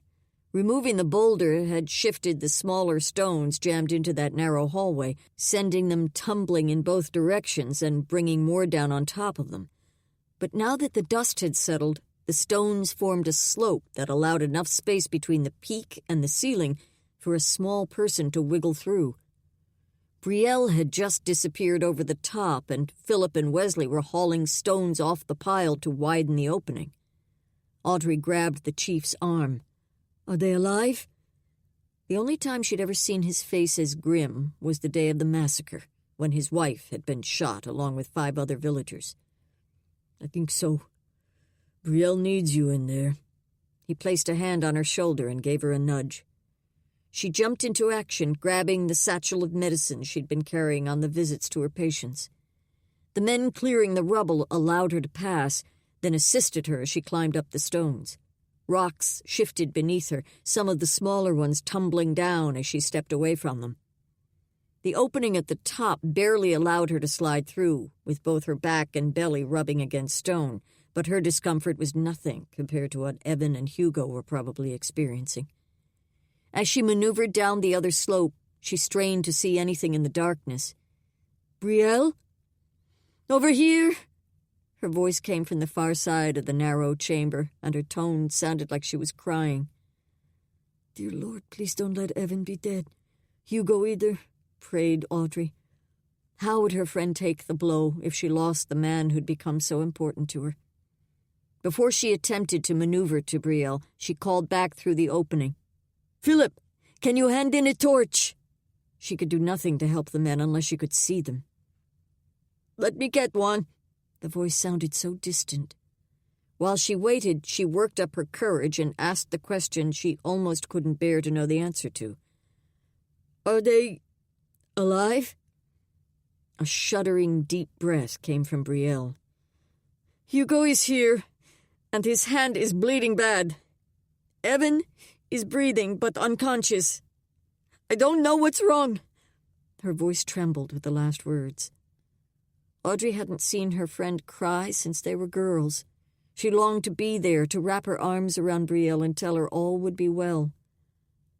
But she couldn't know that for sure. Chapter 29.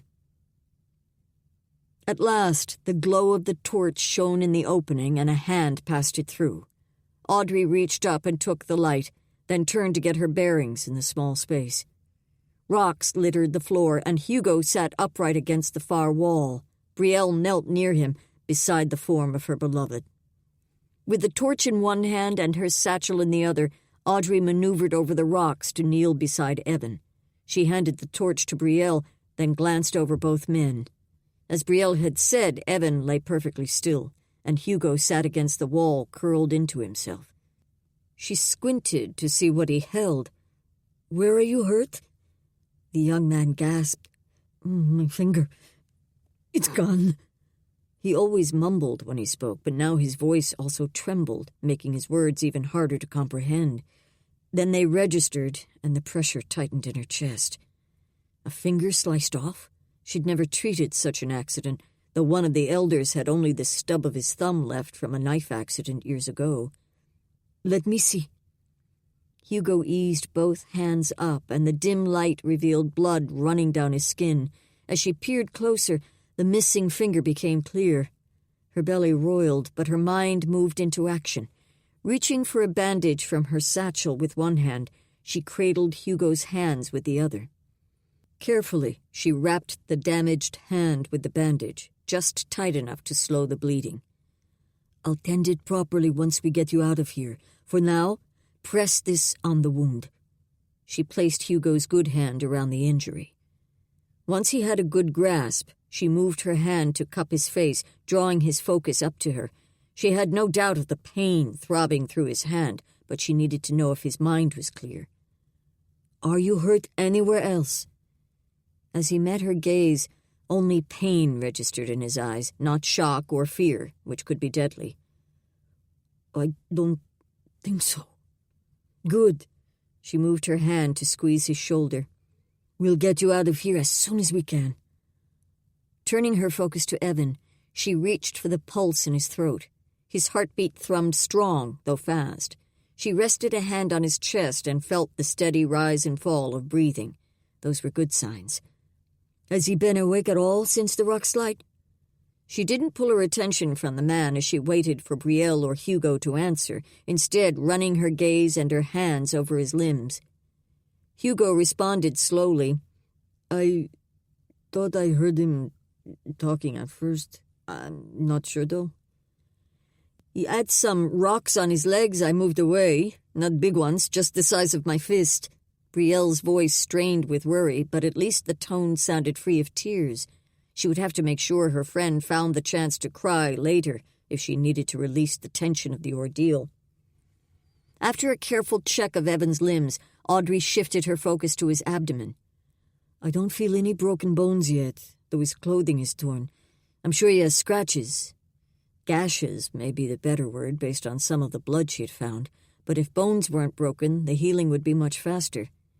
Moving as quickly as she could, she unfastened the buttons on his shirt and peered at his skin. No bruising that she could see, and no swelling either. That boded well for no chance of internal damage to organs. At last, she turned her attention to his head. She still needed to check his back, but the skull was her greatest concern since he'd been unconscious so long. Scratches marred his face, but nothing that would need stitching. She began working her fingers through his hair, moving slowly so she didn't miss anything. The blood was hard to overlook. Above his right ear, thick liquid matted his hair and a lump puffed out. Her fingers detected a gash in the area, the source of the blood, no doubt. Evan groaned as she prodded the spot, and a layer of tension lifted from her chest. He responded to pain, which was a good sign. She eased her probing, and his eyelids flickered open.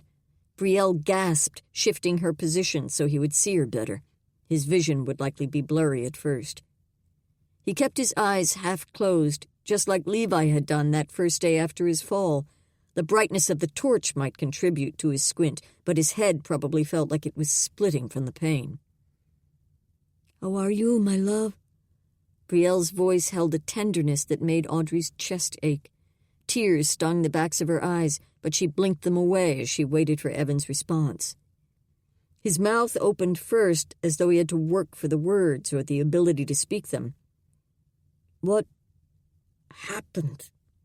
Brielle ran her fingers over a patch of unmarred skin on his face. "You and Hugo were building our home. Earth tremors began, and they must have started a rock slide. It took a while before we could clear enough stone to get to you. Where are you hurt?" Brielle's fingers continued to stroke his face, working into the edges of his hair, though she stayed far away from the bloody place. She'd never possessed a gentle bedside manner, had always kept her distance from illness if she could manage it, but now she seemed to know exactly how to soothe her man. Evan's brow gathered. "Head hurts." It was time Audrey speak up so she could get a better idea of the extent of his injuries. "Does anything feel broken? Can you move your arms?"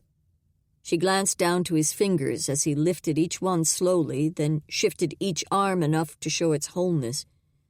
"How about your legs? Can you raise them?" A groan slipped out as one leg barely lifted upward. She darted a glance to his face, which showed strain. He was still trying, so she refocused on his legs. He shifted both of them from side to side, but seemed to struggle to lift even his feet. Maybe something was broken there after all. She refocused on his face. His eyes had closed, but his mouth opened to speak. "I don't think they're broken. The effort just hurts. My head." That made sense. A blow powerful enough to make him lose consciousness for so long could affect movement in his body, hopefully only for a short time, but that remained to be seen. She glanced up at the opening where the men still worked. They'd made significant progress, probably enough for a man to squeeze through. Shifting her attention back to Brielle, she gathered her satchel. "I don't think anything is broken, but I'd like to move him out on a stretcher. His head and neck need time to rest, so he shouldn't sit up yet. I'm going to go ready things for him. I'll be back with the men when he can be moved." Brielle's expression was a mixture of fear and hope and a dozen other emotions. She grabbed Audrey's arm, her gaze digging into her. "He's going to be okay?" Though the words might have been a statement, the question in them hung too heavily. Audrey placed her hand over Brielle's. "It looks promising." The relief on her friend's face brought a smile to Audrey for the first time since the earthquake. She reached out and pulled Brielle into a hug, and her friend clung to her for a long moment. Together they breathed in the possibility that everything might truly be all right. Maybe even better than all right. Audrey did her best to enjoy this moment with some of the people who meant the most to her, not let her mind drift to the assembly room where the vote would soon take place. "Philip is getting some men together to clear all the rock from our home." Brielle sat beside Evan's bed, her eyes rarely leaving her intended's face. After being extracted from the rock slide and brought to Audrey's apartment for her to tend, Evan had spent the rest of the day of the accident in bed. Much of the time, he'd been sleeping from the effects of the herbs Audrey gave him. Through God's mercy, the wound on his head was the only real injury from the awful ordeal. He had no memory of anything that day before awakening to Brielle and Audrey leaning over him, but perhaps it was better he didn't remember the worst of it. Poor Hugo had indeed lost a finger along with a great deal of blood. His mother cared for him now, feeding him the foods Audrey prescribed and keeping him close to home. She should go check on him again soon, but she couldn't bring herself to leave this room until news came of the vote. The knot clenched tighter in her belly as her mind conjured images of familiar faces making their way through the voting line. The Mignon family, whose youngest son she'd nursed through influenza last month, spending long nights by his side when the fever rose highest. Did they hate her now, believing she turned against the people she'd always loved? What of Marie Chapuis, who came to her each month for herbs to help with her women's pains? She always brought the twins, Eva and Agnette. Those two pink-cheeked cherubs could bring a smile to even the grumpiest face. Would Marie ever trust her with the babes again? Levi's hand slipped over her own as though he could read her thoughts. She met his gaze as she turned her hand to clasp his. The look he sent said he understood her worries. His words from the other night rose inside her. The Lord has a plan in this. He'll carry us through. She sent a prayer upward. Lord, whatever happens, let me not be separated from this man. If Levi was sent away, did she have the strength to go with him? If that was God's will, he would give her the strength. For whatever she had to face, he would give her the strength. A soft tap sounded on the rear door, then it pushed open, and Charlotte appeared. Not at all the person Audrey expected. She stood and moved to greet Brielle's younger sister, searching her face for sign of whether she brought news. Charlotte met her gaze. My father wishes you to come to the assembly room. There's someone there who's asked to speak with you. Audrey's insides coiled tight. With me? Has the vote finished? She hadn't expected the council to be ready to speak their verdict so soon. Charlotte shook her head. Not yet. Come.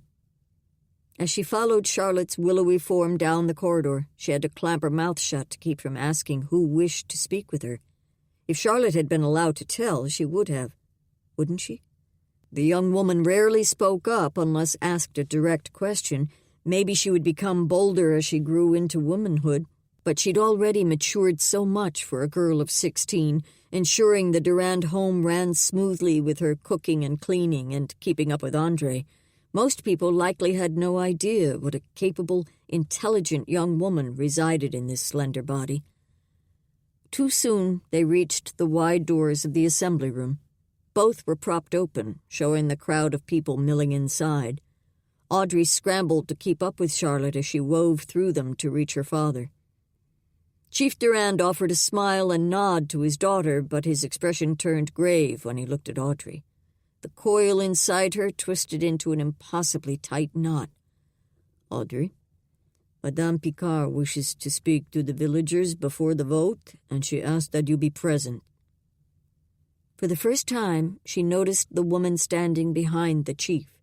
Leonard's mother wore full mourning dress, including a black cloth over her hair. The sight of her caused a wad of burning emotion to clog in Audrey's throat. She should step forward and greet the woman, take her hands and tell her how sorry she was, what a good man Leonard had been, how if she could go back and change things. But she could only stand there, her mouth too dry to speak. The chief stepped back to Madame Picard's side, then raised his hands and voice to silence the crowd. Before we begin the vote, one of our own wishes to speak. He motioned to the grieving woman. Madame Picard straightened, lowering her head covering to rest on her shoulders. Her chin quivered as she opened her mouth to speak, and the lines wreathing her face made her appear 10 years older than the last time Audrey had seen her. Grief could do that. I have labored hard over whether to speak or not. I think my Leonard would wish it, so here I am. Her voice began with a tremble, but grew stronger with each word. She turned to face Audrey, and the tears Audrey had been working so hard to hold back finally slipped through her defenses as Madame Picard's gaze locked with hers. These past days have been hard for many of us. Terrible things have happened. Things I'll never understand the reason for.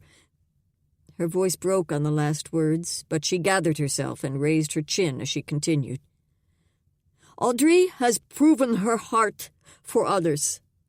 She's done much to help our neighbors, especially those ailing in body or spirit. I believe that same kindness is what drove her in this matter as well." She glanced around the room. "It's not my place to judge whose choices and actions ultimately took my son's life, but this I know well. All have sinned and come short of the glory of God. But when we repent, God's grace covers our sin through Jesus' death on the cross." Madame Picard's eyes met Audrey's again. "How can I not provide the same grace our Lord extended to me?" Then her gaze shifted to the crowd around them. "I urge each of you to consider the same. As you vote, purge any vindictive feelings from your hearts. Be the hands and feet of our Heavenly Father in this matter." As she bowed her head and stepped backward, the murmurs of the crowd rose around them.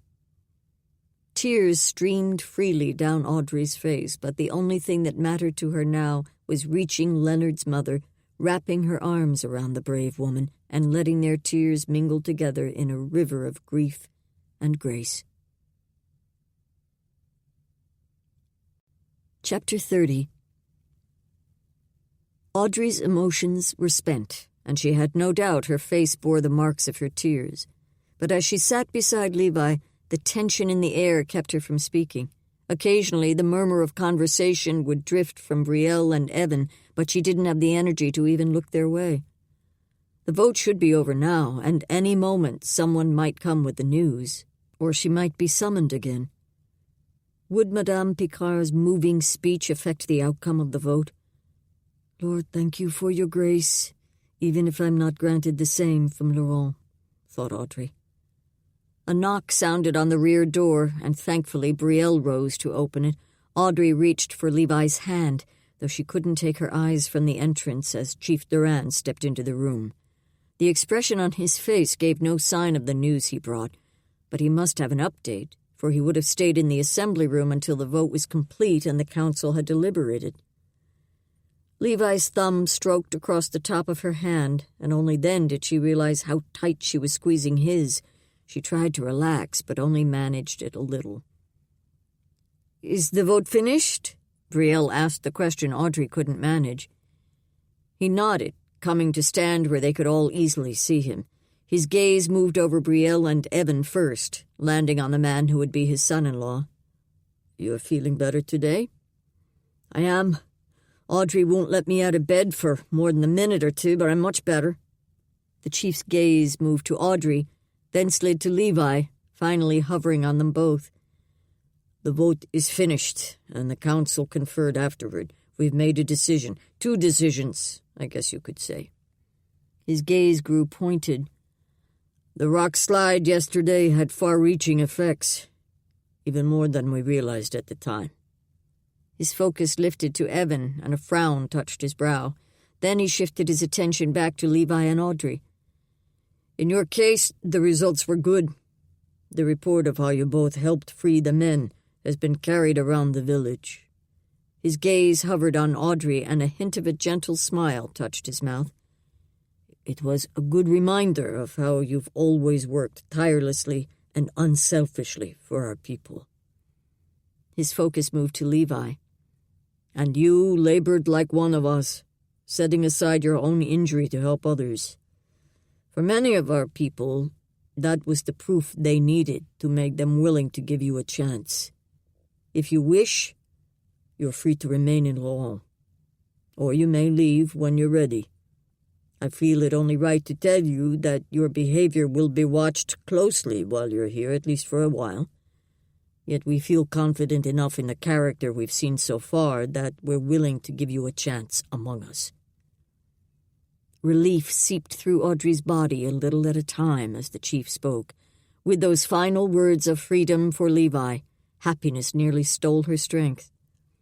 A smile stretched her face so wide she had no ability to contain it. Levi squeezed her hand, and she pressed back, almost too exultant to speak. His words buzzed through her mind. Willing to give you a chance, free to remain in Laurent. There would be no punishment for Levi at all. Yet a niggle in the back of her mind tugged a bit harder. Had she been so addled during the chief's comments that she'd missed the final verdict about her? Did she dare ask? She had to know. Was it decided what my punishment will be? Her voice sounded so small with the question. He raised his brows at her. I suppose I didn't make that clear, did I? For the first time, merriment touched his gaze, the way he used to look at her as he called her his other daughter. The people voted to allow you grace to cover this sin, just as Madame Picard requested. He dipped his chin, his brows rising in another pointed look. Not that the Council condones your disobedience, but we understand your reasons. Emotion clogged her throat, rising up to burn her eyes and nose. She couldn't speak, even if she had the words. Releasing Levi's hand, she pressed her fingers to her mouth to keep a sob from slipping out. Could they really be willing to forgive her completely? To allow her another chance without holding a grudge? As her mind spun, an arm slipped around her. She turned to find Brielle at her side, pulling her into a hug. Brielle, who almost never offered affection and even struggled to receive it sometimes. This dear friend knew her too well, knew she needed a physical connection to help her mind believe what she'd just been told. Wrapping her arms around Brielle, Audrey let the tears of joy fall. Though his hip still ached, Levi craved to get out of this bed again, yet he'd promised Audrey he would stay here, at least for now. When she looked at him with that mixture of concern and love, and yes, joy, after the wonderful news they'd received yesterday, he couldn't have refused her. But with the apartment empty all morning, he couldn't help but fidget. They were both free. That awareness had barely sunk in, even after his mind raced through much of the night. Now that no pending decisions or votes held him back, he wanted desperately to tell Audrey exactly how he felt, what he was thinking for their future. Before he could speak with her, though, he needed to have that conversation he'd promised her father. If only he could get out of this bed, he could find the man for the talk right now. The grumbling in his belly told him it was almost time for the noon meal, and if he knew Audrey, she would return soon to prepare plates for him and her father. If her food weren't so good, he would feel bad about the way she spent so much time cooking and serving him. Well, he did regret the serving part. He wanted to serve her, to treat her like the lady she was. Yet she seemed to take such joy in doing for others. He'd never seen such a sweet, giving spirit as hers. When the back door finally opened a while later, it wasn't Audrey, as he'd expected. Monsieur Moreau shuffled in, sending Levi a nod of greeting. The man moved toward the cook stove instead of his chair by the fire. Audrey was delayed, but she said she has soup warming. Sent me to make sure you don't starve. The hint of mirth in the man's voice gave Levi pause. That was the first time he'd heard a jest from the man. A promising sign. Maybe this would be a good time to speak. After Moreau filled 2 bowls, he picked up both and handed one to Levi. Before he could turn and retreat to the table, Levi spoke up. Sir, could we talk a moment? Moreau paused and gave Levi a look that could only be called wary. Then he seemed to resign himself, and he settled into the chair that Audrey usually occupied beside Levi's bed. Once seated, the man gave Levi a nod. He looked like he was bracing himself for news he would hate. He surely knew what Levi was about to say, especially after their conversation before. A twinge pinched his chest. As much as Martin Moreau clearly loved and depended on his daughter, the thought of her leaving must be devastating. Yet the man seemed to be preparing himself for that very thing. Only a strong love wouldn't hold the other person back. Levi did his best to keep his tone level. Sir, I love your daughter. I'm sure you know how hard it would be to keep from loving her once someone got to know her. She truly is the most remarkable and kind-hearted woman I've ever met. Now that we're both free to choose our paths, I'd like to ask her to marry me. Even braced as he'd been, Moreau's shoulders jerked with Levi's last words. He needed to set the man at ease. I don't want to take her away from here, at least not to live. I need to visit my mom and dad, and I would love for Audrey to meet them, if she wishes. but Laurent is her home. Her family and friends are here. If the people will accept me, I would be happy to make it my home as well." Moreau eyed him, chin dipped, his expression almost skeptical. He didn't speak for a while. As the silence continued, Levi fought the urge to fidget. Would Audrey's father deny him? Had Levi said enough to satisfy the questions he might have? In his mind, he worked back through everything he'd said. Had he ever actually asked for the man's blessing? He nearly slapped a palm to his forehead. No wonder Moreau hadn't answered. Straightening, he tried to meet the man's gaze. "I didn't say that very well, but what I'm trying to ask is if you would give us your blessing. You're important to her, and that makes your good opinion important to me." Again he waited, and thankfully Moreau didn't drag out the silence this time. He nodded. "It's up to Audrey. I'm glad you're willing to stay here. Whatever she decides is my choice too." Levi eased out a breath and let the smile spread over his face. "Thank you, sir." Moreau pressed his hands to his knees and pushed up to standing. "Eat up. I think she'll be along soon." With the nerves playing havoc in Levi's belly, he may not be able to eat much. Yet once he tasted the first 2 bites of her stew, his mouth craved more. He'd nearly finished the bowlful when the rear door pushed open, and Audrey stepped in. Chapter 31. Like always, Audrey's smile lit Levi's insides on fire as her gaze settled on him. "Good, you're awake." Her head disappeared back into the hallway, then the door opened wider, and she stepped into the room, pushing a chair with 2 large wheels on either side and a small one positioned in front. He nearly choked at the sight. The wheeled chair was a familiar sight, but not with this particular woman pushing it. Did she mean for him to ride in it? Just like Levi's father did. She stopped the seat at the edge of his cot, a triumphant grin lighting her beautiful face. "I thought you might like to get out of bed for a while. I think we need to wait before you use the walking sticks again, but Louis Bureau offered the use of his chair for a few hours." The sight of the conveyance sent his emotions warring. He would love to get out of this bed and see Laurent, maybe meet more of the people, but his father practically lived in a chair very similar to this one. In Levi's mind, he'd always matched it with his father's displeasure. Yet it wasn't the vehicle that made his father frown. It was his situation, the fact that he couldn't use his legs to walk. But if Levi really thought about it, it was the fact that his father didn't work to find joy in the hardship.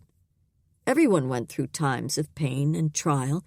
His father's situation had certainly lasted longer than many endured, but surely he could have found peace and pleasure in his wife and children, in the love of a heavenly Father who had not allowed his life to be taken in that battle and given him many more years with his family. In truth, Levi would never fully understand how hard things had been for his father, and it wasn't his place to judge the man for his attitudes. Levi's own attitude about his situation was all he could control, and he could choose to view this borrowed chair as a gift, the gift of movement instead of being bound to this bed. A gift of love from the woman now beaming at him. He returned her smile. "Thank you." Setting aside his empty bowl and shifting off the coverings, he scooted to the edge of the bed where he could maneuver onto the chair. Using his arms and his good leg, he shifted onto the seat, then eased against the back support. That small bit of movement shouldn't wear him out, but he was already breathing hard. Reaching for a reserve of strength, he straightened and attempted to push the wheels to roll the chair forward. Turning it away from the bedside proved his first obstacle, and a task much harder than he would have expected. "Wait."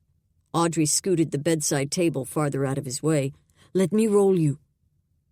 Surely he could accomplish this small feat. His father maneuvered all around their house in a chair just like this. Yet getting the knack of how to make the smaller wheel turn the right direction took concentration. Audrey finally moved in front of him, a frown wrinkling her brow. She looked like she wanted to brace her fists at her waist and lecture him, but she was too kind for such a stern act. "Wait a minute, Levi. I have somewhere I want to take you. Let me help."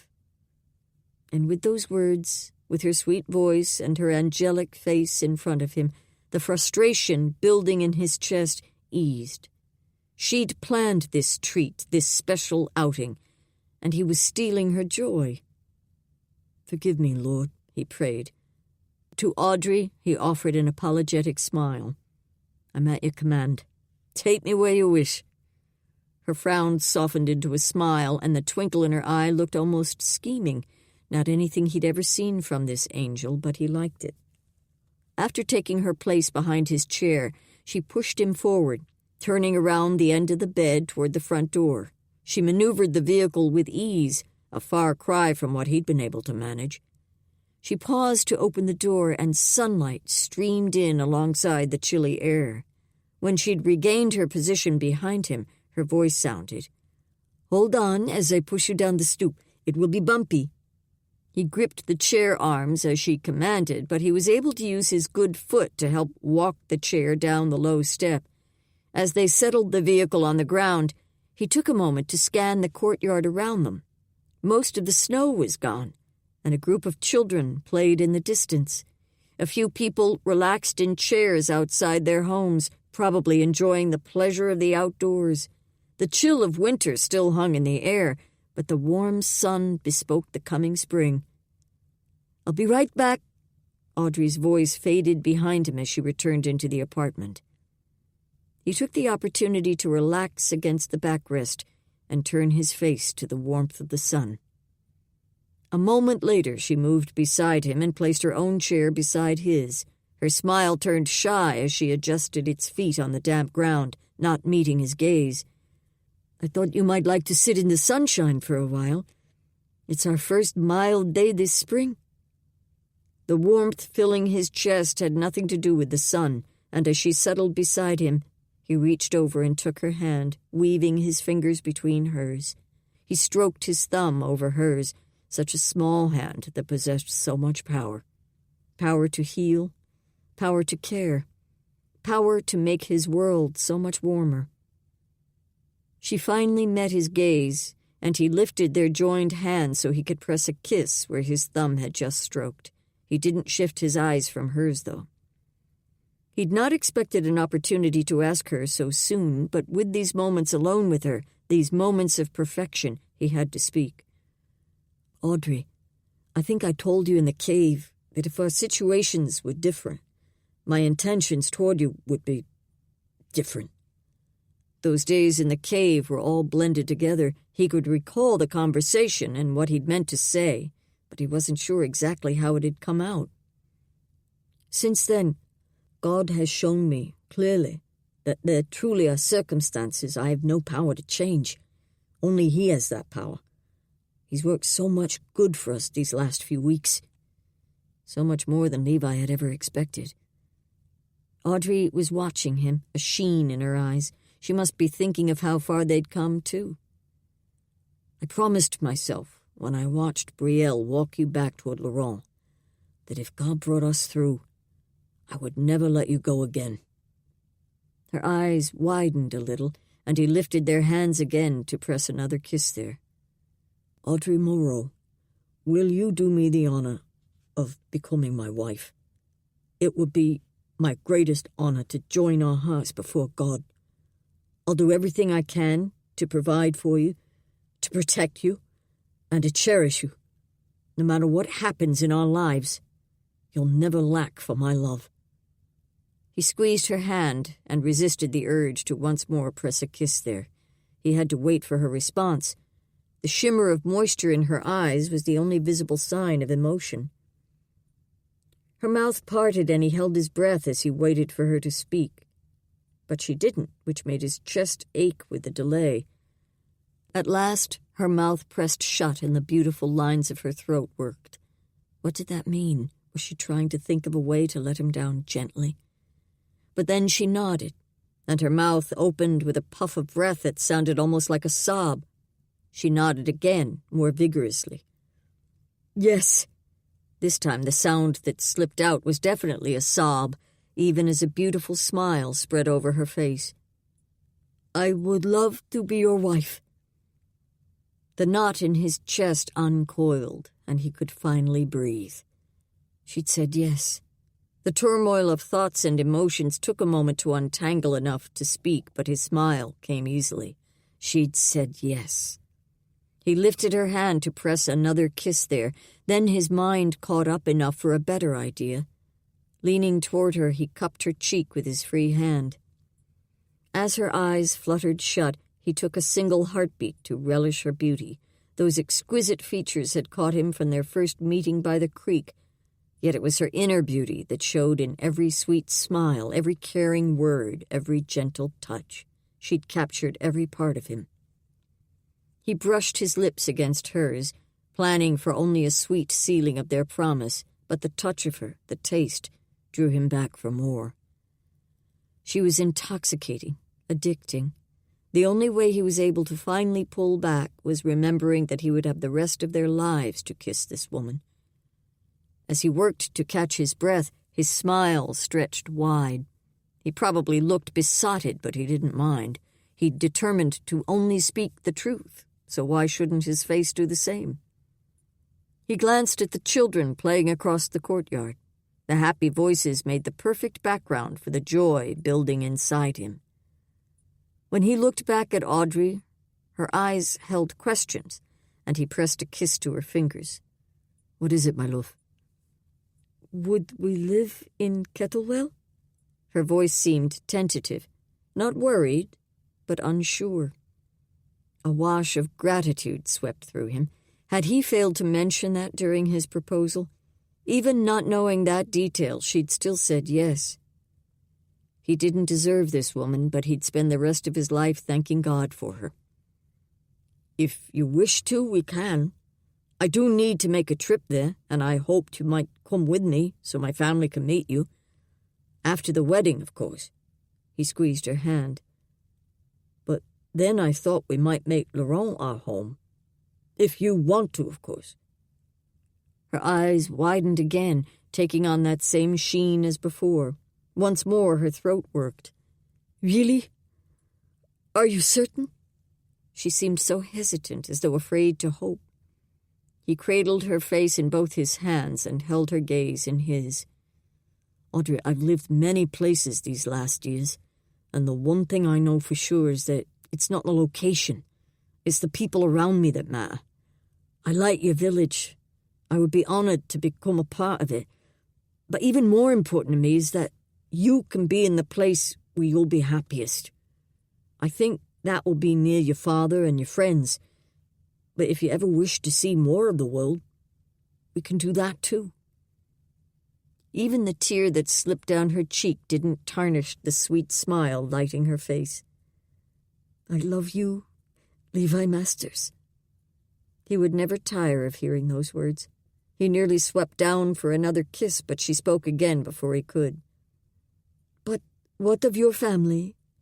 Don't they need you too?" He regarded her for a moment. "I've saved a good bit of money from my earnings. It's back with my things in Washington, so we'll need to retrieve that on our way to England. I think that will help Mom and Dad a great deal for the next few years. Maybe we'll find things are different when we see them, but we won't know for sure until then." He gazed into her beautiful eyes.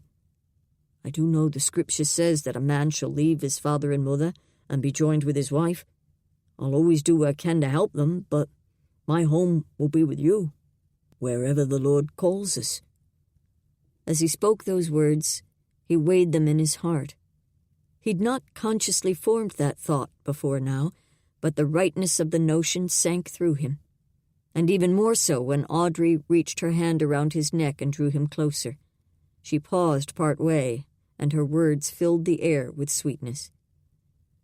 "I love you, Levi Masters." Then she pulled him in for a kiss that promised a lifetime more of that love to come.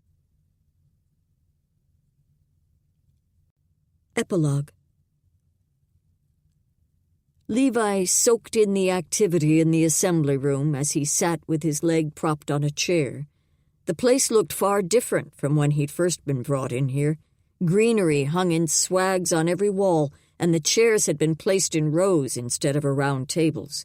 All pointed toward one end of the room, where an arch had been erected just wide enough for 2 figures to stand beneath. 3, if you counted the minister. Brielle's father would be performing that honor as the village's chief. How did he feel about giving his eldest daughter away in marriage? To an outsider, no less. Levi's gaze wandered through the wedding guests milling about. Several had come by to greet him, and it felt good to receive the friendly attention. But he could also be content sitting on the sidelines watching, waiting.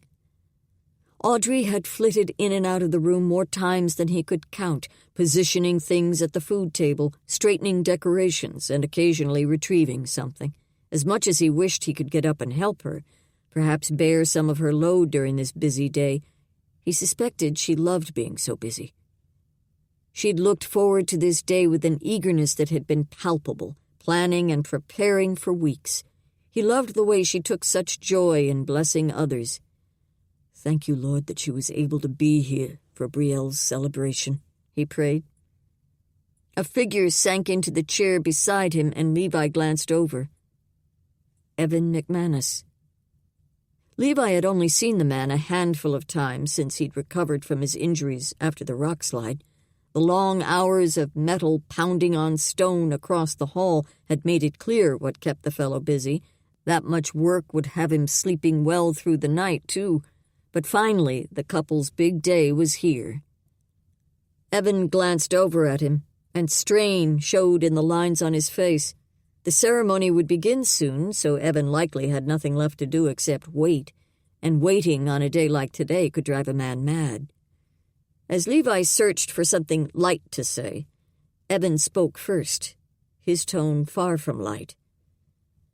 "You and I haven't talked much, but there's something I think needs to be said. Something that's taken me a while to come to terms with." That old familiar knot tightened in his middle, a sensation that had disappeared after the council's vote. Did Evan really think it would be helpful to castigate him for Britain's actions during the war, now of all times, on the man's wedding day?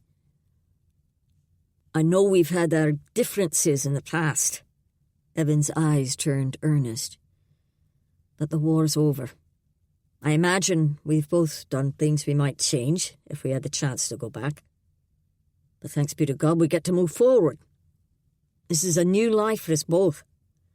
From what I've heard about you seem like the kind of man I would like to know better." His gaze flicked to the tables behind them, where women were still bustling about. "You're important to Audrey, which makes you important to Brielle." His focus locked back on Levi. "I'd like to start fresh." He extended a hand.